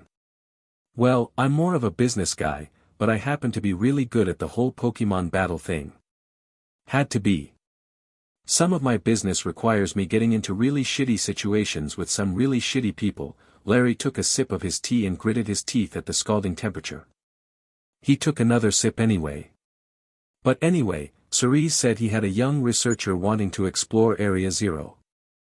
I guess word of the paradox experiments got out, in some form or another. I'm surprised you made it here, though. Gary nodded, having heard some of the rumors from his briefing with Cerise before coming to Paldea. I'm posing as a traveling salesman for lab equipment. I got a visa from Kalos, but I need leads. I thought maybe I would pretend to work for you. Maybe get a list of people to go talk to. I need a way to get into the crater. Larry chuckled dryly. You young whippersnappers always think it's that easy. Look, I know I owe Cerise a favor, but this is a big check to cash. And, of course, I'm always looking to profit. Gary locked eyes with the unassuming businessman. Maybe he could see how Larry became a gym leader. The guy didn't really mess around, a straight shooter. What do you want? Ah, now you're speaking my language. Larry's lips curled upwards minimally. Gary wondered if the guy ever smiled. I want normalcy in Paldea, naturally. Normalcy. For things to be normal. Larry clarified a bit morosely, for one thing, all of these paradox experiments are bad for business. Doesn't help that the whole thing is run by a mad lunatic, who is most likely being manipulated by a mysterious group of very powerful Pokémon trainers. Very powerful. I know for a fact that a lot of corporate moguls around the region are unknowingly, some maybe knowingly, pumping money into the experiments there. Weird portfolios are being created with shell companies for market investment and AAA bonds being bought up the wazoo, but the bonds are being fluffed with debts that are really suspicious, yet no one seems to be looking into it. Of course, when investigated, there's literally nothing to explain what's going into the bonds. Larry exclaimed, as though the matter were absurd, but Gary looked on rather blankly. My point is, there's a lot of money flowing into Area Zero and my colleagues, and I would like to know why and who knows about it. This is why when Professor Cerise told me about your little venture, I figured, why not? Let's have an outside researcher, someone who hasn't been bought, look into this. As you know, Paldea doesn't let any foreign scientists into its borders, which is already suspicious enough. Gary listened, anxiously tapping a finger on the table. Who are your colleagues? Unimportant for now. Larry slurped down some tea. Next question. Gary leaned forward, whispering as though they could be heard. What are the paradox experiments? A better question. Unfortunately, we aren't exactly sure. Larry grumbled, going quiet for a moment while the waitress brought in their food. A steaming bowl of soba noodle soup garnished with green onion appeared in front of both of them. You didn't want the rice ball, trust me, Larry remarked offhandedly, grabbing chopsticks and a spoon. When the waitress left, the plain businessman began to eat with almost a sanctimonious gusto. Okay, so, what my colleagues know, Larry said in between slurps and ecstatic MMS, is that the experiments are highly dangerous. We have reports of incredibly powerful Pokémon coming out of Area Zero, huge Pokémon. And weird ones. They don't appear to be from this dimension. So, we think Professor Toro, the madman I mentioned earlier, used to work for the Academy and all that. Well, we think he may be working on some portal to the past or present. Or to somewhere that shouldn't be accessed. But that's really all we think we know. We're not sure why he's doing it, and we don't know who is paying him. Gary absorbed all of this information, his mind spinning. What about the mysterious group of trainers? The researcher found himself saying, who are they? Honestly, I don't know. Larry leaned back and closed his eyes as though to think. From what I hear, they sound like some elite, secret society accused of conspiring to control world affairs, by masterminding events and planting agents in governments and corporations, in order to gain political power and influence. At least that's what I read on a conspiracy theorist's blog. It does sound very far-fetched, but I have to say there is a lot of evidence for their existence. Whenever there are rumors of a powerful or legendary Pokémon around, rumors of their involvement surfaces too. Well, Gary was nearly on the edge of his seat. He hadn't taken a single bite of his soup, which had gone cold. Do they have a name? It was now Larry's turn to look tense. He glanced furtively around as though to make sure they really did have the private room all to themselves. The rain continued to slap against the window, and the thunder's muffled roar echoed somewhere far off above the mountains. The businessman then looked Gary dead in the eyes. His mouth moved slowly. The explorers. As the evening light began to wane, casting a soft glow through the dormitory window, Ash and Go found themselves amidst a scatter of belongings that would soon transform the space into a temporary home base for the foreseeable future. The room was simple but spacious, with 2 beds, desks, a shared wardrobe, and small kitchenette.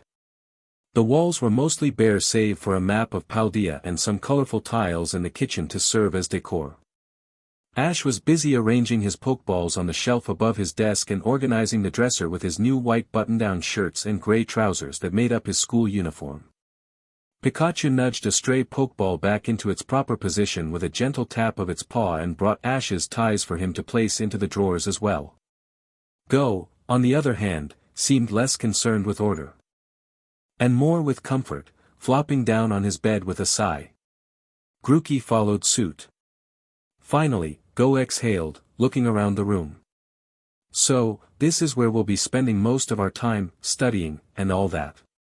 Yeah, Ash responded with a smile, his eyes scanning the room. And I fully intend to study and ace all my classes. Ash raised an excited fist. I mean, that's the only way I can challenge a gym leader around here. Go snorted. You studying sounds like an oxymoron. Ash narrowed his eyes towards his friend. I can't say I see you being a model student, Ash mused, returning his attention to his clothes. He would apparently need to start wearing his uniform tomorrow. Besides, you still haven't told me why you wanted to come here so badly. I did tell you, Go yawned, taking out his Rotom phone to flip through his Pokédex. If I'm going to catch every Pokémon ever, well then, that means I gotta catch them all in Paldea too. Yeah, but attending their school seems counterintuitive. Ash took off his cap in front of his desk mirror and ran his fingers through his hair in a vain attempt to tame his unruly locks. Shouldn't you be going out and adventuring if you wanted to catch a bunch of Pokémon? Did you just use the word counterintuitive? Go looked amused.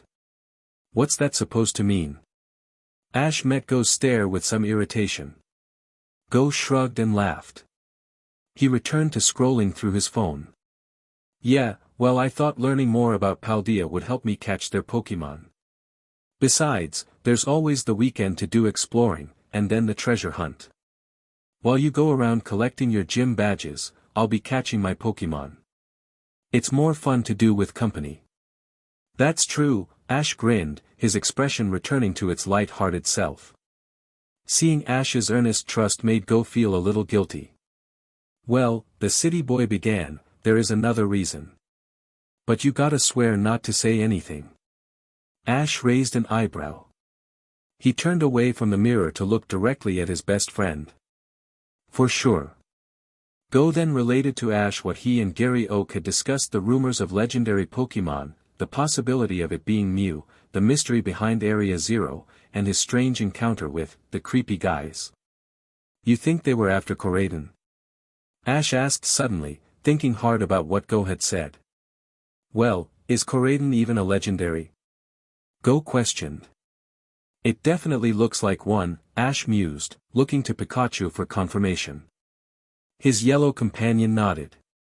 Both Coriden and Miraidon looked really powerful. Coriden is just injured, but it seemed to use two forms of the move Ancient Power. That or it had moves I'd never seen before.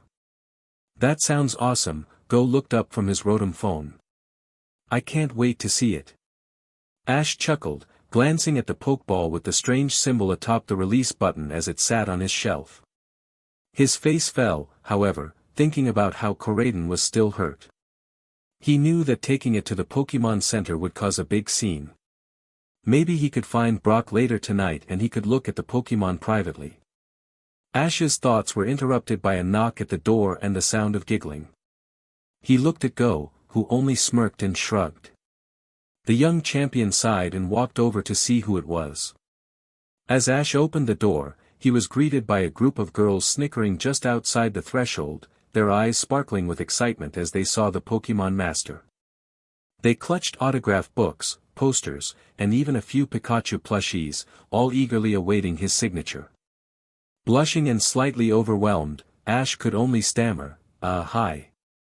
The girls batted their eyelashes and complimented him on his victories and bravery, all trying to outdo each other. One of them even shyly handed him a note with a number on it. Pikachu, perched on Ash's shoulder, waved its little paw at them, basking in the admiration more than its trainer. We just wanted to meet Scarlet Academy's newest battle school student, one girl, her hair long and black, said adoringly. Go, sitting up on his bed, couldn't contain his amusement. He burst into laughter while Ash fumbled his way through the awkward small talk. He thanked the girls for their support and signed their items one by one. At last, the young champion managed to push the door back closed, but not without some resistance. If I didn't know any better, I'd say you've actually become like a heartthrob or something. Go was practically in tears, thoroughly enjoying his friend's unexpected predicament. Ash, trying to maintain his composure, chuckled uneasily, his face turning slightly red. I guess that means you won't have any trouble finding a girlfriend when you want, Go snorted, completely cracking up at the idea. Grookey was also bent over laughing hysterically. A girlfriend! Ash exclaimed, his face turning about as red as a cherry berry. What are you talking about? Arceus, you're hopeless. Go continued to laugh as he jumped out of bed and patted Ash in the shoulder with a knowing smirk. Let's get to the mess hall. I'm starving.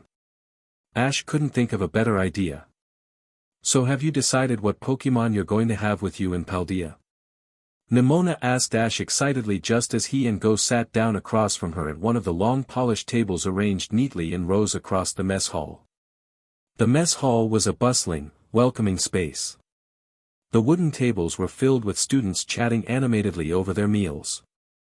The hall's high ceilings and warm lighting give it a cozy yet grand atmosphere.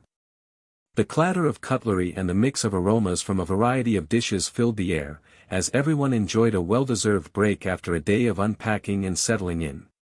You going to let him eat first, Neimona? Aliquis took a sip of his tart cider from a glass cup before throwing a berry towards his Meowscarada, who caught the fruit in its feline paws without looking. Beside the blue-haired trainer, sat O'Hara and her Fuecoco. The girl appeared intent on cleaning her deconstructed flute. I still can't believe we have a world champion here at Scarlet Academy, exclaimed a boy sitting with Neimona. He appeared cheerful and animated with a friendly demeanor. His short, light brown hair stood with a distinctive tuft sticking up at the front, while his rounded glasses gave him an intellectual appeal. He wore a light blue shirt neatly tucked into his gray trousers, projecting a casual yet studious look. How amazing is that? Homa, you'd be amazed to see a Squirtle swimming in a lake. Aliquis pointed out, eyeing the plump boy and the white duckling Pokémon by his side devouring a plate of fries. You're darn right I would be. It's extremely rare to see the Kanto starter around here. Homa nearly jumped from his seat, missing the point entirely. Neimona ignored them, almost embarrassed by her friends except, they were some of the only close ones she really had. Neimona was not unaware of the fact that her fierce determination, competitive nature, and tendency towards perfectionism made her out to be a bit too intense for some people. Though she was popular and admired around the school, not many people were eager to get close to her. Which was fine, she didn't care. Not that much at least. I've definitely given it some thought, Ash shrugged, driving a spoon into his bean soup. The next time he spoke, it was with a full mouth, but I have some ideas. I did some research on some of the wild areas near the school and there are a couple Pokémon I want to catch though. Think they'd make a good Paldea team. Oh, do tell. Neimona giggled. Aliquis also looked interested. However, Ash just gave them a crooked smile. It's a secret. The group continued their friendly bantering, each getting to know the other, and even O'Hara chimed in to impart some fun facts about the school to Ash and Go. Oh. Aliquis, Neimona suddenly spoke up as though remembering something. Palmo took the opportunity to steal its distracted trainer's spoon to finish off her patatas bravas. Ash is going to try out for the Blitz team next week. No way. Aliquis's eyes went wide. It was the first time Ash had actually seen the guy get excited about something. We are so going to beat those Violet snobs this year. The Paldea Cup is ours. Before Ash could get a word in, Go leaned back and asked his own question. Where even is Violet Academy? East Side, Homa answered, slipping an alfajor into his mouth. Of Mesagosa, I mean. We try not to run into them in the city. Yeah, they're basically just a bunch of Team Star thugs at this point, Aliquis added, gritting his teeth. They're just the worst. Team Star. Ash looked at Pikachu. He was getting PTSD from organizations that began with Team. They're just a bunch of delinquent students, mostly for Violet Academy, who tend to bully students and sow discord. Neimona rolled her eyes, revealing her attitude towards the gang. They have bosses all around the region, and sometimes they go as far as taking over raid battles and raising the stakes a little too high for anyone's liking. Also, they battle dirty. Doing whatever it takes to win and claiming whatever prize they see fit. Ash and Go listened, intrigued.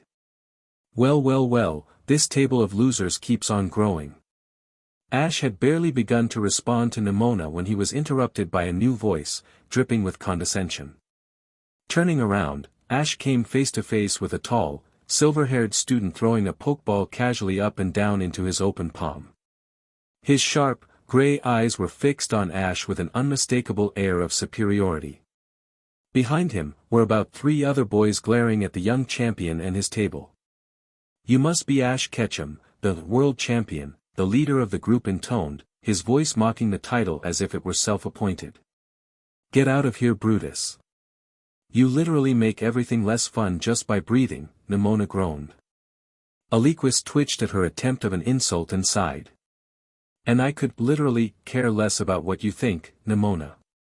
You won't be student champion for much longer, the silver-haired trainer smiled defiantly, and it won't be because Ash Ketchum here dethrones you. The arrogance wafting off Brutus was almost palpable, and it seemed designed to provoke. Ash could tell the young man came from luxury. His white shirt had a silky sheen to it, his scarlet suspenders glinted with gold on the buckled, matching his cufflinks. The trainer's posture was relaxed yet imposing, a physical manifestation of his privileged background and the confidence or vanity that came with it. Ash met Brutus's gaze evenly, unfazed. Nice to meet you, he said, his voice steady. The young champion had met plenty of trainers like Brutus before. Can't say the same, Brutus beamed, amused, I've watched your battles. Only think you got going for you is luck, and one day it's going to run out. Can't wait to be there when it does. Brutus smirked, his eyes glinting with a challenge before sauntering away, his every step exuding the certainty of someone who never expected to lose. He is the worst thing to come from Galar, Aliquis growled, and that's saying something, because they export black tea. Who exactly is he? Asked Go, glaring daggers at the trainer and his posse. Brassius's son, Homa answered, adjusting his spectacles. Brassius is a gym leader in Artisan. Brutus grew up in Galar with his mom and transferred over to Scarlet Academy at the end of last year. Went on the treasure hunt, came back with some powerful Pokémon, and has been a JRK since. Ash chewed on a piece of bread inside.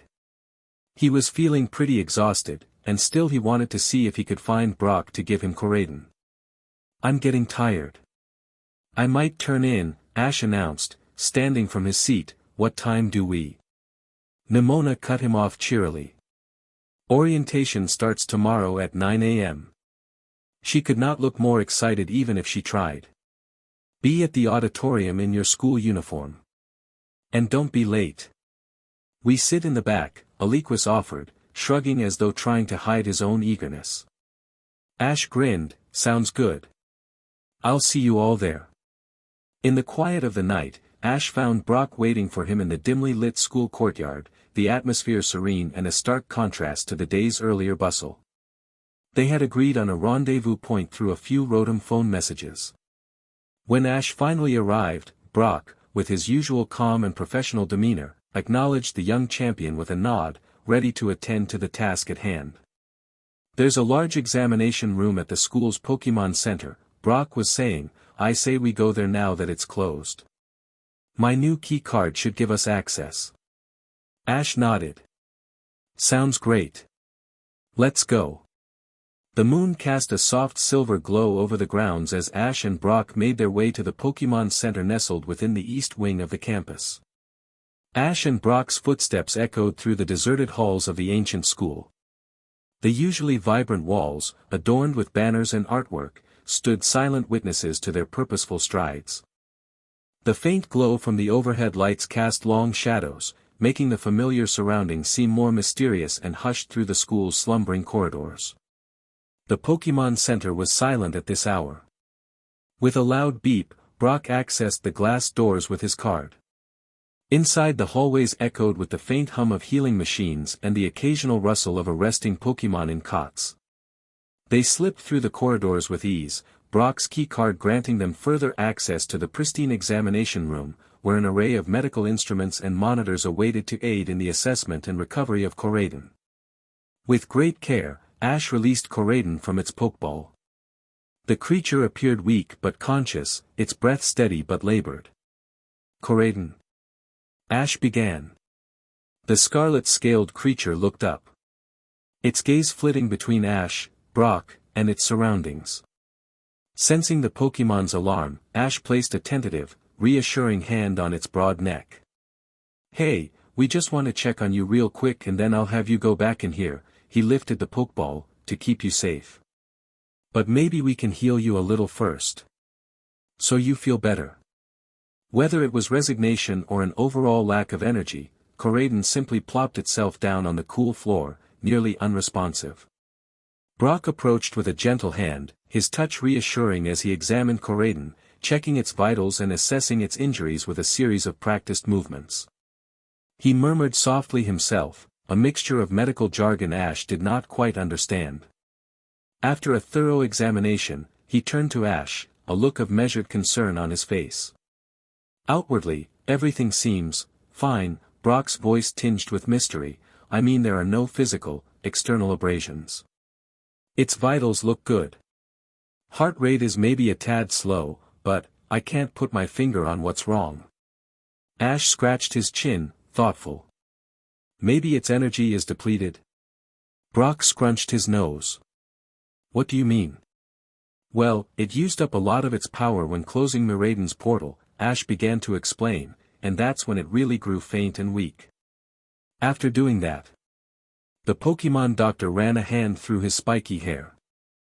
"I've never heard of Pokémon having power reserves that can be depleted, but then again, I've never examined a Pokémon like this. Fainting and weariness usually comes from physical exertion or injuries, not internal power failures, if you will. I may be doing some research tonight." Ash nodded. "Okay. Coriden, return." The Pokémon put up no fight. The first light of dawn filtered through the dormitory window, casting a tranquil ambience over the room as Ash began to stir. The excitement of the upcoming orientation lingered in his mind, urging him to rise despite the early hour. With a gentle stretch and a yawn, he slipped out of bed, careful not to disturb Pikachu, who was still nestled in a cozy ball at the foot of his bed, and Go, who was still snoring soundly. He approached the shared wardrobe, retrieving the neatly pressed school uniform he had organized the night before. The crisp white button-down shirt waited for him, alongside the gray trousers that were now to become part of his daily attire. Ash dressed methodically, the fabric feeling unfamiliar yet official against his skin. With the shirt buttoned and trousers fastened, he reached for the red tie, the color a bold contrast to the uniform's subdued tones. He looped it around his neck, and paused. He'd have to ask Go how to tie it. He carried on, securing the suspenders firmly to the waistband of his trousers. "Look at you," Go mumbled, rubbing his eyes and groaning. "I don't know about the suspenders." Ash sat down at his desk, glancing at his reflection in the mirror. He ran his fingers through his hair, the unruly locks resisting as always, but eventually submitting into a somewhat neater version of his usual style. "No, they look good, trust me." Add style, Go pushed back his covers and swung his legs over the edge of the bed, groggily making his way into the early morning light that filled their room. The soft hues of dawn painted a peaceful scene as he stretched out the sleep from his limbs, his movements slow but gradually becoming more deliberate. As Ash fidgeted with the tie, Go approached, still in his sleepwear, his eyes half-closed yet focused. "Here, let me help with that," he offered, his fingers deftly moving to adjust the tie around Ash's collar, demonstrating a surprising knack for the task. With a few smooth motions, he fashioned the tie into a neat knot, giving it a final tug for a perfect fit. "There," Go said with a self-satisfied nod, stepping back to admire his handiwork. "Just stick with me, pal." Pikachu and Grookey, now fully awake, chattered amongst themselves, watching the pair with keen interest. Pikachu's ears twitched as it observed the morning routine, while Grookey clambered onto Go's vacant bed, playful and curious. Go then turned to his own uniform, laid out and ready. He slipped into the white button-down shirt, the fabric crisply contrasting with his casual night attire. He pulled on the gray trousers, mimicking Ash's earlier movements, and then selected a tie of his own, deftly looping it around his neck with practiced ease. Go caught a glimpse of himself in the mirror, giving himself a quick nod of approval before running a hand through his hair, setting it into his usual neat style. With a final check to ensure everything was in place, Go turned to face Ash, the two friends now mirroring each other in their new academic attire. Pikachu leaped from the desk to Ash's shoulder, while Grookey made a playful leap onto Go's. "We look pretty good, I gotta say," Go smirked, looking back at his reflection.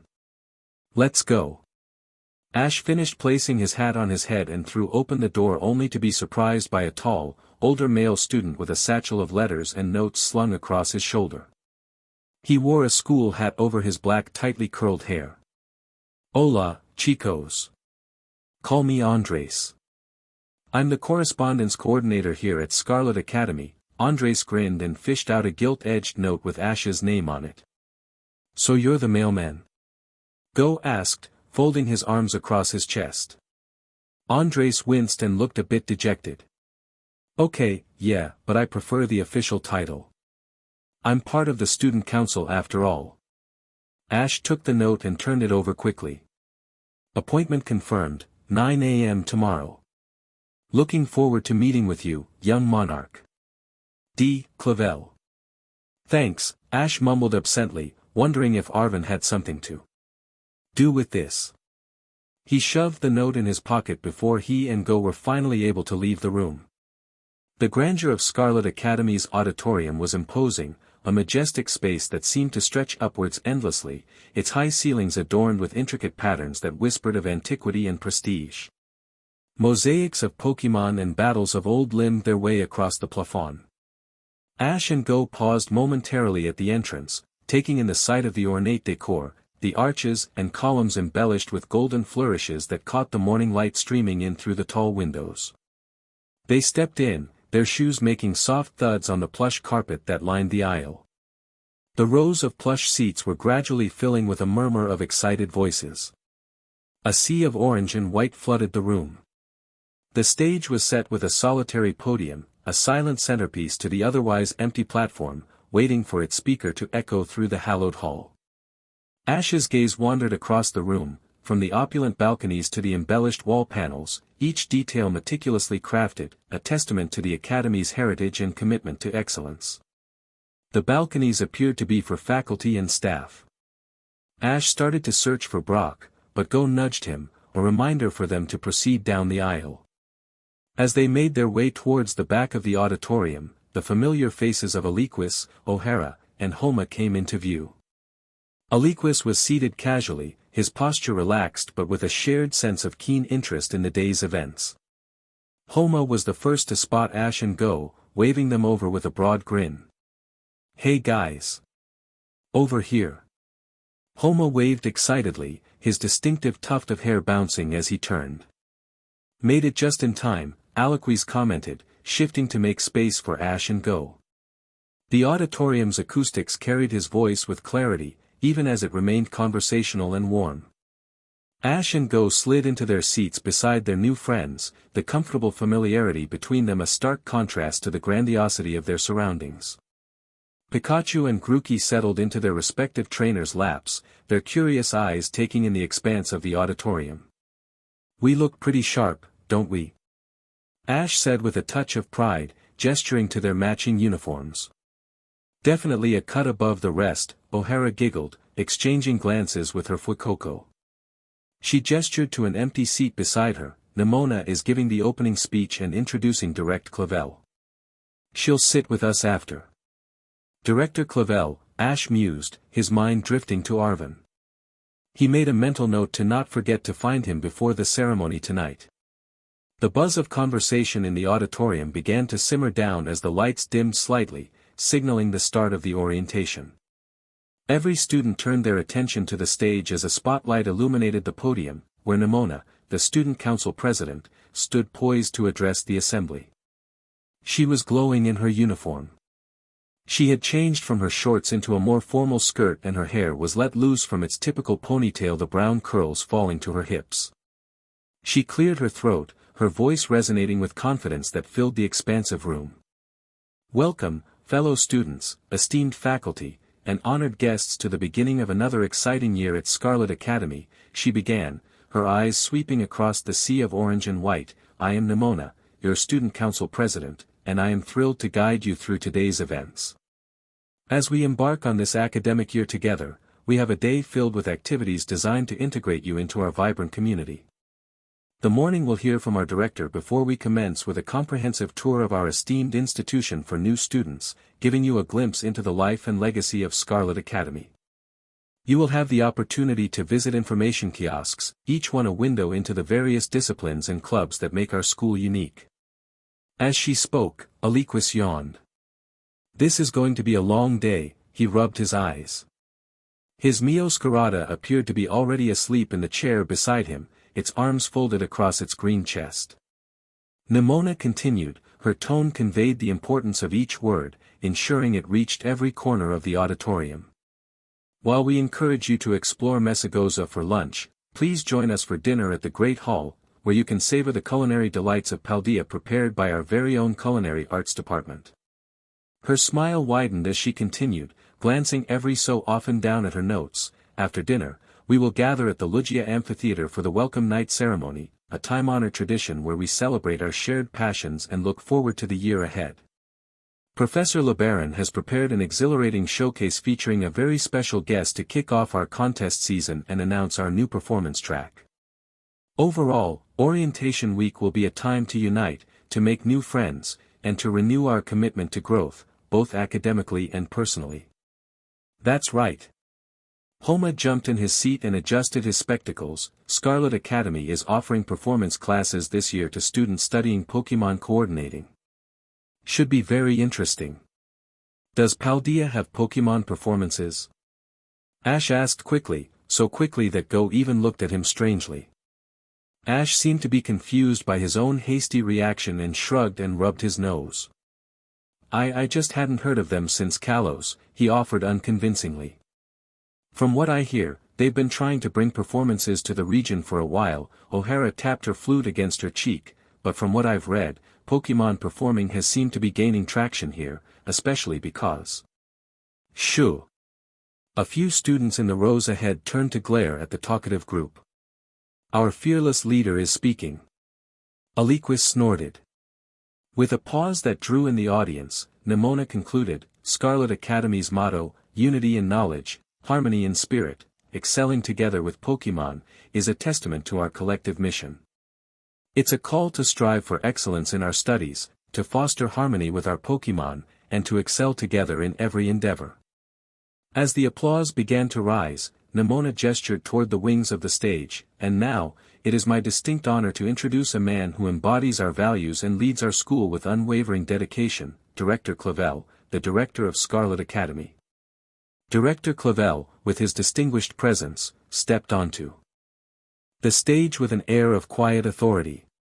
His attire was an elegant mix of traditional and modern, featuring a bright orange blazer that commanded attention, sharply contrasted with crisp white trousers. Underneath the blazer, he wore a white shirt paired with a deep purple cravat, which added a touch of sophistication to his ensemble. His silver hair was styled neatly, with his glasses perched precisely, reflecting the light as he surveyed the audience with a genial gaze. He raised his hand in a gentle wave, acknowledging the auditorium with a friendly gesture that softened his formal appearance. His other hand rested casually in his pocket, where a couple of pokeballs were clipped onto his blazer. Clevel's demeanor was both welcoming and composed as he prepared to address the eager students before him.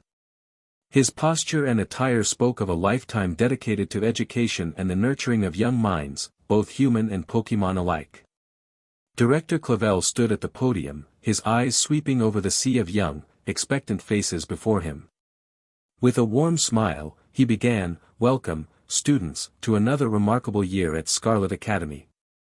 It is my profound pleasure to greet you all, the future pioneers of the Pokémon world. As we stand on the cusp of new beginnings, remember that each of you carries the potential to shape our society alongside Pokémon. Here, within these hallowed halls and vibrant fields, you will not only acquire knowledge but also learn the values of camaraderie, responsibility, and innovation. Everything you learn will culminate into the treasure hunt, where you will explore this great region and carve your own tale in the land's terrain." As he listened, Ash decided that he liked Clevel immensely. He had a feeling that he could trust him, and was eager to meet with him to speak about Coriden.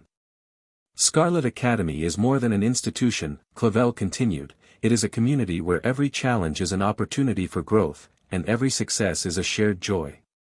All will be challenged, from the aspiring breeder to the most accomplished champion," Clevel continued evenly, and Ash knew the words sought him out in the crowd. "We are united in our mission to excel together with Pokémon, blending tradition with exploration, and learning with laughter." The director smiled. "So, embrace the journey ahead, cherish the friendships you'll forge, and let your curiosity lead you to greatness. Welcome to a place where your dreams are nurtured, and your spirits soar. Welcome to Scarlet Academy." As Director Clevel's speech concluded, a wave of applause rippled through the auditorium, rising to a crescendo that filled the space with vibrant energy. The sound was a symphony of respect and enthusiasm, with students clapping vigorously, their faces alight with anticipation for the year ahead. Neimona stepped up once again with a smile, her presence drawing the room to a focused silence after the thunderous applause. "Thank you, Director Clevel, for those inspiring words," she said. "Now, let's carry this excitement forward as we break for our first activity of the day. New students, please follow your designated guides for your tour. Everyone else, please meet with your track professors and academic cohorts before visiting the information kiosks. Let the journey begin." After exploring the state-of-the-art classrooms equipped with the latest technology for interactive learning, expansive libraries, athletic fields, battle arenas, and cutting-edge laboratories, Ash and Go and their Pokémon finally managed to slip away from their boring tour to find themselves in the bustling courtyard, now transformed into a hub of exploration with information kiosks representing the Academy's diverse clubs and academic tracks. Each kiosk was a vibrant showcase of opportunities, from research societies delving into Pokémon ecology to tech clubs focused on the latest in Pokeball innovation. After waving to Brock, who was standing by the booth for the PokeMed students, Ash and Go checked in at the Battle School booth where they reunited with Neimona, who stood waving at them with an enthusiastic grin. She gave them a stack of notebooks, battling gloves, and a whole slew of miscellaneous supplies that nearly toppled them over. "Guys!" Neimona practically squealed, causing Go to wince. "Meet Professor Dendra. She's going to be our battle studies." Professor Dendra stood confidently before them, her long, dark hair neatly framing her face with two strands tied in front for a stylish yet serious appearance. She was dressed in a form-fitting black outfit adorned with golden accents. The gloves on her hands were fitted with protective bracers, hinting at her hands-on experience in combat training. Her eyes were sharp and focused, mirroring a mind well-versed in strategy, while a slight smirk played on her lips. "Ash Ketchum. Your coming to Paldea has sent quite a buzz around the battle school." Dendra looked the young champion over as though appraising his stature. "I hope you'll allow us to teach you some things, despite your title and rank." Ash smiled above his stack of materials. "I know there's a lot I still have to learn, so I'm ready." Dendra nodded appreciatively, impressed by his eagerness and humility. "That's the right attitude. See you at the arena." Ash was about to reply, but Neimona grabbed his and Go's arms and began to pull them away. "Alright, now to sign you both up for Blitz tryouts. Go, you can throw a ball, right?" Go's reply got lost in the crowd. The day began to wane as the golden hues of the evening sun cast a warm glow over Scarlet Academy. Students and faculty alike gradually made their way from the courtyard's excitement to the great hall, where the clinking of cutlery and the murmur of satiated conversations filled the air. Dinner was a lively affair, with animated discussions about the day's events and the anticipation of the welcome ceremony to follow. Ash, having finished his meal, felt a flutter of urgency as he remembered his appointment with Arvin in the library. He also had hardly seen Brock all day, and he was wondering when he'd get a chance to update him. "We gotta go meet Arvin," Ash said to Go, who was still enjoying a lemon gelato. But, Go and Grookey both frowned into the dessert before abandoning it. "Hey, I'm coming too," Neimona exclaimed from across the table, her and her palmo's mouth full of cho. "I'm just as involved in all of this." "Of course you are," Go mused, scraping the floor with his chair. "You must be obsessed with Ash. Or something." "Absolutely," Neimona grinned, completely unashamed, but as an aspiring champion. "Romantically, I like blondes." Go actually laughed. He looked at Neimona anew, sort of admiring her bold nature. She reminded him of a good friend he had back home. Go shouldered his backpack and began to follow Ash.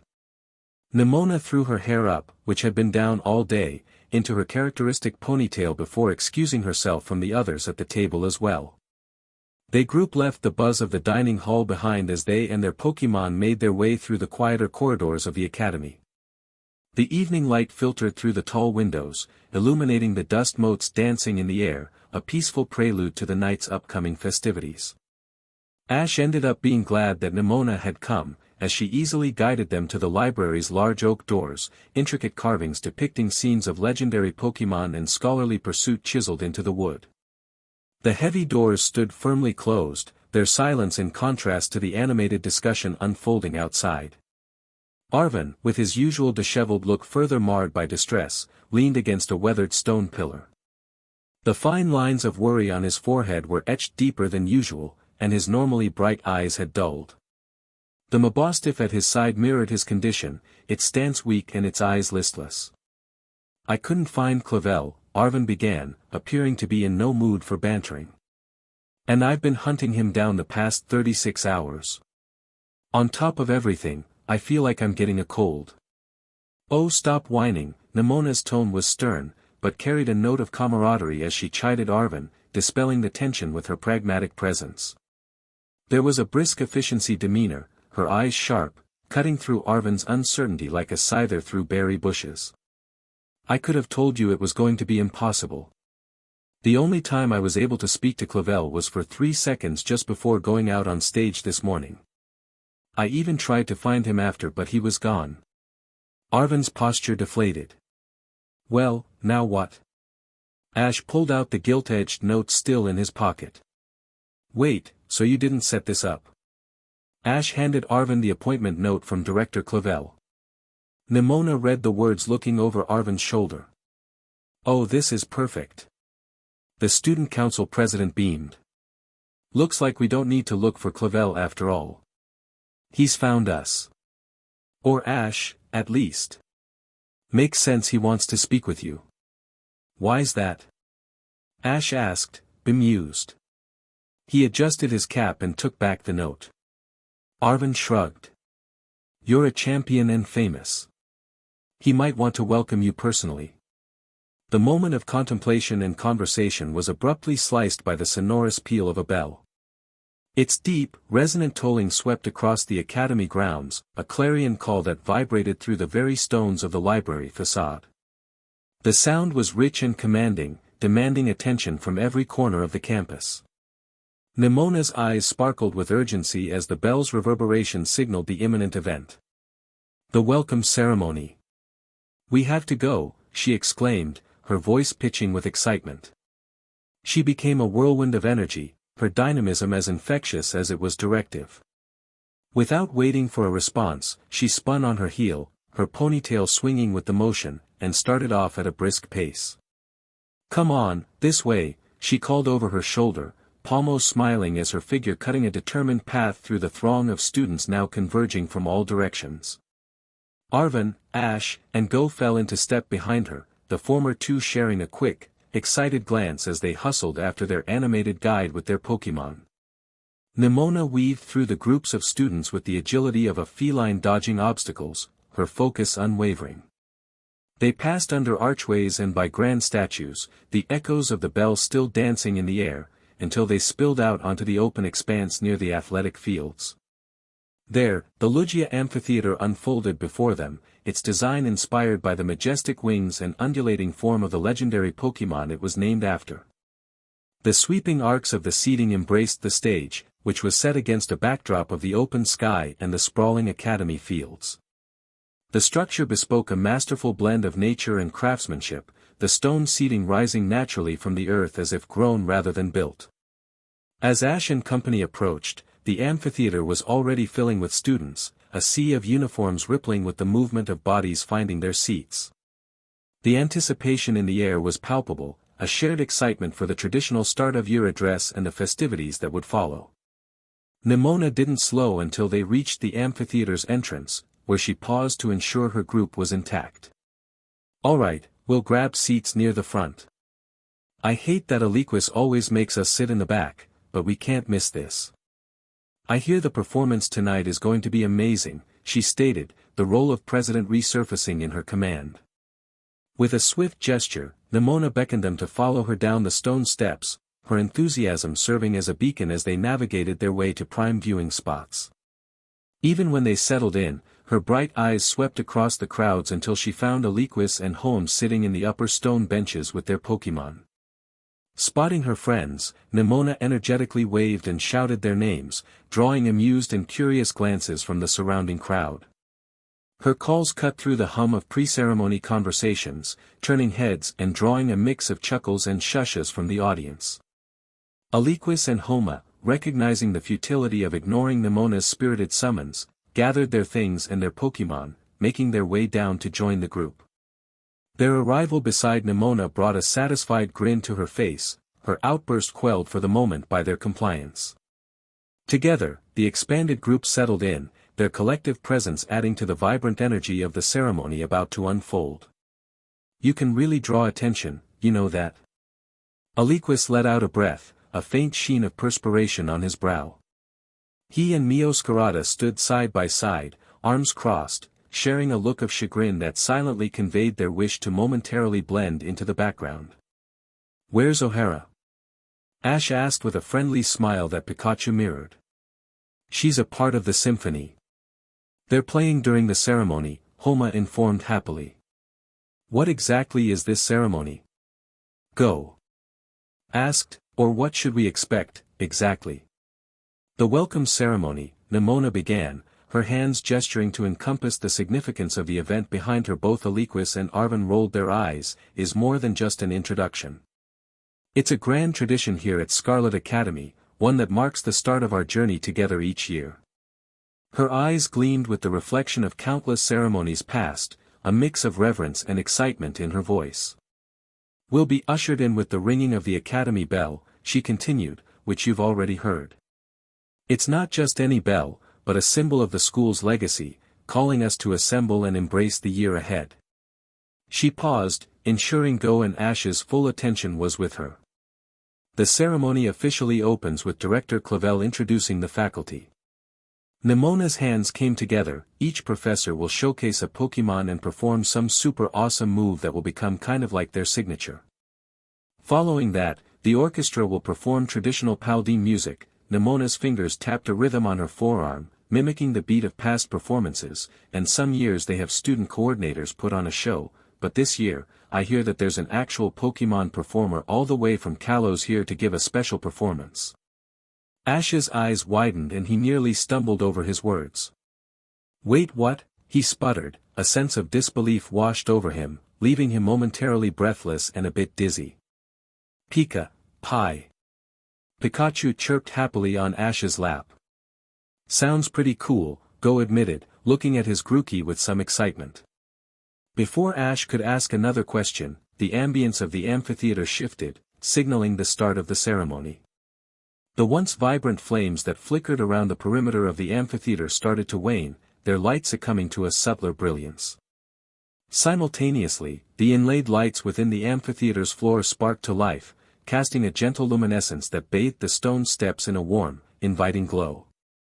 The chatter of the crowd softened into a collective hush, anticipation hanging thick in the air. The stage, previously in semi-darkness, was now illuminated by a series of spotlights that carved out a space for the ceremony to unfold.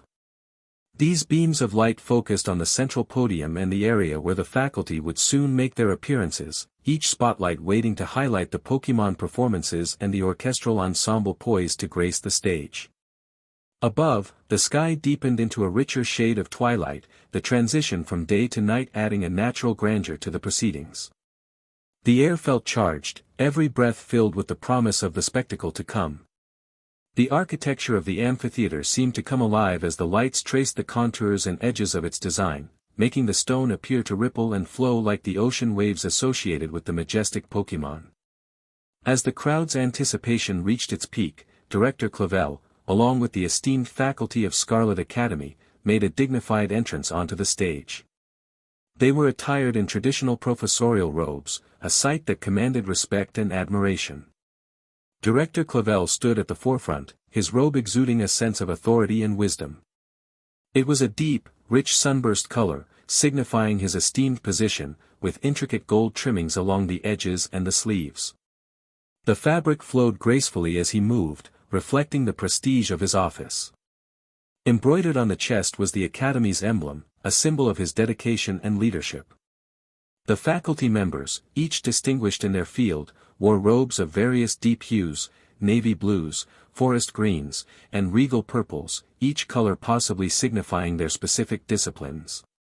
The robes were accented with fine details, velvet collars, embroidered cuffs, and golden tassels. These embellishments caught the light as they moved, adding a sense of academia and history to their presence. Ash caught sight of Brock in a dark blue robe, standing stalwartly among the other professors. Director Clevel stood at the podium, his voice resonating with authority and warmth as he addressed the assembly. Scarlet Academy, he began, his words echoing across the hushed amphitheater. He gestured gracefully to the line of distinguished faculty behind him, each waiting to be introduced. "Allow me to introduce our esteemed faculty, the pillars of our Academy's excellence," he said, his hand sweeping towards the first of the group. Chairwoman Gita, our esteemed chairwoman of the school board, whose visionary leadership continues to guide us towards greatness. Gita acknowledged the applause with a dignified nod, her presence commanding and wise. Next to her stood Jack, the biology teacher, whose keen eyes sparkled with a curiosity for the natural world. Jack, Director Clevel continued, brings a world of knowledge about the biological wonders of Pokémon to our students. Then came Time, the mathematics teacher, whose sharp mind was as precise as the numbers and equations he so passionately taught.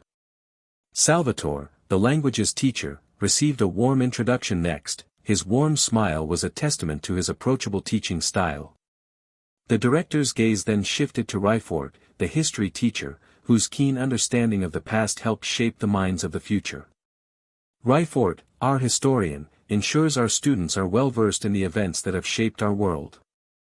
Dendra stood tall and confident while she was introduced, followed by Hassel, the art teacher, a creative spark in his eyes, as he received his introduction. The home economics teacher, Saguaro, received a warm acknowledgement, as did Miriam, the school nurse, who was introduced with a note of gratitude. The introduction of Guillermo LeBaron, the coordinator studies teacher, was met with nods of respect and sighs from the women in the audience as his striking figure was illuminated by the stage lights. He issued forth a brilliant smile that sent the audience clapping a little harder and the faculty behind him to exchange knowing glances. Finally, Director Clevel introduced Brock, Scarlet Academy's newest medical professor, with evident esteem. And Brock, whose knowledge in Pokémon medical care is not just a profession but a calling. His dedication to health and healing is an inspiration to us all. The professors all then began to take out their Pokémon and perform short, playful choreographed spectacles. Ash and Go cheered loudly for Brock, increasing their volume when it was the Poke Doctor's turn. He released his Krogunk, and immediately with a flourish Brock and Krogunk both pivoted on one foot, bringing their other leg up in a swift, arcing motion. The low kicks were executed with precision and control and done in unison. The two then returned to a playful, fighting stance. Nice! Ash laughed, looking down at Pikachu, who also cheered. As the evening progressed, the faculty having been fully introduced, gentle strains of the orchestra began to fill the air. Ash's nerves began to ease. The orchestra played on, their melodies unfolding in a tapestry of whimsical, fantasy-like tunes. The notes were light and airy, weaving through the air like leaves dancing in a gentle breeze. It was as if each chord and melody was plucked from a fairy tale, full of wonder and enchantment. Then, O'Hara's flute solo began, and it was as if time itself had paused. The sound was pure and hauntingly beautiful, each note ringing out clear and true. As they finished, most of the students all clapped respectfully, except for a few boisterous voices that found full-bellied stadium hollering humorously appropriate for the scene. Go and Ash laughed at the jokesters while Neimona looked around, irritated with a braviary eye, hoping to stare down the ne'er-do-wells. Okay, the next performance is starting, she whispered excitedly to everyone, clutching Aliquis's arm with a vice grip. Yeah, ow, we see. Aliquis struggled beneath her exuberant hold. Are you sweating? Homa and his Quaxley stared uneasily at Arvin, who appeared to be adjusting the collar of his shirt uncomfortably. Arvin tried not to breathe abnormally. Anticipating anything gives me anxiety. They all looked at him strangely. That doesn't help either, he muttered. As part of the orchestra began to clear away, Ash recognized Professor LeBaron, who took center stage with his commanding presence, captivating the audience instantly. His strikingly handsome features, polished and dark, were accentuated by the dramatic flare of his purple robes that billowed behind him like the majestic wings of a dragon-type Pokémon. His confident stride and charismatic aura seemed to draw the crowd's attention effortlessly. Ash and Go couldn't help but notice the reaction he elicited from many of the female students around them. A chorus of sighs rippled through the crowd, and several students were seen dreamily placing their hands beneath their chins, eyes fixed on the professor. Even Neimona, usually so unfazed, sported a faint blush on her cheeks at the sight of him. I thought you liked blondes, Go teased, his Grookey snickering on his lap. Neimona met his remark with a playful and unashamed grin. There are always exceptions, she winked. Professor LeBaron cleared his throat, his voice rich and engaging as he addressed the gathering. Damas y caballeros, as you may know, the contest department is now offering Pokémon performance as an optional minor. This exciting new DSPLN showcases a Pokémon's capabilities and skills, displaying their moves and characteristics for entertainment.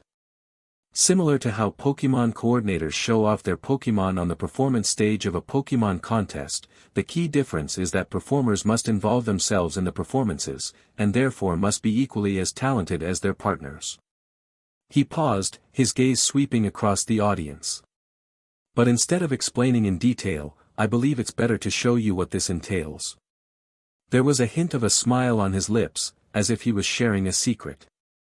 With a dramatic gesture, he turned to the wings of the stage. And who better to demonstrate the beauty and elegance of Pokémon performances than a master in the art? May I introduce, the Kalos Queen herself, here in Paldea. He stepped back and the stage went dark for a series of heartbeats. The anticipation in the amphitheater was palpable. Neimona went from clutching Aliquis to squeezing Pawno in her excitement. Arvin began hyperventilating. Across the stands, a whispered flood repeating the name, Serena, washed over Ash, who appeared as still as a statue in his seat. Pikachu was going crazy, bouncing up and down in his lap. Go was about to ask what the big deal was, when the lights to the stage returned and the Kalos Queen erupted from the dark. The stage lights burst back to life, revealing a stunning girl in a captivating costume, a perfect blend of traditional Paldean style and contemporary flair. The fitted top piece was bathed in a deep, vibrant red hue, adorned with elegant gold accents along the neckline and edges.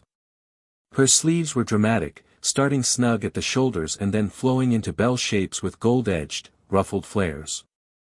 The midriff-bearing design lent a modern, alluring touch while her skirt sat high on her waist, accentuating her figure, and cascaded down in a flowing, asymmetrical cut. The fabric was rich and voluminous, featuring a daring leg slit, edged with ornate gold detailing that matched the top. The entire crowd shocked into silence as the first strings of a guitar wafted into the cool night air, the hauntingly slow cadence plucked with precision. And Serena smiled ebulliently, beginning to move. Delphox, Pancham, and Sylvian flared out behind her. The performer seemed to move with a grace that transcended the rhythm. Her movements were fluid and graceful like the soft flames of a newly ignited fire.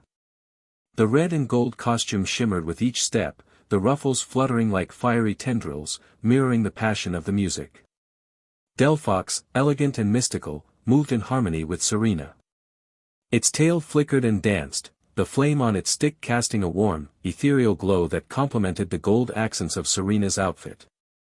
The creature's movements were dignified and poised, each step and turn executed with a practiced majesty. Pancham hopped and twirled, its actions punctuating the music with bursts of joyful energy while Sylvian glided alongside Serena. Its ribbon-like feelers flowed in the air, creating a visual spectacle that was both delicate and mesmerizing. The Pokémon's elegant movements were in perfect sync with the rhythm, adding a layer of enchantment to the performance. As the performance progressed, the music began to shift, the slow, haunting melody of the guitar gradually picking up pace with members in the orchestra beginning to clap in complex, syncopated rhythms. The notes became more rapid, more fiery, echoing the evolving intensity of the performance. The guitarist strummed with fervor while the percussionists clapped castanets and drummed cajones, their fingers and hands a blur. The music swelled, embodying the fiery spirit of the show, each note seemingly igniting the air around them. Serena responded to this change with a stunning transformation in her dance. Her movements became more pronounced, her feet tapping and stamping with precision and fervor. She twirled and stomped, her skirt swirling around her, the gold accents catching the light and sparkling like tiny embers. Her arms moved with dramatic flourishes, the bell sleeves enhancing her expressive gestures. As the tempo increased, Serena raised an arm towards her starter. Delphox, time for fire spin, she called, and Delphox issued forth a flickering flame that danced and swirled around the stage in a mesmerizing display. Serena then turned and nodded to Pancham, Dark Pulse. The panda Pokémon joined in the spectacle. The dark energy melded seamlessly with the flames, casting them in shades of black and purple that created a stunning, almost otherworldly aura around Serena. The multicolored fire encircled her in a dazzling, yet controlled ring of flames and darkness. Sylvian. Serena called, laughing, take the stage. With a delighted yip, Sylvian conjured a radiant blue sphere. The light emanated from it in a soft but powerful glow, enveloping Serena in a protective cocoon. This ethereal shield ensured that the flames, while visually stunning, remained a safe distance from both the performer and the audience. Neimona was absolutely enchanted, her eyes sparkling with wonder and admiration. This girl is incredible. Guys, are you seeing this? She leaned forward in her seat, her usual energetic demeanor softened into a rapt, almost dreamlike state. Every graceful move from Serena and her Pokémon seemed to cast a spell over her, drawing her deeper into the magic of the performance. Even Palmo was mesmerized. Aliquis and Go were gawking, their expressions a mix of awe and disbelief. Aliquis's mouth was slightly agape, his usual cool composure replaced by a sudden fascination while Go just stared. A blush crept along Homa's face and he shifted awkwardly, adjusting his spectacles. Arvin had calmed himself down and was now watching the stage with a rare look of still admiration.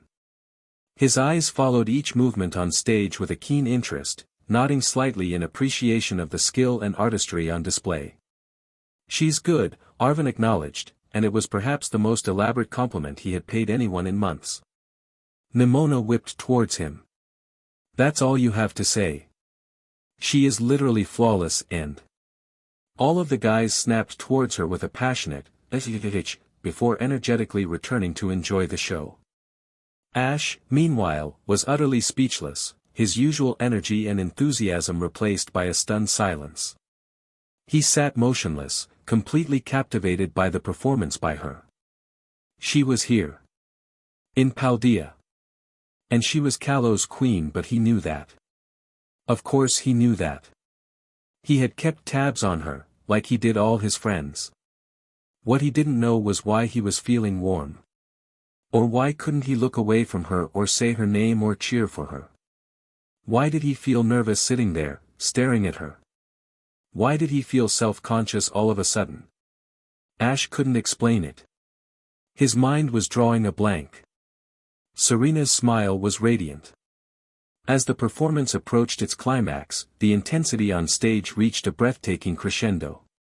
The whirlwind of fire and darkness conjured by Delphox and Pancham began to slowly dissipate, the flames retracting and the dark pulses fading into the night. Sylvian's radiant blue sphere gently dissolved, the protective light waning, signaling the end of their spectacular display. Serena's dance movements gradually softened, her fiery steps transitioning into slower, more graceful motions. Her blue eyes pierced the night and Ash willed for them to find him. The rhythm of the guitar followed suit, the once rapid and fervent strumming now returning to a softer, more melodic cadence. The castanets and deep drumming of the cajon ceased.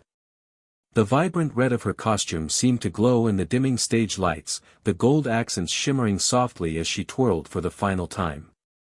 Delphox, Pancham, and Sylvian converged around Serena, their movements synchronizing in a harmonious finale. Delphox's flames extinguished with a final, elegant flicker. Pancham's playful demeanor settled into a calm poise, and Sylvian's ribbons gently wrapped around itself, concluding their part in the performance with a serene grace. As the last note of the guitar echoed through the amphitheater, Serena ended her dance in a poised and elegant stance, her arms extended, and her head held high. The stage lights dimmed to a soft glow, framing her and her Pokémon in a final, breathtaking tableau. For a moment, there was a hushed silence, the audience completely captivated by her. Then, as if on cue, the amphitheater erupted into thunderous applause and cheers. The crowd rose to their feet in a roar, leaving Ash still seated and smiling because her eyes had found his. Ash. Ash, Ash, Ash. Startled, Ash's gaze snapped away from the now vacant stage. What? He looked perplexed, his attention abruptly pulled back to the present. Go, positioned in front of him, looked both amused and slightly annoyed. I've been trying to get your attention for the last 5 minutes, he said, his tone a mix of exasperation and concern. Neimona's voice cut through, vibrant and full of excitement. Guys! That was insane. She's so talented. Her eyes shone as she looked expectantly at the group, eagerly waiting for their reactions. She had clasped hands with an excited Pomo, who was jumping up and down in her trainer's lap. Go, however, was more focused on the world champion. What's your deal? You look like you've just seen a really scary haunter, he remarked, scrutinizing Ash's expression. Neimona too observed Ash with a curious gaze. You do look a bit flushed, she commented, a hint of concern in her voice. What? No, I don't. Ash quickly scratched his nose, adjusting his cap. I was just thinking. Thinking, Go echoed, his tone suggesting this was a novel concept in relation to Ash. He glanced back at the stage where Clevel was beginning to reappear, then back at Ash, his eyes narrowing with suspicion. You know, Go mused, that girl looked really familiar. His blue eyes sharpened as he studied Ash. Did she? Ash chuckled uneasily, clearing his throat. She might look familiar because advertisements for her performances are everywhere across the city, Arvin chimed in, and soon to be in every guy's dorm room. Ash turned abruptly towards Arvin. Why would people have a picture of Serena in their rooms, he blurted out, then winced, realizing the way he said her name gave him away. I knew it. Go's finger jabbed towards Ash accusingly. You know her. She, is kinda a good friend I used to travel with, Ash confessed, his hand rubbing the back of his head, a flurry of memories crossing his mind. Good friend, huh? Go's tone was incredulous, his glance shifting between Ash and Grookey. Is she the girl from the dock in Lily Cove? The one Chloe went on and on about for like days after. Ash's response was tangled in a mix of nostalgia and confusion. He couldn't think straight. Suddenly, all he could think of, as if the memory had somehow finally overridden his defenses, was Serena's lips on his all those years ago. Remembering the impression of her left Ash simultaneously cold and warm, numb and tingly. Neimona latched onto Ash's sleeve. If you know her, you have to go say hi. Her eyes sparkled with excitement. And then you have to introduce all of us. Before Ash could reply, Clevel's voice filled the amphitheater, drawing everyone's attention back to the stage.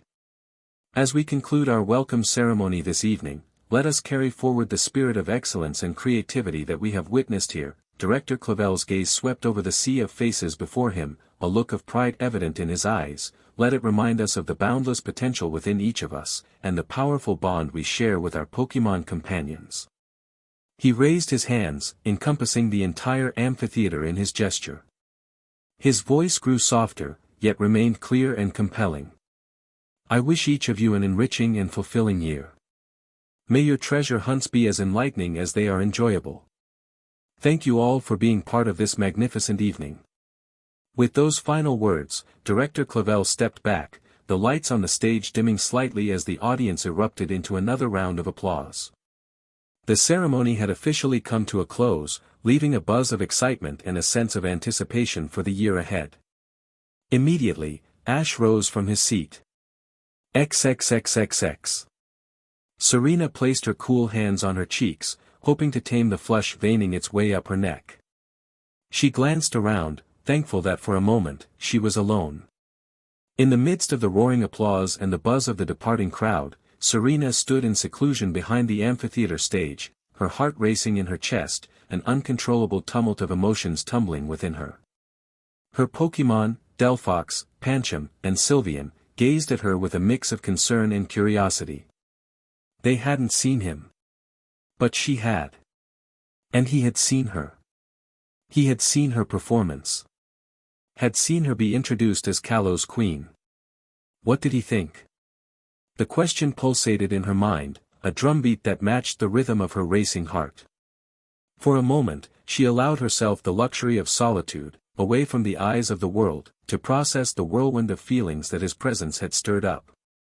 It was a complicated mix, pride in her achievements, the thrill of her performance, and an old, familiar fluttering in her heart. Serena had long since buried her feelings for Ash, channeling her focus and energy into becoming a successful performer. She had convinced herself that what she felt for him was just a childhood crush, something she would outgrow with time and distance. She had even come to terms with the idea of them being just friends, a notion she had carefully nurtured in her mind to protect her heart. And for a long time, she had even been successful in keeping her thoughts of him at bay. When she'd seen him at Lily Cove, well, she had truly been satisfied with their interaction. It was the most Ash encounter she could have asked for. Serena had even been content enough to let him go, to be grateful for what he'd meant to her, but to be okay with the possibility of. But now, seeing him again, those carefully constructed walls were crumbling and she did not have the hands to ash the breaking walls and put them back up. The feelings she thought she had tamed surged back with an intensity that took her by surprise. It was as if his presence had reawakened a part of her she thought she had left behind. Serena took a deep breath, her hands dropping to her sides as she sought to regain her composure. If he approached her, she needed to be ready. She couldn't let her emotions get the better of her, not here, not now. She was the Kalo's queen, poised and graceful. That was the image she had worked so hard to build and maintain. Yet, deep down, she knew that with Ash, it was always going to be different. It just was. He was the boy from her childhood who taught her to never give up until the end. He was part of the reason she was here now. Still she needed to maintain their friendship at all costs. As she steadied her breathing and prepared to face the world again, she made a silent resolution to herself, to handle whatever interactions she and Ash might have with maturity and poise. Yes. That was good maturity and poise. She could do that. She was a performer, after all. Soon, Guillermo and Kathy Grave found her. LeBaron approached Serena, his handsome face alight with a mixture of admiration and excitement. "Incredible," he exclaimed, his voice rich with genuine enthusiasm. He reached out, taking Serena's arm in a friendly, yet flirtatious gesture. His eyes sparkled with the playful charm that was his trademark, a smile playing on his bearded lips as he looked at her with an almost theatrical appreciation. "Serena, you were simply magnificent. The way you captivated the audience, the elegance in your every move, it was a performance worthy of the grandest stages. Mesagosa and Paldea are going to fall in love with you." He gave her a look that made her suddenly uncomfortable and she graciously removed her arm from his. Kathy Grace, always with her tablet, stood beside them, her expression equally ecstatic but more focused. She gently interrupted Guillermo's effusive praise. "Serena, there's a group of students over there who are eager to meet you." She gestured towards a crowd that had gathered a short distance away. Among them were enthusiastic faces, both human and Pokémon, all waiting with pens and cameras in hand, their excitement palpable. As they led Serena and her Pokémon towards the crowd, Guillermo continued to shower her with compliments, his words a blend of admiration and coquetry. "Your performance was not just a dance, but a story told through movement. Truly, you are an artist in the fullest sense." His tone motivated. Reaching the crowd, Serena was greeted with cheers and applause. Students of all years, along with their Pokémon companions, were waving and calling out her name. They held out notebooks, her ads, and even parts of their uniform, all hoping for an autograph from the Kalo's queen and to pet her Pokémon. Their faces lit up, their eyes shining with the excitement of meeting her, and their eager questions flew into her face with gusto. "Tell us more about showcases. Are you going to be doing more shows in Mesagosa? Is it true you're also a coordinator?" Serena, still processing her emotions from seeing Ash, now switched into her role as a performer, her face lighting up with a gracious smile. She began signing autographs, exchanging brief answers, her poise and grace crystallizing her features like a mask. Guillermo and Kathy Gray stood by her side, assisting and occasionally joining in the conversations and fielding questions. And Serena did her best not to search. "She looks busy." Ash commented. He stood at the back of the crowd, holding Pikachu firmly as the excited Pokémon wriggled, eager to dash toward Serena. He was flanked by Neimona, Arvin, and Go, all of them trying to figure out the best way for Ash to approach the performer amid the throng of admirers. "It looks like the crowd is clearing," Neimona, ever the optimist, pointed out cheerily. "I think we can squeeze through." Ash's gaze lingered on Serena, feeling embarrassed for some reason and then feeling guilty that he felt so uneasy. Ash remembered seeing so many of Serena's performances, but he also hadn't seen her perform in years. He always knew she had been talented and driven, but seeing her in Paldea as Kalo's queen felt different. Maybe it was how she looked right now. Maybe it was her dress. Or maybe her smile, which was more confident and self-assured. There was a new boldness over her features, a rock-hard determination in her eyes that left Ash feeling a bit captivated by her, and that made the world champion grow a little dizzy. Meanwhile, Pikachu's excitement grew uncontrollable. The little Pokémon wriggled free from Ash's grasp with a burst of energy, dashing toward Serena with an enthusiastic, "Pika Pika." His tiny legs carried him swiftly through the crowd, expertly navigating the gaps between legs and around Pokémon. Pikachu's bright yellow fur was a streak of color, his tail held high like a flag leading a charge. The crowd parted for the enthusiastic yellow mouse, some recognizing the Pokémon and his famous trainer and chuckling at his eagerness. Serena, in the midst of signing autographs and interacting with her fans, heard Pikachu's familiar cry. She looked up just in time to see the little Pokémon bounding towards her. A look of surprise and delight spread across her face as she immediately crouched down to welcome Pikachu. Pikachu leaped into her open arms, nuzzling against her affectionately, its tiny paws patting her face and its cheeks sparking with harmless electricity in its excitement. Serena, along with Delphox, Pancham, and Sylveon, all greeted the yellow mouse with laughs.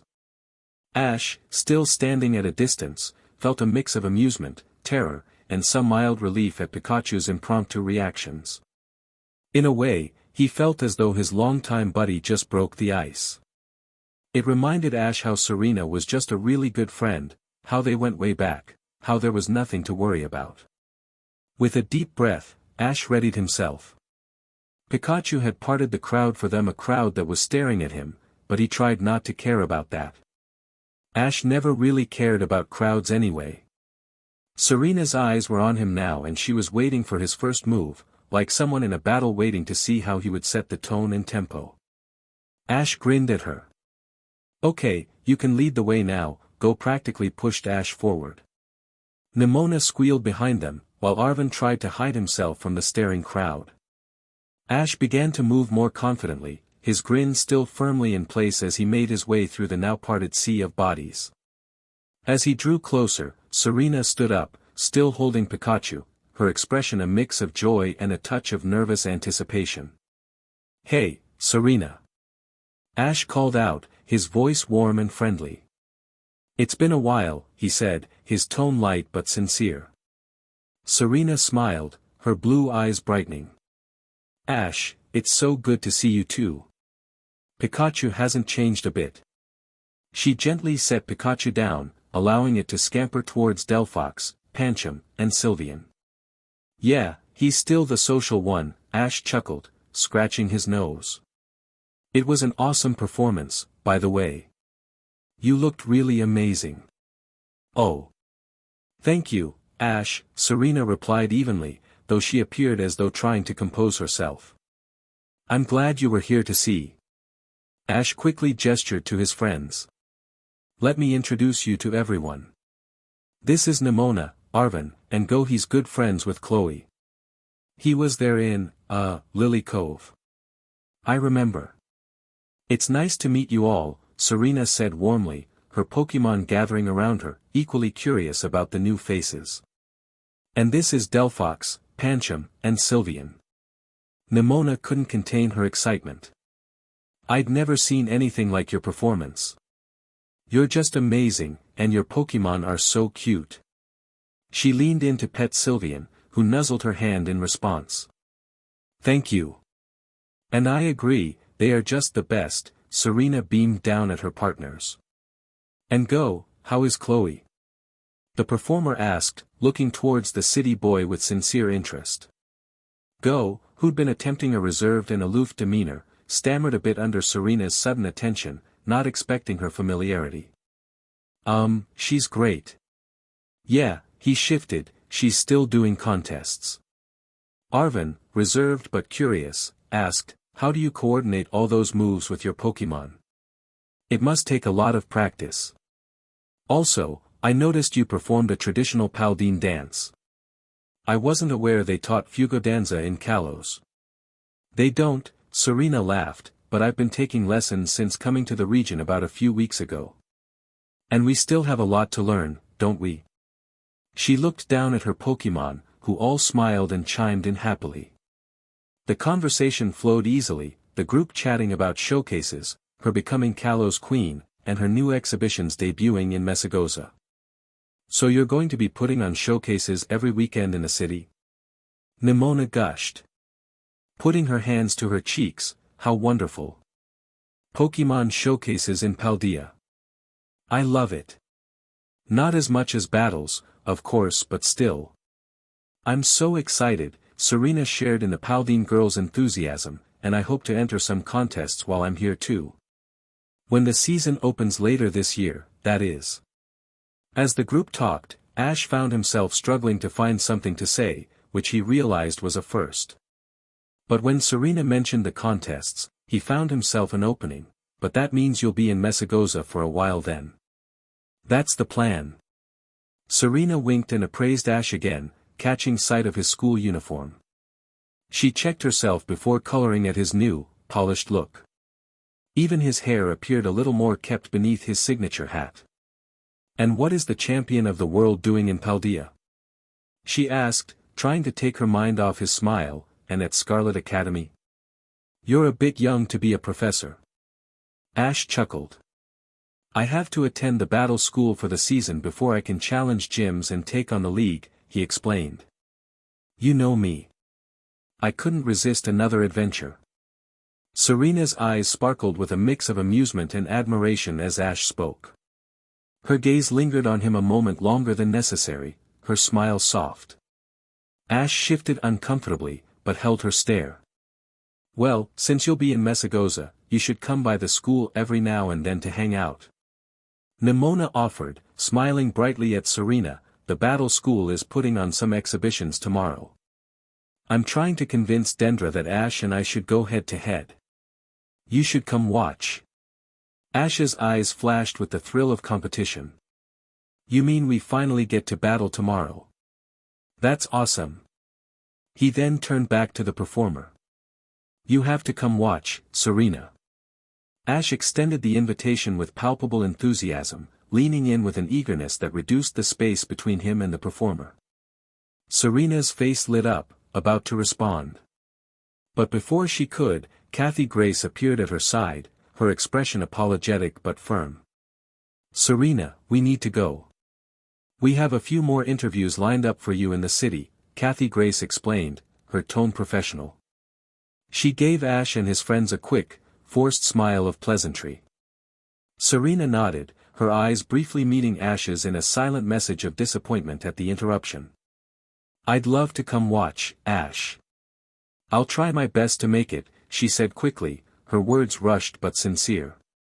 Just then, Guillermo LeBaron stepped in, placing a hand on Serena's shoulder in a gesture that seemed a tad too familiar. He gave Ash and the others a polite but dismissive nod. "We mustn't keep the press waiting, Serena. Paldeans are eager to hear about your upcoming performances in Mesagosa," he said, his voice smooth. Ash watched as Serena was gently steered away by her manager and Guillermo. The scene caused an inexplicable knot in his stomach, a feeling he couldn't quite place.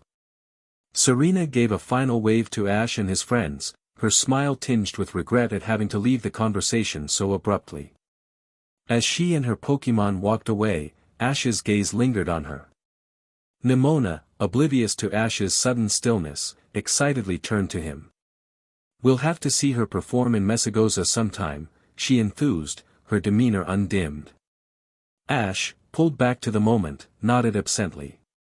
Yeah, we should," he replied, his voice slightly distant, his mind still on Serena's departing figure.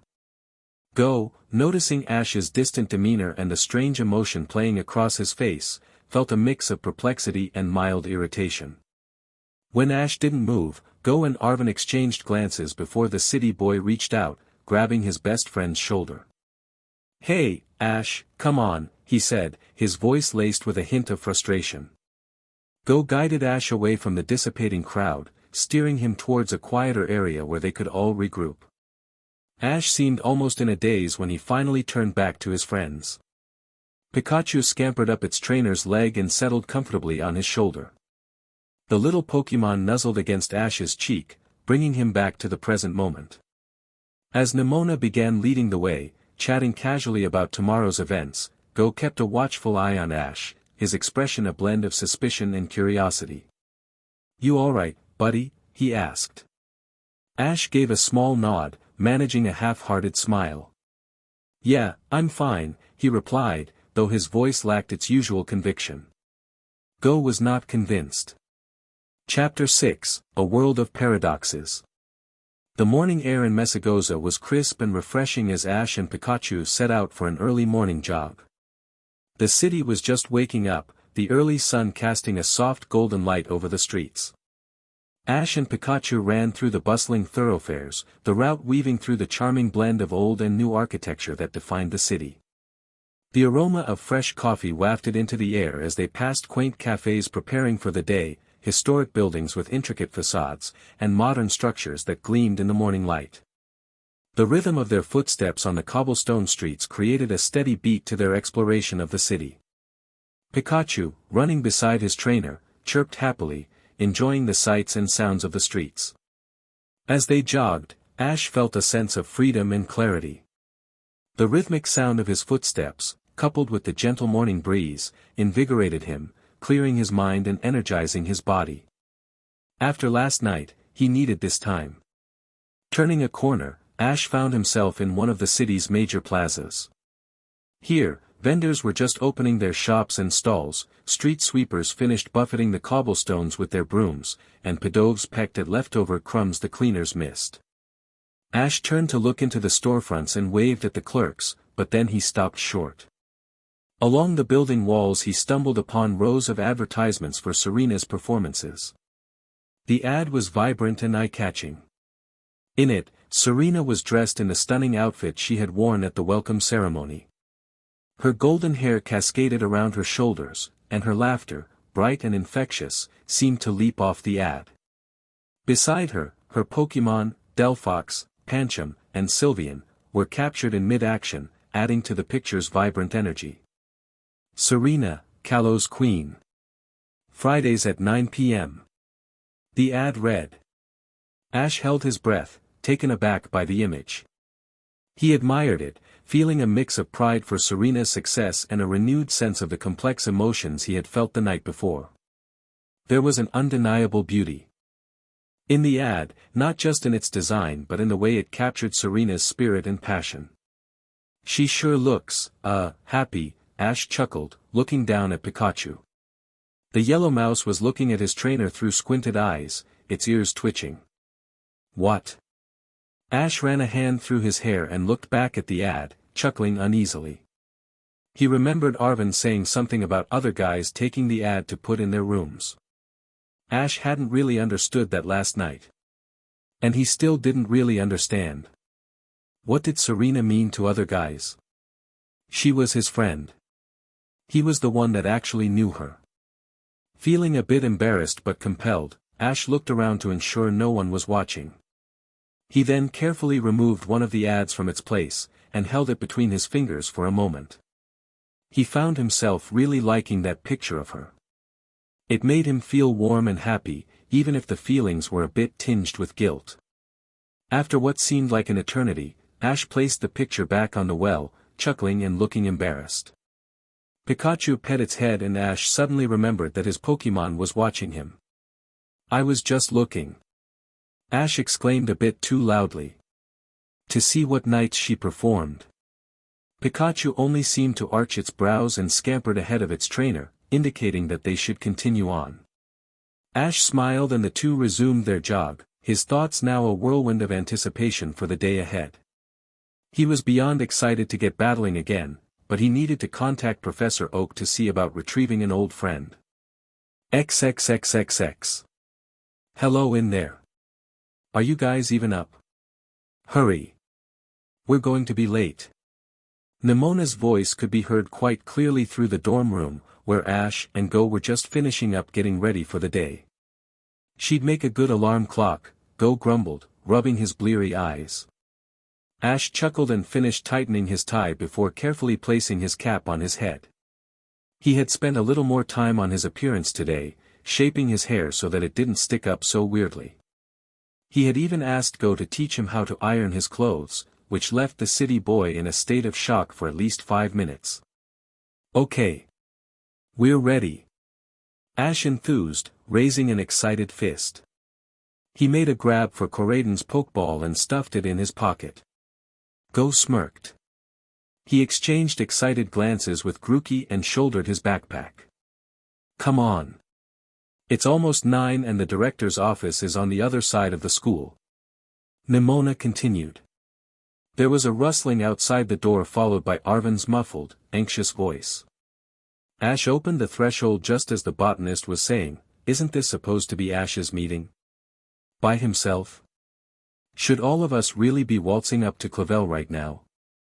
I think he'll understand, given the circumstances. Neimona placed her hands on her hips, Palmo at her shoulders, the two giving Arvin an impatient look. She then turned to Ash and Go as they pushed through the door. Alright, let's do this, Ash grinned. The lively group made their way across the expansive campus towards the main administration wing.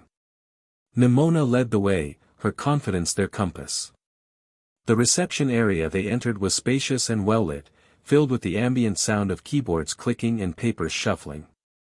A female receptionist looked up from her desk, her expression one of practiced professionalism. She gave them a polite smile. "Good morning, do you all have an appointment?" Ash procured the appointment note from his pocket. "I have this." The receptionist's face, framed by a tidy hairstyle that suggested both efficiency and approachability, held her welcoming smile. Her attentive eyes appraised the note and then quickly assessed the group. "This note allows admittance for only you, Mr. Ketchum." "Yeah, but tell Clevel I need my friends with me and that it's an, emergency." Ash scratched his cheek. The woman's posture remained stiff while her mouth twisted in thought. "Wait here," she said, and rose from her desk. She moved towards the back of the reception area, knocking before entering a door labeled with Clevel's title on a gold plaque. She disappeared through the door for a moment. "Go," Ash turned to his friend abruptly, "can you message Brock and tell him we're seeing Clevel?" "I forgot to tell him." Go nodded and pulled out his Rotom phone to set to work. A little while later, the receptionist returned and gestured for the group to follow her through the set of polished wood doors to Clevel's office. Inside was a long hallway adorned with accolades and portraits and sculpted busts of previous Academy directors. "Director Clevel will see you now," she announced before arriving at a second set of doors that opened inwards. Inside, Clevel's office appeared to be half lab, half study. The room was filled with modern tech equipment in the front and comfortable furniture in the back. Off to the side, Ash noticed a large, circular table with an array of Pokeballs on display, each meticulously placed. The young champion's eyes then found Clevel, who sat busily scribbling with a fountain pen behind a large imperial desk. The director looked up as they entered, his eyes sharp yet kind, the corners crinkling slightly with a welcoming smile. "Ah, Monarch of the world," he said, his voice resonant and even. "Please, come in. And welcome to Scarlet Academy. I see you have brought guests. Make yourselves comfortable." Clevel gestured to the chairs in front of his desk, indicating for the group to sit. Ash and his friends exchanged quick, excited glances before approaching the desk. "Yeah, sorry I know the appointment was just for me," Ash began, "but we all have something important to talk about." "Do you?" Clevel looked amused. "Well, permit me to go first. I wish to discuss your intentions." Director Clevel rose from his desk with a sense of purpose, his movements precise and measured.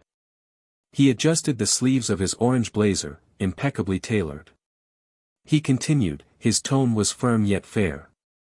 "We have allowed you to attend Scarlet Academy, under some stipulations. As you know, your title as world champion has caused quite a stir within the student body. Don't worry, however, as the school year begins, and your attendance normalizes, hopefully most students will leave you alone. Everyone's been great." Ash responded with genuine enthusiasm, his respect for Clevel evident in his attentive posture. "So don't worry. But what did you mean by, stipulations?" Clevel, standing now, looked at Ash with a gaze that was both discerning and reassuring. "Well, no one can deny that you are a trainer of the First Order," he began, his hands clasped behind his back. "However, to make things fair for the other students, I believe that you should abstain from using any of your old Pokémon in the battle school. The school is designed to help students raise up and strengthen new or young familiars. You would have an unfair advantage should you be able to have your championship team about you." Ash took in Clevel's words, nodding slowly as he processed the implications. "I understand. And I didn't plan on bringing my whole team with me anyway. Just Pikachu. But if I'm expected to battle in exhibitions this afternoon, I'm going to need at least one more on my team since I haven't had the chance to catch any Pokémon here yet." "That is fine," Clevel responded, his expression softening. "For the exhibitions, you can call upon an old Pokémon for the occasion only." I appreciate your understanding. Ash felt a mix of relief and gratitude. He understood the importance of fairness and the opportunity to grow alongside his peers. Thank you. I'll do my best to make the most of this experience, for myself and my new teammates, Ash said, his tone conveying his readiness to embrace the challenges ahead. Director Clevel's smile broadened, his eyes gleaming with a mixture of pride and satisfaction as he took in Ash's commitment. That's all we can ask for here at Scarlet Academy, he said, his smile conveying his pleasure at Ash's understanding and respect for the school's values. As his attention shifted to Neimona and Arvin, his eyebrows rose slightly, a hint of curiosity coloring his expression. Now, what is this, something important, you all would like to discuss? Arvin, Neimona, I see you are involved in this as well. Interesting. Neimona, eager to explain and be succinct, leaned forward in her seat, her hands animatedly gesturing as she spoke. Clevel, it all has to do with Arvin and his father. Professor Turo let a dangerous Pokémon loose, and Ash had to catch it. Now we don't know what to do with it. But we think people are after it. She sat back, looking pleased with her summary, despite having glossed over many critical details during the hurried explanation. Arvin, on the other hand, was visibly flustered, his face contorted with irritation and his hands clenched into fists at what he perceived as Neimona's unfair portrayal. His eyes darted between Clevel and the others, his nervousness palpable in the room. It was clear that being the center of this discussion was the last place he wanted to be. What? That's, ugh, there's more to it, Clevel, Arvin interjected, his voice laced with both annoyance and a desperate need to set the record straight. He took a deep breath, steeling himself to provide a clearer picture. First of all, I want to clarify that I am not involved in any of Dad's experiments. You know that, Clevel. But my dad showed up one day at the Lighthouse last month, left some Pokémon at the lab, and then disappeared. Shortly after, the Pokémon escaped. I tried going after it, because it looked dangerous and then, well. Arvin was trying his best to sound convincing and confident, to distance himself from any wrongdoing while still expressing his concern over the situation. The tension in his shoulders and the slight tremor in his voice betrayed just how anxious he was about the whole ordeal. Ash stepped forward, sensing Arvin's discomfort and the weight of the situation. I found it, he began earnestly, ready to support his friend. It was scaring the other Pokémon around. And it looked injured, so I tried to help it. But then we were nearly attacked and... Clevel's hand rose, a gesture that immediately calmed the rapid flow of words in the room. I need the Pokémon's name. What type of Pokémon is this? Arvin shifted in his seat, a look of unease crossing his features as he divulged the information. I believe it's, a Coriden. The reaction from Clevel was immediate and pronounced. His expression transformed into one of astonishment, and for a brief moment, he was utterly still and silent. Then, with a swift motion, he strode over to the desk phone, dialed his receptionist with purposeful keystrokes. Get me Jack, now, his voice was tense, betraying the gravity he attached to the situation. Turning back to Arvin, his gaze was intense. How much do you know about this Pokémon, Arvin? How much has Professor Turo told you? Do you know where your father is now? And no. I don't know anything. Arvin faltered. I only know its name from notes my dad left at the lab. I know that the Pokémon is from Area 0 and that it looks like it's from the past and that, it shouldn't be here. Clevel paused, rubbing his temples as he processed the information. After a moment, he looked up at Ash. And you have the Pokémon in your possession? How? Ash, understanding the seriousness, presented the trust ball that contained Coriden, clicking the contraption so that it expanded in his gloved palm. I see, Clevel said, his expression turning pensive. He gestured back to the chairs. Sit down. Sit down. This may be a while. As Ash, Go, Neimona, and Arvin settled back into their seats, Clevel's demeanor shifted to one of deep concern. You said that you were under attack, he asked, looking directly at Ash with a newfound gravity. Before Ash could respond, Arvin interjected. Miraiden. I saw it too. I believe Coriden has been on the run from it for quite a while. The room fell into a thoughtful silence as Clevel absorbed this new piece of the puzzle, the implications of this encounter clearly weighing heavily on his mind. The door to Clevel's office opened again, and Jack, the Academy's biology teacher, stepped in energetically. He was a youthful figure with a head of spiky, purple hair, and glasses perched on his nose. His lab coat hung open over a casual, purple shirt, and his feet were clad in comfortable sandals despite the professional setting. In one hand, he held a notebook bristling with sticky notes, a pen tucked behind his ear. You called for me, Clevel? Jack said, his voice chirped and curious. Before Clevel could reply, Brock entered the room, wearing a pristine medical coat as though he'd just come from the Pokémon Center. His presence was unexpected, prompting Clevel to momentarily set aside Jack's arrival. How can I help you, Doctor? I didn't realize Clevel began, a note of confusion in his tone. I examined the Coriden, Brock interjected with characteristic clarity and directness, his gaze meeting Clevel's. Ash wanted me to be here when he spoke to you about it.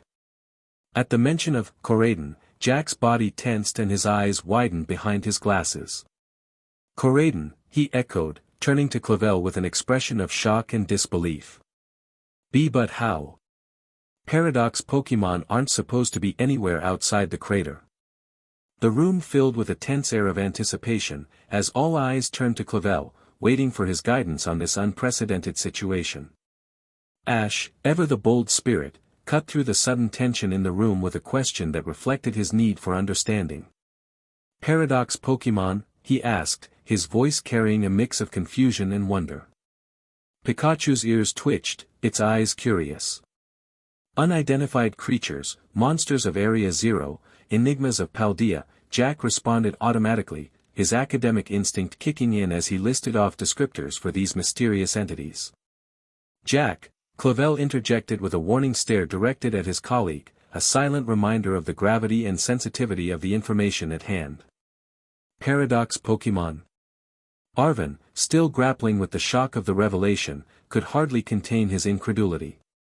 You mean they're real? Clevel let out a deep sigh, the weight of the situation evident in his posture.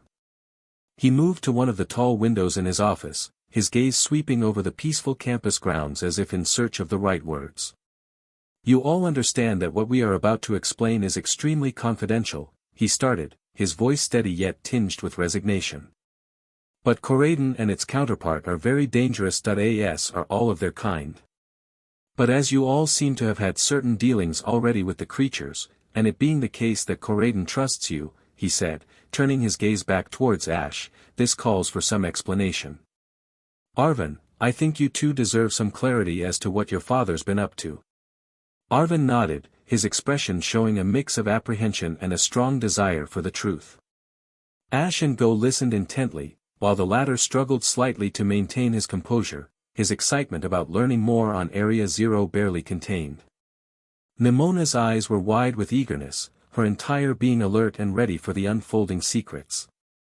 Brock, in contrast, remained stoic, his expression unreadable, betraying none of his thoughts. Clevel then gestured for Jack to proceed. With swift movements, Jack rolled a large portable machine into the center of the room.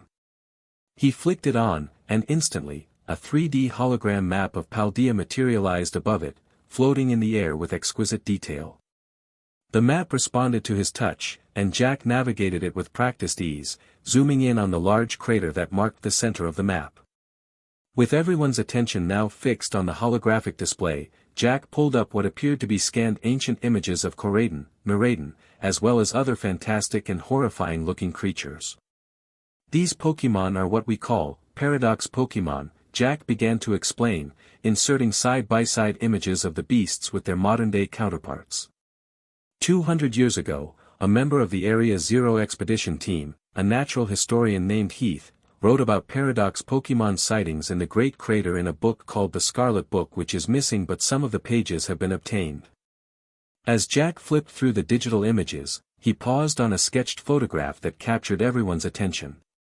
The image was of a formidable creature, its tusks prominent and body covered in armor-like plating, adorned with what appeared to be vibrant flora. Now, Clevel continued, his voice taking on a tone of solemnity as he assumed control of the conversation. Professor Turo, while he worked at the Academy, grew obsessed with Heath and this mission, which for many years had been considered a conspiracy or even myth. Turo's enthusiasm for entering Area Zero and finding these creatures led to his termination from Scarlet Academy. However, rumors of his continuing work have begun to resurface with new paradox Pokémon sightings in Area Zero, leading us to conclude that Heath's observations were not just lore after all. Jack, in agreement, nodded and interacted with the hologram to pull up a timeline that floated amidst the 3D map of Paldea. Now, our research team at the Academy believes that paradox Pokémon originated from different points in the world timeline past, future. However, evidence we obtained from Professor Turo before he was terminated a couple years ago also suggests that the Pokémon could be from a parallel dimension altogether. How the enigmas are leaving the crater, let alone even appearing in Paldea is, well, a mystery.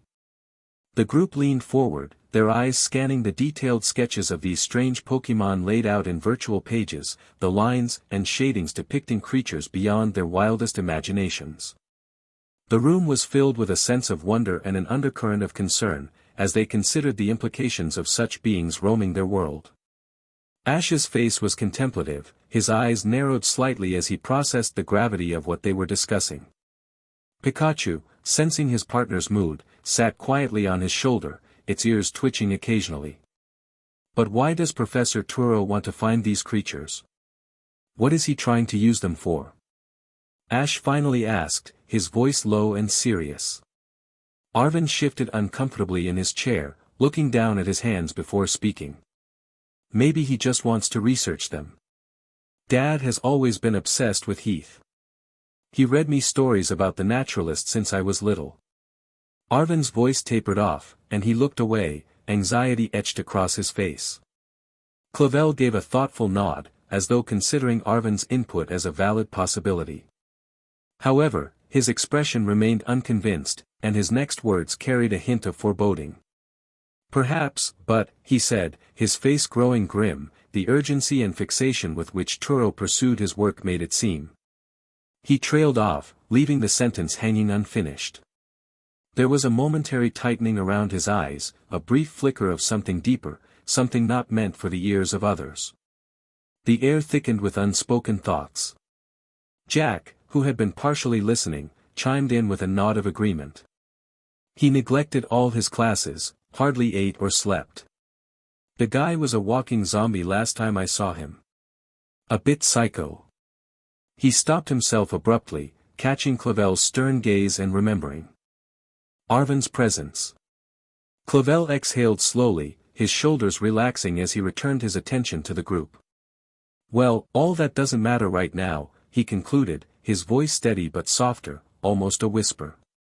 The director's eyes briefly met Ash's, a silent communication that perhaps some truths were better left unexplored at this juncture. Ash listened intently, his thoughts racing. What about Miraiden? It must have escaped too, but why does it want to attack Coriden? Brock, who had been silently contemplating the situation, spoke up with a thoughtful tone. Well, if what the director has been saying is accurate, both Coriden and Miraiden are one and the same, except from different dimensions. Seeing as they both appear to be alpha Pokémon, perhaps even legendaries in their respective worlds, then naturally they would fight each other for dominance. Jack nodded in agreement. That's a good theory. Otherwise, we don't know for sure. We also didn't even know Miraiden was loose. This causes big issues. His gaze flicked to Clevel, reflecting his concern. Clevel sighed, a look of resignation on his face. It is unfortunate we do not know more. When Professor Turo left, he took with him most of his research and work. We have been trying to put the pieces back together. His voice held a bitter edge, reflecting the challenges they faced. Ash's resolve was clear as he faced Director Clevel, his stance firm and his expression one of determination. "So what do you want me to do with Coriden?" he asked, his voice steady, indicating his readiness to take whatever steps necessary. Clevel and Professor Jack shared a glance, a silent conversation passing between them. It was evident that they were treading into unknown territory. "You say it is injured?" Clevel finally asked, his tone cautious. Turning towards Brock, who had been quietly observing the exchange, Ash gestured for him to join the conversation. Brock stepped forward confidently, ready to deliver his professional opinion. "It is. However, there are no physical injuries to its body. My guess is that the Pokémon is suffering from exertion. However, it appears to be unable to recover. Potions don't seem to do it any good either." Ash nodded in agreement, his concern for Coriden evident in his eyes. "Yeah, Coriden performed some really powerful moves, but then appeared too weak to move. Ever since then, it hasn't been able to recover." Jack, who had been listening intently, nodded in agreement with Brock's assessment and turned back to Clevel. "It is suffering from a power depletion of some kind then," Jack surmised. "Coriden doesn't belong in this dimension. My guess is that modern potions and medicine have no effect as the Pokémon's biological system heals through different ecological remedies." Clevel, now fully engaged in the conversation, directed his attention to Arvin. "Are you still studying the Herba Mystica, Arvin?" Arvin, caught off guard by the sudden focus on him, responded with a mix of surprise and nervousness. "Why yes, actually. It's what I plan to write my thesis on." Clevel's response was a nod of approval. "Have you begun to locate where you might find some?" Arvin paused, his hesitation palpable as he considered his response. "Well, I have some ideas as to where researchers attempted to cultivate them long ago. I was planning to use the weekends to do some exploring." Jack, unable to contain his excitement, quickly interjected. "The Herba Mystica just might have the right properties to help Coriden. Perhaps even the lab sample we have could give the Pokémon more strength before we go out searching for more." Arvin's reaction was one of horror. "But that's the only sample we have," he exclaimed, the prospect of using the precious resource clearly troubling him. "For now," Clevel replied with a hint of amusement, aiming to ease Arvin's concerns. "We too have been doing our search on the mysterious herbs. Jack, send Arvin a copy of the data map we've collected to help the young man with his search, at your earliest convenience." Arvin's anxiety mingled with excitement, though he attempted to keep his reaction subdued. Thank you, sir. For your trust and," he began, but was cut off by Neimona's interjection. Growing a little bored with the direction of the conversation, Neimona chimed in. "So, what's so special about these plants?" Arvin, his annoyance at being interrupted showing plainly, answered with a touch of impatience. "The Herba Mystica are mysterious herbal ingredients with powerful healing properties that Heath discovered in Area 0 200 years ago. Researchers then tried to cultivate them elsewhere in Paldea, but their results are missing. Along with the book Clevel mentioned earlier." Ash and Pikachu, listening intently, couldn't help but express their amazement at the rich history and potential of the Herba Mystica. "Amazing," Ash murmured, with Pikachu nodding in agreement. Director Clevel leaned back in his chair, the faintest hint of disturbance mingling with amusement in his eyes as he regarded Ash. "I suppose the rumors about you are true, Monarch. You have a knack for falling into situations of great magnitude," he remarked, his smile wry, acknowledging the young champion's propensity for finding himself at the center of extraordinary events. "However, I have something to you that may help you throughout your time in Paldea, 7. Standing from his desk, Clevel's movements were deliberate as he made his way to the circular table that housed an impressive collection of Pokeballs. He paused, considering each one before selecting a particular Pokeball. He turned it over in his hand, inspecting it closely before walking back and extending it towards Ash. Ash took the Pokeball gingerly from Clevel's hand, his curiosity evident in his careful movements. With a click and a bright flash of light, the Pokémon inside was released, materializing into a diminutive Pokémon with a body resembling smoldering charcoal. Its round head was a deep, sooty black, accented with bright red markings that suggested a fiery inner nature. Two large, circular eyes glowed an intense yellow, exuding curiosity and a readiness for action. Atop its head sat a singular, flame-like appendage that flickered with a red and orange hue, as if a coal had been plucked from a fierce blaze. A Charcadet! Neimona exclaimed, her voice a mixture of surprise and recognition. Go quickly pulled out his Rotom phone to access more information. Burnt charcoal came to life and became a Pokémon. Possessing a fiery fighting spirit, Charcadet will battle even tough opponents, the device intoned, providing a brief overview of the Pokémon's nature and capabilities. When trained up well, I find Charcadet to be a most excellent companion, Clevel added, his voice imbued with warmth as he smiled at the sight of the new Pokémon. Every student at Scarlet Academy is given a starter. But since you are a trainer well advanced beyond the typical beginner, take Charcadet as yours, Ash. Ash's face lit up with excitement, his eyes shining with the prospect of a new friendship. He crouched down to be at eye level with Charcadet, extending a hand in greeting. Hey there, Charcadet, I'm Ash, he said, his voice filled with enthusiasm. Do you want to join my team? The little Charcadet looked up at Ash, its eyes taking in the trainer before it. It exchanged a glance with Pikachu, seemingly seeking some silent reassurance from Ash's longtime companion. After a moment, it nodded and raised one of its fiery red arms in a gesture of acceptance, its voice clear and spirited as it affirmed, Charcadet. All right. Ash raised a first, exchanging excited grins with Pikachu. Director Clevel reached into his blazer, retrieving a pocket watch that gleamed. He flipped open the watch with a practiced flick of his thumb, glancing at the time with a raised eyebrow. Well, it seems as though I am late for another meeting, he remarked in a light tone that belied the importance of his next engagement. He snapped the watch shut with a soft click and returned it to his pocket before directing his gaze back to the group, his eyes sweeping over each member. For now, we must leave the matter as it is. Ash, take care of Coriden. Arvin, keep me updated on your progress with locating the Herba Mystica. Meanwhile, Jack and I will discuss with our researchers as to what can be done for the Pokémon. Thank you, he said, his voice carrying the finality of a leader accustomed to making decisions and moving forward.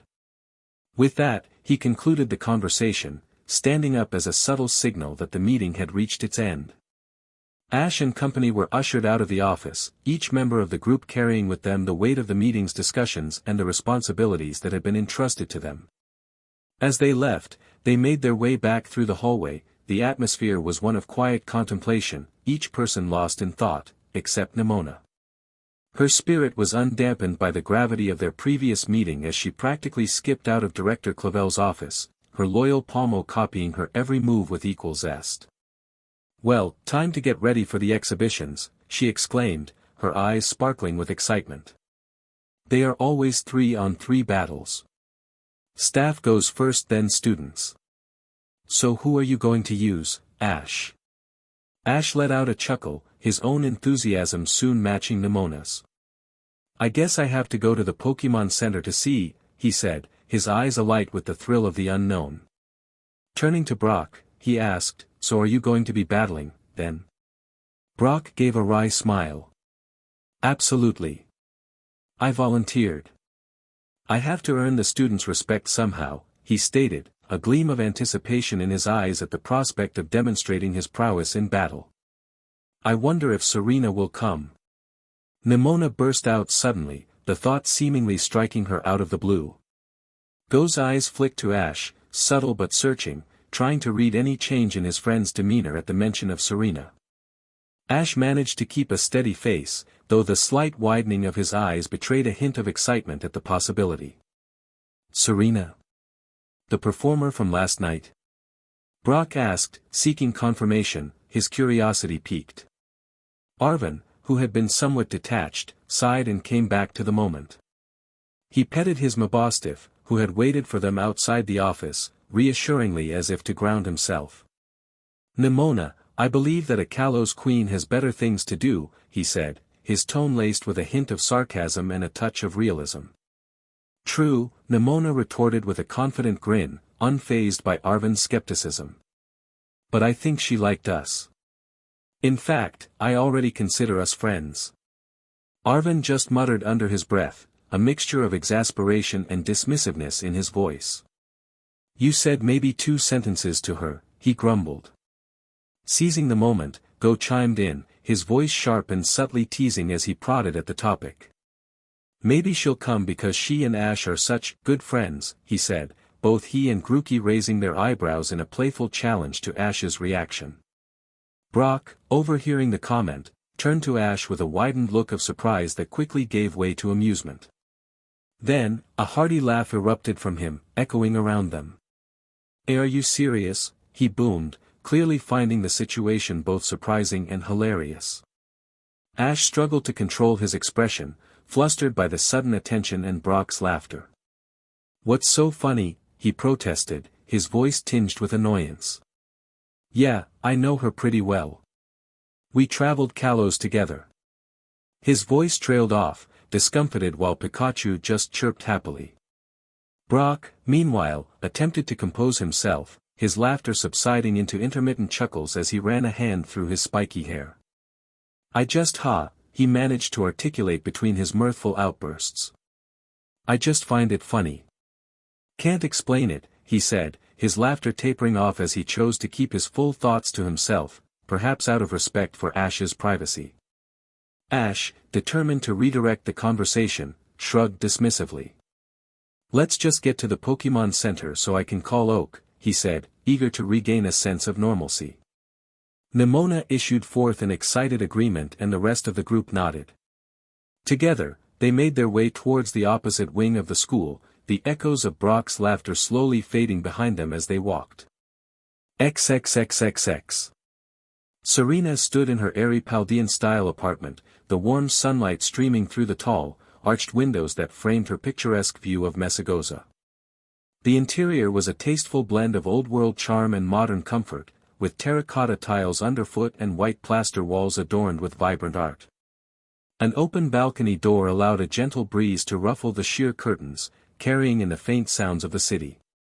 Her apartment was spacious yet cozy, with wrought iron light fixtures casting soft glows over the rustic wooden furniture, and potted plants that added a touch of greenery. In front of a full-length mirror framed in dark wood, Serena stood in her bedroom contemplating her reflection while Sylvian lounged gracefully on her bed, Ketchum perched playfully on the back of a plush armchair, and Delphox watched her with an almost sagely presence from beside an antique writing desk. Serena's gaze flitted between the 2 final outfit contenders as the sunlight kissed the edges of her wardrobe, casting a golden hue that made the choice even harder. On one side hung a vibrant red skirt paired with a sleek black collared halter top. The skirt's flirty hem promised a playful swish with each step, while the combat boots beneath exuded a sense of adventure and readiness. On the other side was a more understated option, a casual black romper that hugged her form with understated elegance, softened by a red cardigan that draped beautifully over the fabric. Paired with it were brown boots, polished yet practical, that whispered of walks through the city and cozy cafe visits. It reminded Serena of a more sophisticated, mature version of her Kalos attire during their later adventures. Well, which one, guys? She asked, looking to her Pokémon for their input. The Pokémon's responses were a cacophony of disagreement. Sylvian gestured with a feeler towards the skirt, its eyes alight with the thought of Serena twirling in the vibrant red.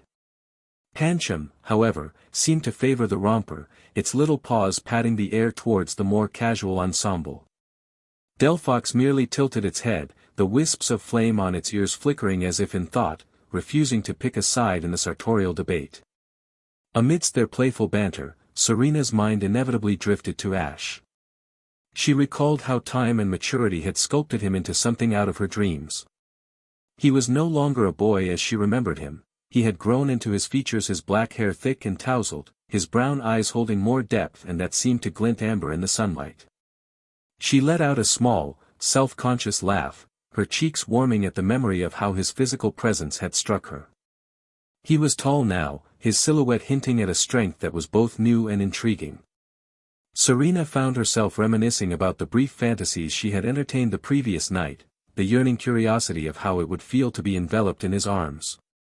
The thought made her heart flutter with a mix of embarrassment and an inexplicable yearning.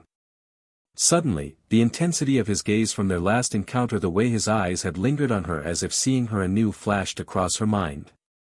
She recalled the subtle shifts in his expression, the moments his eyes had seemed to find her captivating, enchanting even, and it sent a thrill through her. The notion left her feeling dizzy with a cocktail of emotions she didn't want to name. Yet doubt crept in, tempering her excitement with uncertainty. Was she reading too much into his look? Was it merely the happiness of reunion, the joy of seeing an old friend that had sparked that light in his eyes? Shaking her head to dispel the daydreams, Serena focused back on her reflection, determined to find an outfit that would make her feel confident and composed. Yet, the flush that had crept into her cheeks remained, a visible testament to the confusion and warmth that thoughts of Ash stirred within her. She resolved to push those feelings aside, to concentrate on the present. "I think I'm going with this one," Serena managed to smile, gently lifting the romper from its place. She changed quickly, glancing at the clock. Just as she stepped behind the elegant grain of a wooden dressing partition, a knock came from her bedroom door. "Serena?" Kathy Grace called, her tone slicing through the tranquility of the room. "When would you like to leave for the city council luncheon?" Serena tried not to deflate and roll her eyes. She could only imagine the checklist of expectations that accompanied the question, mingling with local dignitaries, charming potential sponsors, and presenting herself as the epitome of performance artistry. "Oh," Serena responded, quickly stepping into her chosen black romper, her movements fluid as she slipped into the comfort of the soft fabric. She glanced at her reflection to assess the look, reaching for a pair of delicate earrings to complete the ensemble. I think I'm going to the battle exhibitions instead," she said, steeling herself for Kathy Grace's inevitable reaction. Kathy Grace sputtered in disbelief, her words tumbling out in a fluster. "What? But all of Mesagosa's politicos will be there. Why? Why would you not go?" She looked bewildered, her mind racing to comprehend Serena's unexpected change of plans. "Why would I go?" Serena asked innocently, her tone light as she fastened her earrings with practiced ease. She knew very well the answer to that question. Kathy Grace, still reeling, tried to state the obvious. "You're going there in order to sponsor your performances? To spread the word of your showcases among the city elite?" She laid out the plan as though it were the most natural course of action. "To dine and flirt? The usual drill." Serena couldn't help but allow a small giggle, her laughter tinkling in the air as she stepped out from behind the partition and into her boots.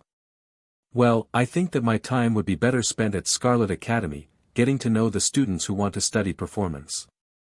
"Don't you think so?" She posed the question, her eyes shining with a mix of innocence and resolve while her Pokémon echoed her sentiment with their own expressions of cheerful agreement.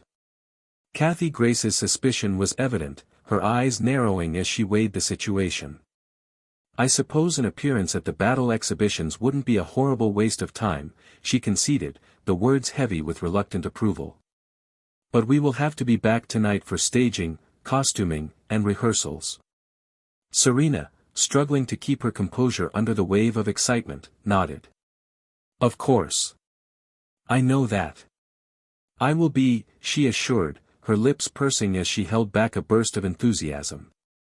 Then, with a gentle tone, she added, "Also, do you think I could go alone? I haven't really had a chance to explore the city by myself and get some fresh air." Kathy Grace hesitated, her demeanor displaying her reluctance to acquiesce. However, recognizing her own busy schedule in preparation for Serena's performances, she relented.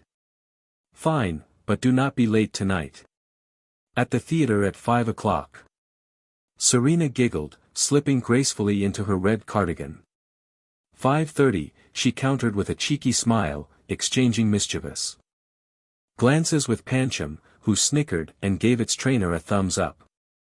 Kathy Grace, in a last-ditch effort to ensure punctuality, turned to Delphox with an almost pleading look. "Make sure it's 5 o'clock, she implored. Delphox, with a knowing smirk, inclined its head in silent agreement, its fire-like tail flickering with an air of conspiratorial glee. Kathy Grace, her phone suddenly ringing, excused herself with a swift exit, leaving Serena alone in the tranquility of her room. Serena collected her final items, placing them carefully in a fashionable brown purse. She paused in front of the mirror, admiring her reflection. Her blonde hair fell neatly brushed around her shoulders, framing her face in an auric glow. The black romper she had chosen was stylish and elegant, its V-neck allowing room to showcase a dainty necklace that twinkled in the soft light of her room. After returning her Pokémon to their Pokeballs, Serena's gaze drifted to a decorative box resting atop her dresser. Drawn to it, she opened the container to reveal a wheel of blue ribbon nestled inside. Picking it up, her fingers brushed over the smooth fabric, triggering a flood of memories. She remembered Ash giving her this ribbon when they were both 13, beneath the pledging tree in Kalos. His boyish face had been kind and slightly embarrassed, glowing softly in the ambient light from the large tree. The memory brought a tender smile to her lips, a warmth spreading through her at the recollection of that innocent, yet profound moment. With the ribbon in hand, Serena contemplated the significance it still held. It was a symbol of their shared past, of moments filled with laughter, challenges, and the unspoken bond that had formed between them. For a fleeting moment, she considered wearing the ribbon, a symbolic gesture to reconnect with the old days. It would be a subtle nod to their past, a way of carrying a piece of those carefree times with her. Yet, after a brief pause, she gently placed the ribbon back into the box, closing it with a soft click that echoed the closing of a chapter in her mind. Serena's heart was a battlefield of nostalgia and doubt. She grappled with the resurgence of old romantic feelings for Ash, feelings she had carefully tucked away in the recesses of her heart. The uncertainty gnawed at her. Would revisiting these emotions be wise, especially when Ash might not reciprocate them? He had always been so singularly focused on his journey as a Pokémon trainer, his eyes set on battles and adventures. The Ash she knew was a whirlwind of energy, always looking forward to the next challenge, the next achievement. Why would he suddenly shift his focus to her, to what they once shared? It seemed silly. She questioned the feasibility of reigniting something that might only exist in her own heart. The risk of unrequited feelings loomed large, casting a shadow over the warmth of the memories they shared. Serena knew that delving into these emotions could lead to a path of heartache if Ash's feelings did not mirror her own. With a heavy sigh, she resolved to tread cautiously, not to let her emotions run ahead of her. She would see Ash as a friend, as she had learned to over the years. It was safer, simpler. Yet, even as she made this decision, a part of her heart held on to a flicker of hope, a silent wish that maybe, just maybe, Ash might see her as something more. XXXXX. Inside the bustling Pokémon Center of Scarlet Academy, Ash, Neimona, Go, Brock and their respective Pokémon companions were immersed in the pre-battle exhibition preparations. The center vibrated as a hub of activity, with students and staff alike tending to their Pokémon, discussing strategies, or simply soaking in the palpable excitement. State-of-the-art facilities lined with advanced healing machines hummed quietly in the background. Posters of various Pokémon species adorned the walls, and the combined scents of potions and fresh paint, a testament to the center's recent renovation, filled the air. Neimona was her typical whirlwind of energy, her excitement for the upcoming battles almost tangible. Palmo, perched confidently on her shoulder, mirrored her animated expressions, occasionally chirping in agreement. "The battles are going to be amazing," she exclaimed, her voice bubbling. "You'll see, Ash, the level of skill here is top-notch. And the crowd. They get so into it. It's like a festival." Go, standing beside Ash with Grookey in his arms, listened politely, though his expression betrayed a hint of being overwhelmed by Neimona's relentless chatter. Grookey, meanwhile, seemed more interested in the activities around the center, its head turning this way and that, trying to take in all the sights and sounds. Every so often, Brock would interject with a thoughtful comment or nod in agreement, his deep voice a soothing counterpoint to Neimona's excitable chatter. His eyes, always keen and observant, scanned the room, taking in the flurry of activity with an experienced eye. Ash, focused on his task, approached the video phone in the center. The device was sleek and modern, the screen large and clear, ready to connect him with the renowned professor back in Kanto. The video phone screen flickered to life, revealing the familiar, friendly face of Professor Oak. His well-known lab bustled with activity. Behind him, various Pokémon could be seen moving about or engaging in playful antics. The lab was a colorful mosaic of scientific equipment, Pokeballs, and research materials. "Ah, Ash. It's great to see you," Professor Oak greeted with his usual warmth, his eyes crinkling with a genuine smile. "And you too, Go. Brock." Go and Brock both waved. Ash, his face lighting up at the sight of the professor, replied eagerly, "Hi, Professor. I'm at the Pokémon Center at Scarlet Academy. I need some Pokémon to use in the battle exhibitions here." Oak's expression shifted to one of interest, his curiosity piqued by the mention of the prestigious academy. "Battle exhibitions, you say? That sounds exciting. Who would you like me to send over?" Ash exchanged glances with Pikachu as though they had both come to a joint decision.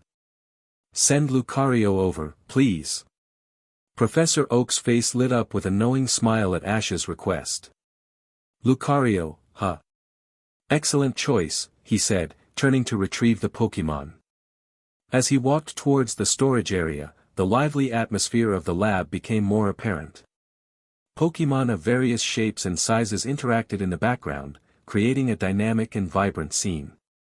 Reaching the storage area, Oak's hand moved with practiced ease among the neatly arranged Pokeballs, carefully picking up Lucario's, his movements deliberate yet gentle. "Just give me a moment," Oak said, moving towards the lab's sophisticated transportation system. "Oh Ash," he began to add a bit offhandedly, "your mother wanted me to remind you to wash your sheets every week. She says it's the first time you've had your own room away from home, and she fears the worst." Arceus, Ash's face flushed as he looked around at his snickering friends, a mix of embarrassment and amusement at the professor's comment. Pikachu, sensing Ash's discomfort, let out a soft chuckle, its cheeks sparking lightly. Professor Oak continued with his preparations. As he set Lucario's Pokeball into the transporter, he looked up, his eyes sparkling with pride. "Ah, the battling muse has struck me. I have just now composed a little good luck poem for you, Ash. I thought it might inspire you for the exhibitions," he announced, clearing his throat theatrically. He began to recite with great enthusiasm. "In the heat of the battle, so fierce and so bright. May your Pokémon fight with all their might, yes fight. When in the arena, you stand so tall. Remember it's not about winning, but having a ball." The poem was delivered with such earnestness that it was hard not to smile, despite its simplicity and awkward rhythm. Oak finished with a flourish, looking expectantly at the screen. "What do you think? Ash, Go, Brock? I thought that to be an excellent quatrain. I will have to expand it into a ballad perhaps." Ash, Go, and Brock exchanged glances, each trying to find the right words without offending the well-meaning professor. Ash, still red-faced from the earlier comment, stammered out, "It's, really something, Professor. Really unique." Go, trying to be diplomatic, added, "Yeah, it's very motivational, in its own way." Brock managed a more composed response. "It's certainly an interesting way to inspire, Professor. Your creativity knows no bounds." Pikachu, still perched beside Ash, let out a cheerful, "Pika Pika," as if to show its support for the professor's poetic efforts, despite having no clue as to what it was supporting. Oak beamed at their responses, seemingly pleased with himself. "I'm glad you liked it. Now, let's get Lucario over to you. Good luck, Ash." With that, he activated the transfer, sending Lucario on its way to join Ash for the upcoming battles. The screen showed the Pokeball being enveloped in a beam of light, initiating the transfer process. Ash watched, his initial embarrassment fading into excitement. Moments later, a transporter in the center beeped softly, signaling the arrival of the Pokeball. Ash hurried over to the sleek machine, his excitement palpable. He carefully retrieved the familiar Pokeball, feeling a rush of familiarity and nostalgia as he held it in his hand. With a gentle press of the button, Ash released Lucario into the Pokémon Center. The Pokémon materialized with a flash of light, standing tall and proud in front of Ash. Lucario's aura flared gently around it, a silent display of its power and readiness. "Hey, Lucario. It's great to see you again." Ash greeted warmly, his face breaking into a wide, genuine smile. Lucario responded with a nod and a soft growl of recognition, its eyes meeting Ash's with a clear sense of mutual respect and understanding. "I need your help for the battle exhibitions here at Scarlet Academy," Ash explained, his tone conveying his excitement over the upcoming challenges. "I know we can make a great team, just like before." Lucario's response was a determined nod, its stance shifting to one of readiness and eagerness.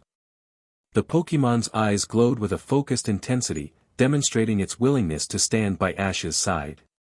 The bond between trainer and Pokémon was evident in their exchange, a deep, unspoken understanding forged by their mystical connection. Ash placed a hand on Lucario's shoulder, feeling the strength and solidarity in its form. With Lucario by his side, Ash felt a surge of confidence for the exhibitions, knowing that together, they would be great. Neimona's reaction to Lucario's arrival was nothing short of effusive. Her eyes widened in awe as she took in the sight of the powerful Pokémon, her excitement teeming over. "Wow, Lucario!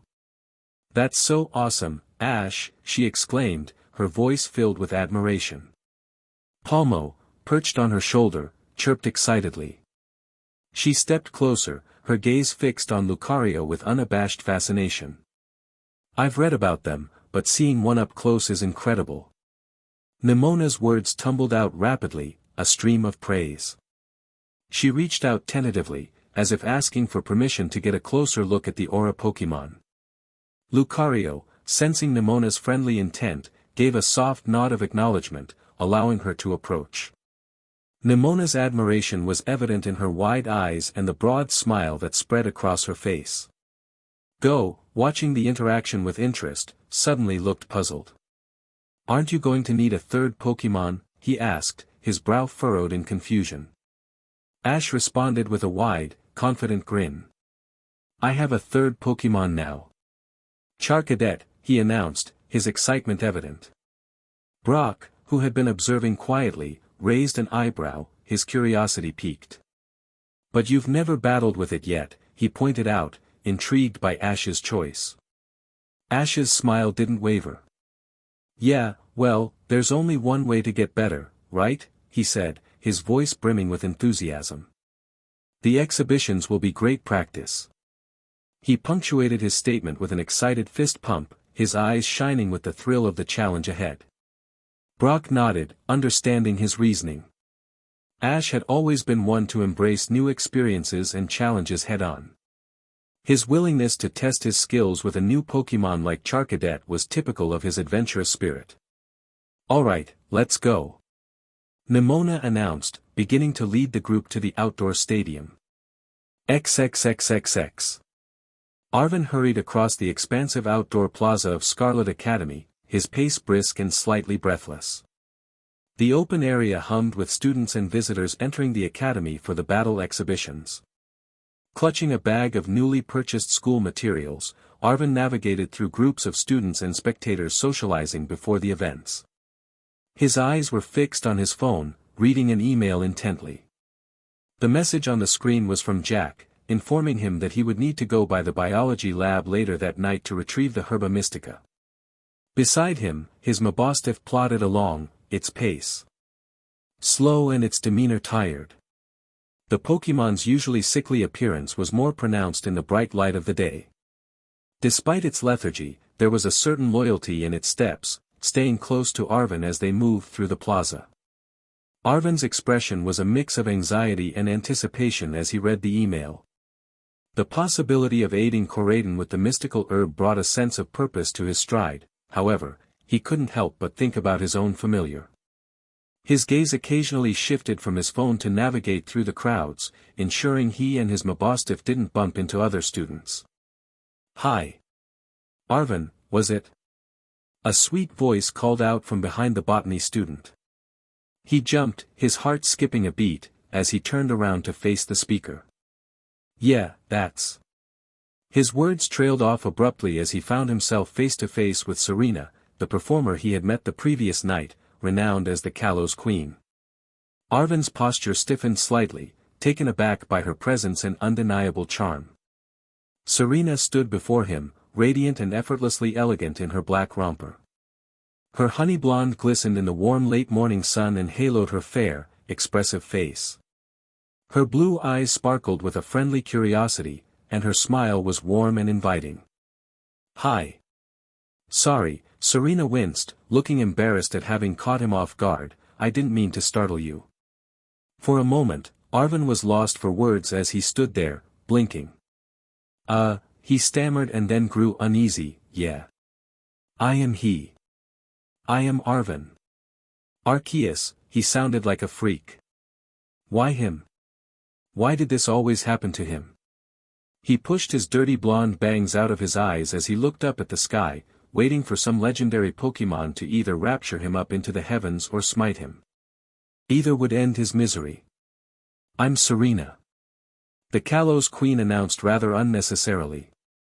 She must have realized this as she grimaced, scratching her cheek shyly. But I guess you knew that since we met last night. Serena's soft expression and easy kindness eased Arvin's initial discomfort. Yeah. Hi, Serena, he said, now feeling a bit more relaxed, though still unsure of what to say next. She smiled and looked down at the canine Pokémon beside Arvin. Immediately, she crouched down and began to gush over the creature, who brightened significantly at her attention. What a cute Mabostiff, Serena beamed, petting the Pokémon around its ears and under its neck. Thanks, Arvin exhaled, feeling more at ease. He looked around as though surprised to find the performer alone. He noticed a few students beginning to stare in their direction. He tensed up again. Why did the people he seemed to run into these days cause so much attention? Eventually, the aspiring botanist sighed. So what are you? Arvin began, but then he realized what she might be doing there. Oh, the battle exhibitions. Serena's face lit up. Are you going too? Do you think you could show me where to go? She asked excitedly. Arvin pursed his lips as though he hadn't quite decided whether or not he was actually attending. However, it appeared the decision had just been made for him. He sighed, not looking forward to Neimona's gloating over Serena's attendance. Of course, Arvin gave the performer a small smile before gesturing for her to follow him and Mabostiff. Come on. Arvin led Serena through the academy's grand threshold, moving through the stately halls and their polished marble floors, reflecting the soft glow of the overhead lights. Serena's eyes observed the portraits of distinguished alumni and past directors gazing down upon them along the walls. So, Arvin tried not to start sweating. How do you know Ash? Serena's response was bright and cheerful, her voice carrying a note of fond remembrance. We traveled together in Kalos. She spoke with evident happiness, her eyes twinkling as they took in the vibrant life around the academy. He was collecting gym badges and challenging the league. Students passed by, giving quick, curious glances at the Kalos Queen, while Serena seemed to absorb the energy and excitement of the campus. Arvin, feeling suddenly self-conscious, let out a comment without fully realizing its implications. Was he always getting into trouble then? He asked, his voice a bit lower than he intended. As he realized what he'd just said, a look of slight regret crossed his face, his hand moving to cover his mouth as if to take back the words. Serena, however, didn't seem to notice the strangeness of the question. In fact, she laughed, a genuine, carefree sound that lightened the atmosphere. He really was, she agreed, her laughter fading into a more reflective tone. Ash always had a knack for finding trouble, but he was also always there to save the day. He knows more about Pokémon than anyone I know. As she spoke, her expression became more thoughtful, clearly admiring Ash's qualities and recalling their shared adventures with a sense of nostalgia. Then, turning her bright blue eyes towards Arvin, she asked, How do you know Ash? How long have you been attending this school? It looks so wonderful. Arvin, taken aback by Serena's genuine niceness, a rarity in his experience, paused for a moment, slightly unsure how to respond. He scratched the back of his head, his body language showing a mix of nervousness and surprise at her friendly demeanor. We're sort of doing this project together," he explained, trying to sound casual. "But I've been here about 4 years, so this is technically my final year. And then I'll officially be a naturalist with a specialty in botany." Serena's face lit up with genuine admiration. "That's amazing, Arvin. You must be incredibly smart to be studying all of that," she exclaimed, her compliment sincere and encouraging.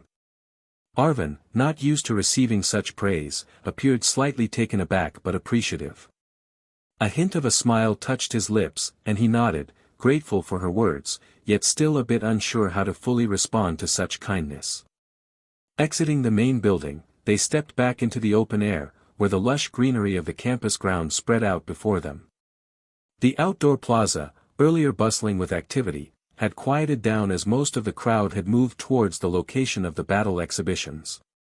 They made their way towards the opposite end of the campus and passed by the main courtyard where students would normally lounge and study. Majestic trees provided shade, their leaves rustling gently in the breeze. Bursts of laughter and the distant sound of Pokémon calls from the nearby training fields added to the lively ambience. The path they took wove through a series of beautifully landscaped gardens, each meticulously maintained and showcasing a variety of native Paldea flora. Arvin identified each plant while Serena gushed over the colorful flower beds and neatly trimmed hedges bordered the walkways. She allowed Sylvian out of its pokeball to enjoy the sights. "So where is this outdoor arena?" Serena looked around, not finding any stadium and wondering where they were heading. However, she didn't doubt Arvin as droves of students were scuttling in the same direction. Arvin smiled, actually excited to show her. "Come on. It's just over here." He picked up the pace. Serena exchanged glances with Sylvian and then smiled, catching up with Arvin. She was so busy taking everything in that she didn't notice that the botanist had stopped abruptly until he threw himself in front of her. "Watch out." Arvin's eyes wide, barely stopping Serena from running face first into the arena. Serena gasped with delight. Her laughter rang out, echoing around them. Her Sylvian, trotting alongside her, shared in her happiness, its ribbon-like feelers waving in the air, reflecting her trainer's emotions. The outdoor arena sat nestled amidst the lush greenery of the campus. It was an in-ground stadium, Serena realized, blending in with the natural cliffs and rock characteristic of the city. Descending into the stadium, she noticed how the stands and seating areas were carved directly into the rock of the plateau, creating natural benches. The central battle stage, set at the lowest point of the stadium, was a large, circular area with a clay-like surface that could withstand the rigors of Pokémon battles. This lower positioning of the stage made it the focal point of every spectator's gaze, drawing all attention to the intense battles that took place. The natural slope of the ground was utilized to create the tiered seating arrangement, with each row set slightly higher than the one in front of it, ensuring an unobstructed view for every spectator. Grass-covered embankments provided a comfortable and aesthetic seating option. "This is incredible!" Serena exclaimed, her voice filled with awe. Sylvian looked up at her, its opalescent eyes gleaming, and let out a cheerful sound, mirroring Serena's sense of wonder.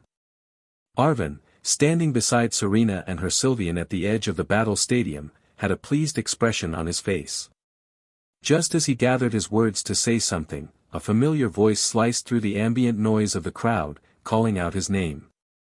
"Arvin!" Neimona's voice, unmistakable in its enthusiasm and volume, cut across the stadium. "Oh geez," Arvin winced, looking uneasy. Serena laughed softly at Arvin's reaction and then turned to find the source of the voice. She paused, immediately recognizing the tall Paldea girl, her green highlights flashing in the sun.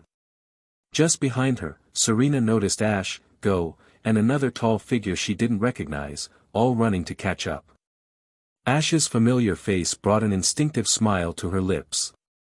He waved enthusiastically to her, moving ahead of his group and growing a bit careless as he descended the arena's stone steps to get to the performer.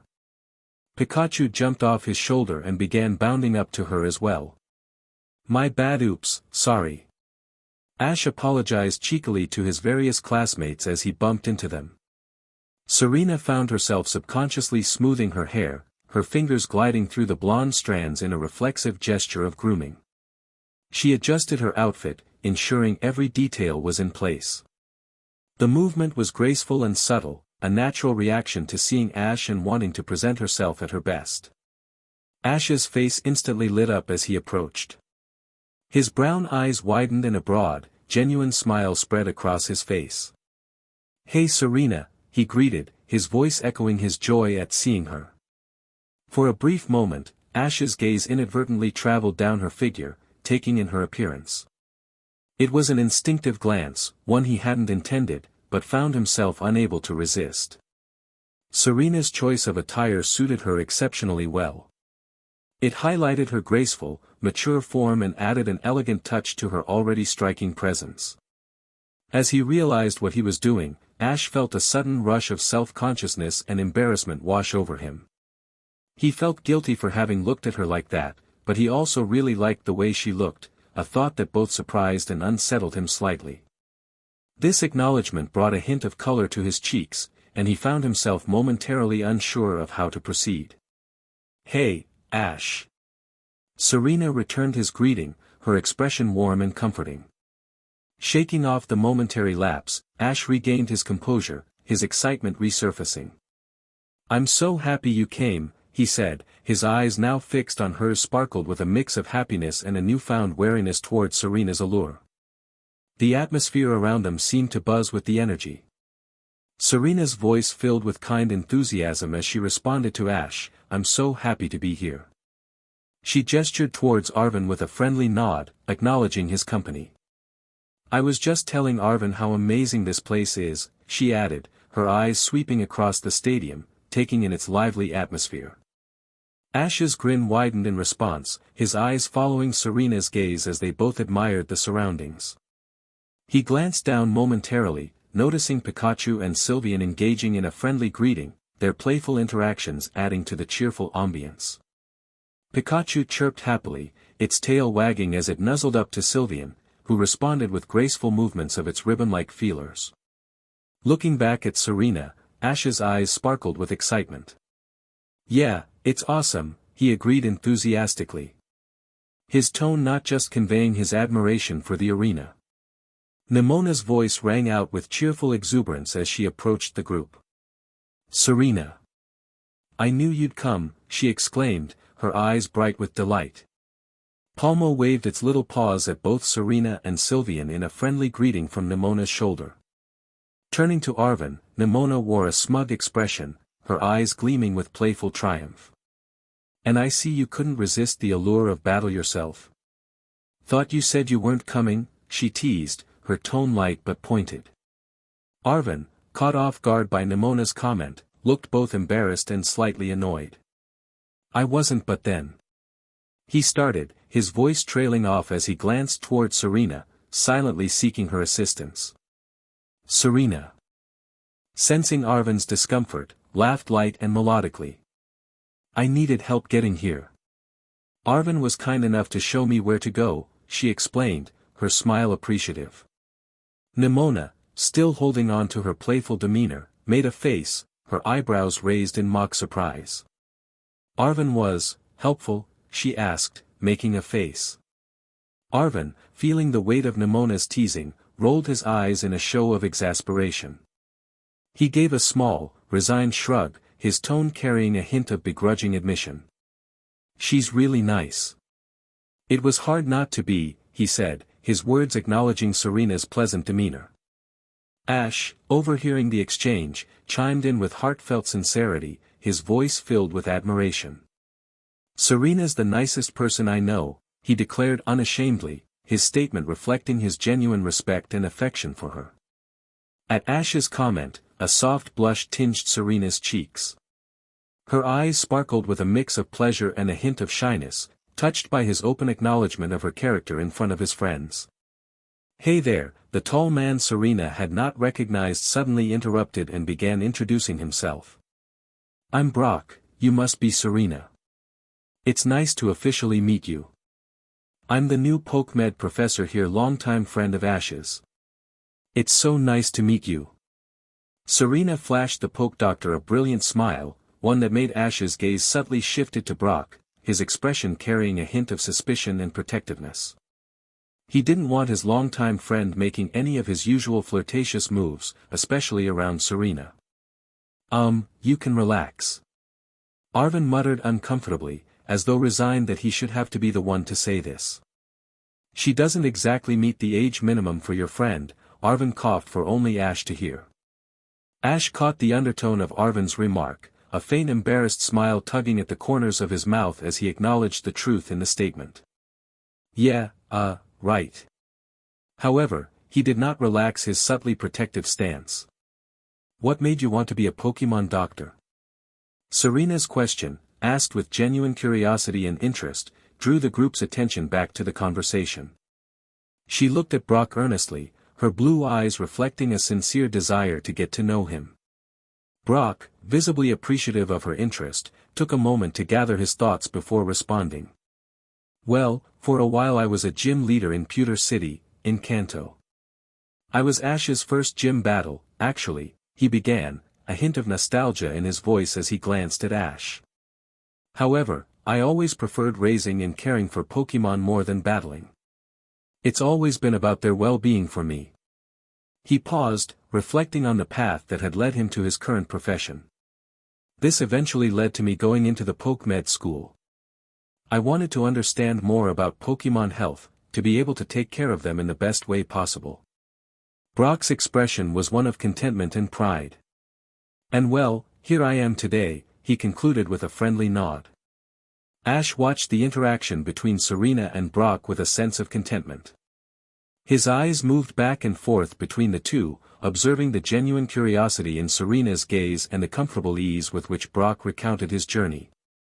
It was a pleasant feeling for Ash to see one of his oldest and best friends connect with Serena. "I would love to ask you about how you got into showcases, Serena.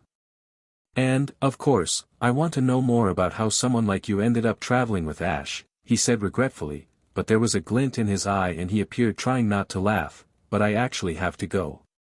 I'll be battling in one of the exhibition matches." There was a certain excitement in his tone, mixed with the disappointment of having to leave the conversation. Brock's words, tinged with a hint of playful curiosity, caught both Ash and Serena slightly off guard. Ash's face betrayed a flicker of discomfort, a slight crease forming on his forehead as he processed Brock's remark. Serena, meanwhile, felt a warmth spread across her cheeks, a blush threatening to surface at Brock's teasing. Her smile was polite yet guarded, an attempt to steer clear of the unspoken implications of Brock's words. "Of course," she managed to say. The group collectively expressed their goodbyes, with friendly waves and words of encouragement for Brock's upcoming battle. Pikachu chirped energetically, while Grookey clapped its hands in anticipation of the matches. As they waved Brock off and moved to find their own seats, the atmosphere was slightly charged, a subtle tension lingering in the air. "Let's find Aliquis and the others," Neimona suggested. She took the lead, guiding the group towards a different section of the stadium where their friends were likely seated. The stone benches of the stadium were steep and uneven in places, a characteristic feature of the outdoor arena. As the group navigated through the rows, Serena, caught up in the excitement and slightly distracted by the crowd, misstepped. Her foot caught the edge of a stone bench, causing her to stumble forward unsteadily. In a swift, reflexive motion, Ash reached out, his hand grasping Serena's wrist just in time to steady her. His grip was firm yet gentle, ensuring she didn't fall. Serena looked up, her eyes wide with a mix of surprise and relief. A flush of gratitude and something more complex colored her cheeks, her heart skipping a beat at the unexpected physical contact. It had been a long time since she'd felt his fingers on her skin. Ash, too, felt a jolt of surprise at the suddenness of the moment. His brown eyes met hers, conveying concern and a hint of something more, an unspoken connection that seemed to spark between them. He quickly steadied her, his grip loosening but lingering just a moment longer than necessary. "Are you okay?" Ash asked, his voice laced with genuine concern. Serena nodded, regaining her composure. She gave him her best reassuring, casual smile. "Yes, thanks." She gently pulled her wrist free as she avoided his gaze for a moment, trying to mask the flurry of emotions his touch had stirred. Go, who walked behind the two, looked at Grookey and made a face that seemed to contort all of his features. "What is happening?" the city boy muttered to himself, pulling out his Rotom phone as though the action comforted him. Arvin just rolled his eyes. XXXXX. It didn't take long for them to find Aliquis, Homa, and O'Hara. It did take a while, however, for Neimona to convince the former two that Serena, Kalo's queen, would be sitting with them. Aliquis, usually composed and somewhat aloof, couldn't hide his astonishment. His eyes widened slightly, and he took a moment to adjust his blue hair, as if trying to appear more presentable. The usually confident trainer seemed momentarily taken aback by Serena's presence. Homa, on the other hand, was more openly starstruck. His friendly face lit up with excitement, his eyes sparkling behind his rounded glasses. He looked at Serena as if she were a rare Pokémon he'd only ever read about in books. A mix of admiration and nervousness played across his features, his usual cheerful demeanor tinged with a hint of shyness. Neimona, sensing their hesitation, nudged them along to make their introductions. "Go on." Neimona whispered through gritted teeth, a bit embarrassed by their reaction. "She's really nice," she encouraged. Taking the cue from Neimona, Aliquis and Homa gathered their composure. Aliquis cleared his throat and leaned forward, offering a polite, somewhat reserved greeting. "It's nice to meet you, Serena. I've heard a lot about your performances," he said, his voice regaining its usual steady tone. Homa, meanwhile, seemed to muster all his courage before speaking. "Wow, it's so cool to meet the Kalo's queen in person. I was a big fan of your showcase last night," he exclaimed, his words enthusiastic but respectful. O'Hara greeted Serena with a pleasant smile, her Fuecoco resting contentedly on her lap. "Good to see you again, Serena," she said, her tone carrying a hint of pride. She then turned to the others, eager to share a bit about their previous encounter. "I met her during the welcome night rehearsals," she explained, her expression reflecting a mix of gratification and excitement at having had the opportunity to interact with the Kalo's queen before the rest of the group. Serena responded with her characteristic warmth and grace, her smile genuine as she greeted each of them. The initial awkwardness soon dissipated, replaced by a friendly and welcoming atmosphere as they all settled down to enjoy the upcoming battle exhibitions. Ash took his seat next to Serena, his posture slightly leaning towards her as he settled down. Pikachu sat on his lap, while Serena's Sylveon curled up at the performer's feet. Ash glanced at Serena with an attentive gaze, an unconscious display of his interest in her presence. His eyes subtly took in her appearance again, looking from the necklace resting on her elegant neckline to the way her blonde hair framed her face, highlighting her expressive blue eyes. He tried not to feel disappointed in noticing the ribbon's absence. There was a subtle care in the way Ash positioned himself next to her. He began fiddling with the collar of his shirt and readjusting his cap over his hair. He felt his attention divide itself between the excitement of the upcoming battle exhibitions and Serena's company. He had a lot of questions to ask her, and so much he wanted to tell her himself. But so did everyone else apparently, as Neimona and the others bombarded Serena with all kinds of questions about her time in Hoenn, her becoming Kalo's queen, and her coming to Paldea. Ash chuckled, seeing he'd have to wait his turn. For now, the proximity to her seemed to bring a quiet contentment to him. As the first exhibition battle drew nearer, the energy in the stadium intensified. The hum of conversations and laughter steadily grew into a chorus of excitement, reverberating throughout the arena.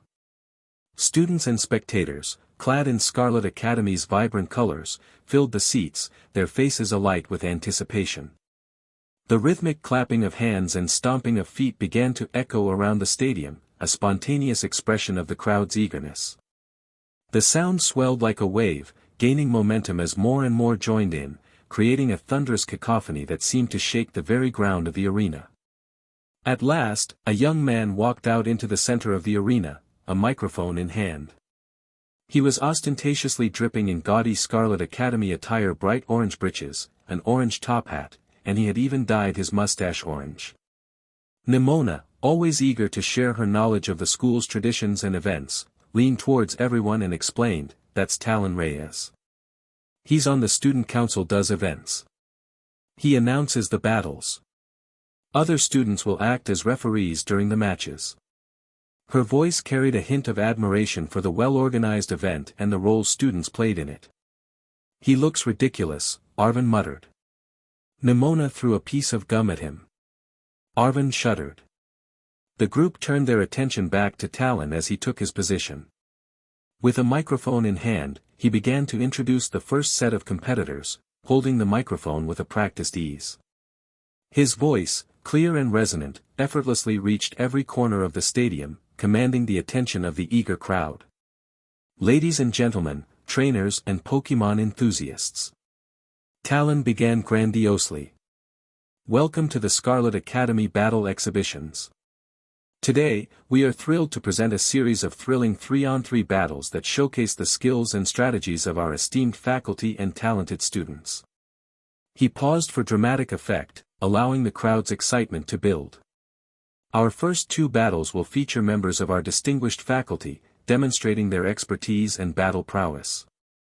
These matches are not just battles, they are lessons in strategy, technique, and the bond between trainer and Pokémon." Talon's eyes sparkled as he moved on to the highlight of the event. "And for our final match, we have a spectacular showdown between 2 champions. First, we have our very own student council president and last year's student champion of the ACE tournament, Neimona. She has proven her skills time and again and is ready to defend her title." The crowd cheered, some chanting Neimona's name, as she waved from her seat confidently to her supporters. "And her challenger," Talon continued, his voice rising with excitement, "is none other than the monarch of the world, Ketchum. A renowned Pokémon trainer whose exploits and victories have echoed across regions. Ash brings his world-class experience to our academy, promising an exciting match."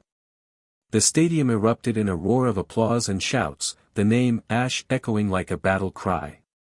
His fans, many of the girls, expressed their support, creating a vibrant tapestry of excitement and anticipation. Ash felt a wave of embarrassment wash over him.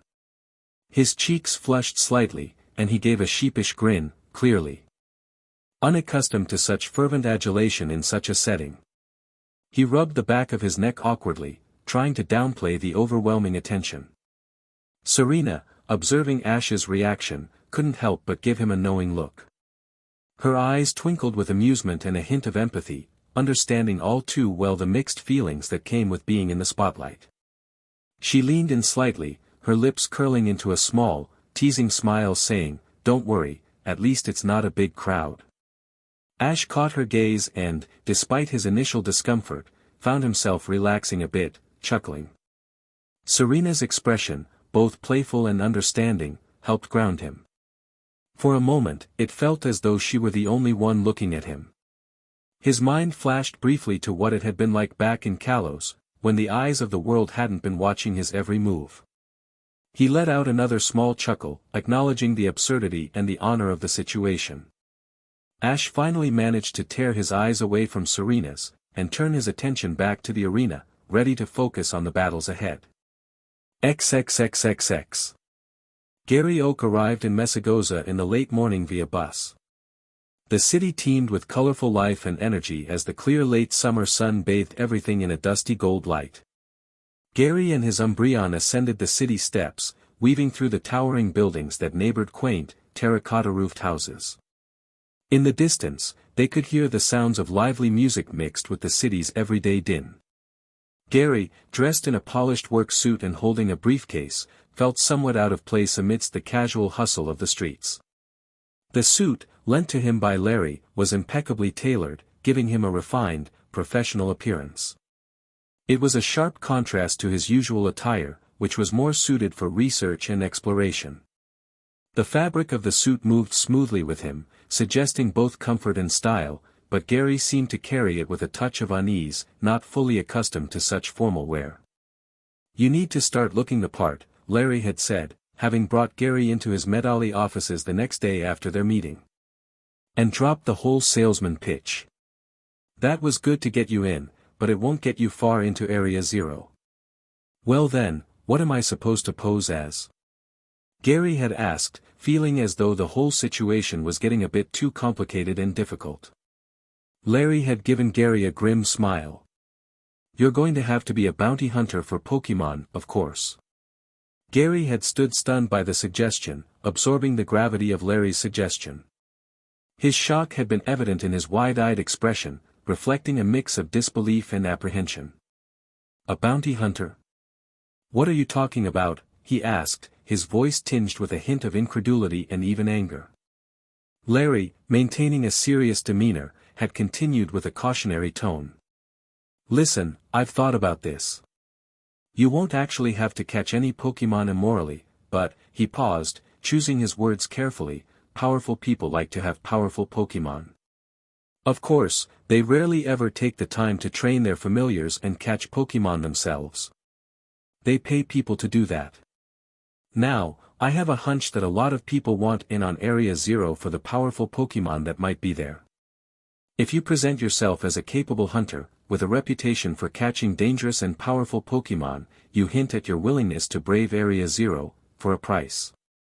I bet the right people will take you up on it, if you tread carefully. This is all highly illegal, so you can't attract attention. It has to be subtle. But if you get even just one client, they will have to give you any information they know on the crater, which should help you find a way in." Gary, still grappling with the idea, had frowned, the weight of the responsibility and the moral ambiguity of the role weighing heavily on his mind. He looked at Larry, his eyes searching for assurance in the older man's steady gaze. The prospect of posing as a bounty hunter, even under the guise of legality and morality, was a far cry from his typical research-oriented approach and his moral compass as a whole. Yet, the potential to gain access to Area Zero and the untapped knowledge it promised was too enticing to dismiss outright. The young researcher had known that if he were to accept this role, it would require a level of discretion and cunning he hadn't exercised before. The thought of venturing into such uncharted territory, both literally and figuratively, sent a thrill of excitement mixed with a dose of anxiety through him. As they continued through the streets of Mesagosa, Gary glanced down at Umbreon, his trusted companion, whose sleek black fur and unwavering presence offered a silent reassurance. With a deep breath, Gary steeled himself for the task ahead. Taking out his Rotom phone, he looked up the directions to the Mesagosa Grand Hotel. He needed to check in and get ready before the city council luncheon, which Larry had instructed him to attend. "You'll meet a guy named Bob," Larry had said, dismissing Gary's eye roll. "He's a colleague. I'll tell him to help you out, introduce you to people, show you the ropes of a socialite. Please don't go in guns blazing. You'll need to take some time to socialize, attend shows, dinners, parties. Maybe get a pretty girl to go with you. Those old men love to flirt." Gary had snorted. "I'll do my best." Before the researcher had left Larry's office, briefcases and suits in hand, the gym leader had stopped him. "Above all, Gary, be careful. These men, well, they're dangerous. Have your best team with you. Always." Remembering this, Gary instinctively felt for the pokeballs at his belt beneath his blazer. With a sigh, he ran a nervous hand through his auburn hair, and moved towards the hotel.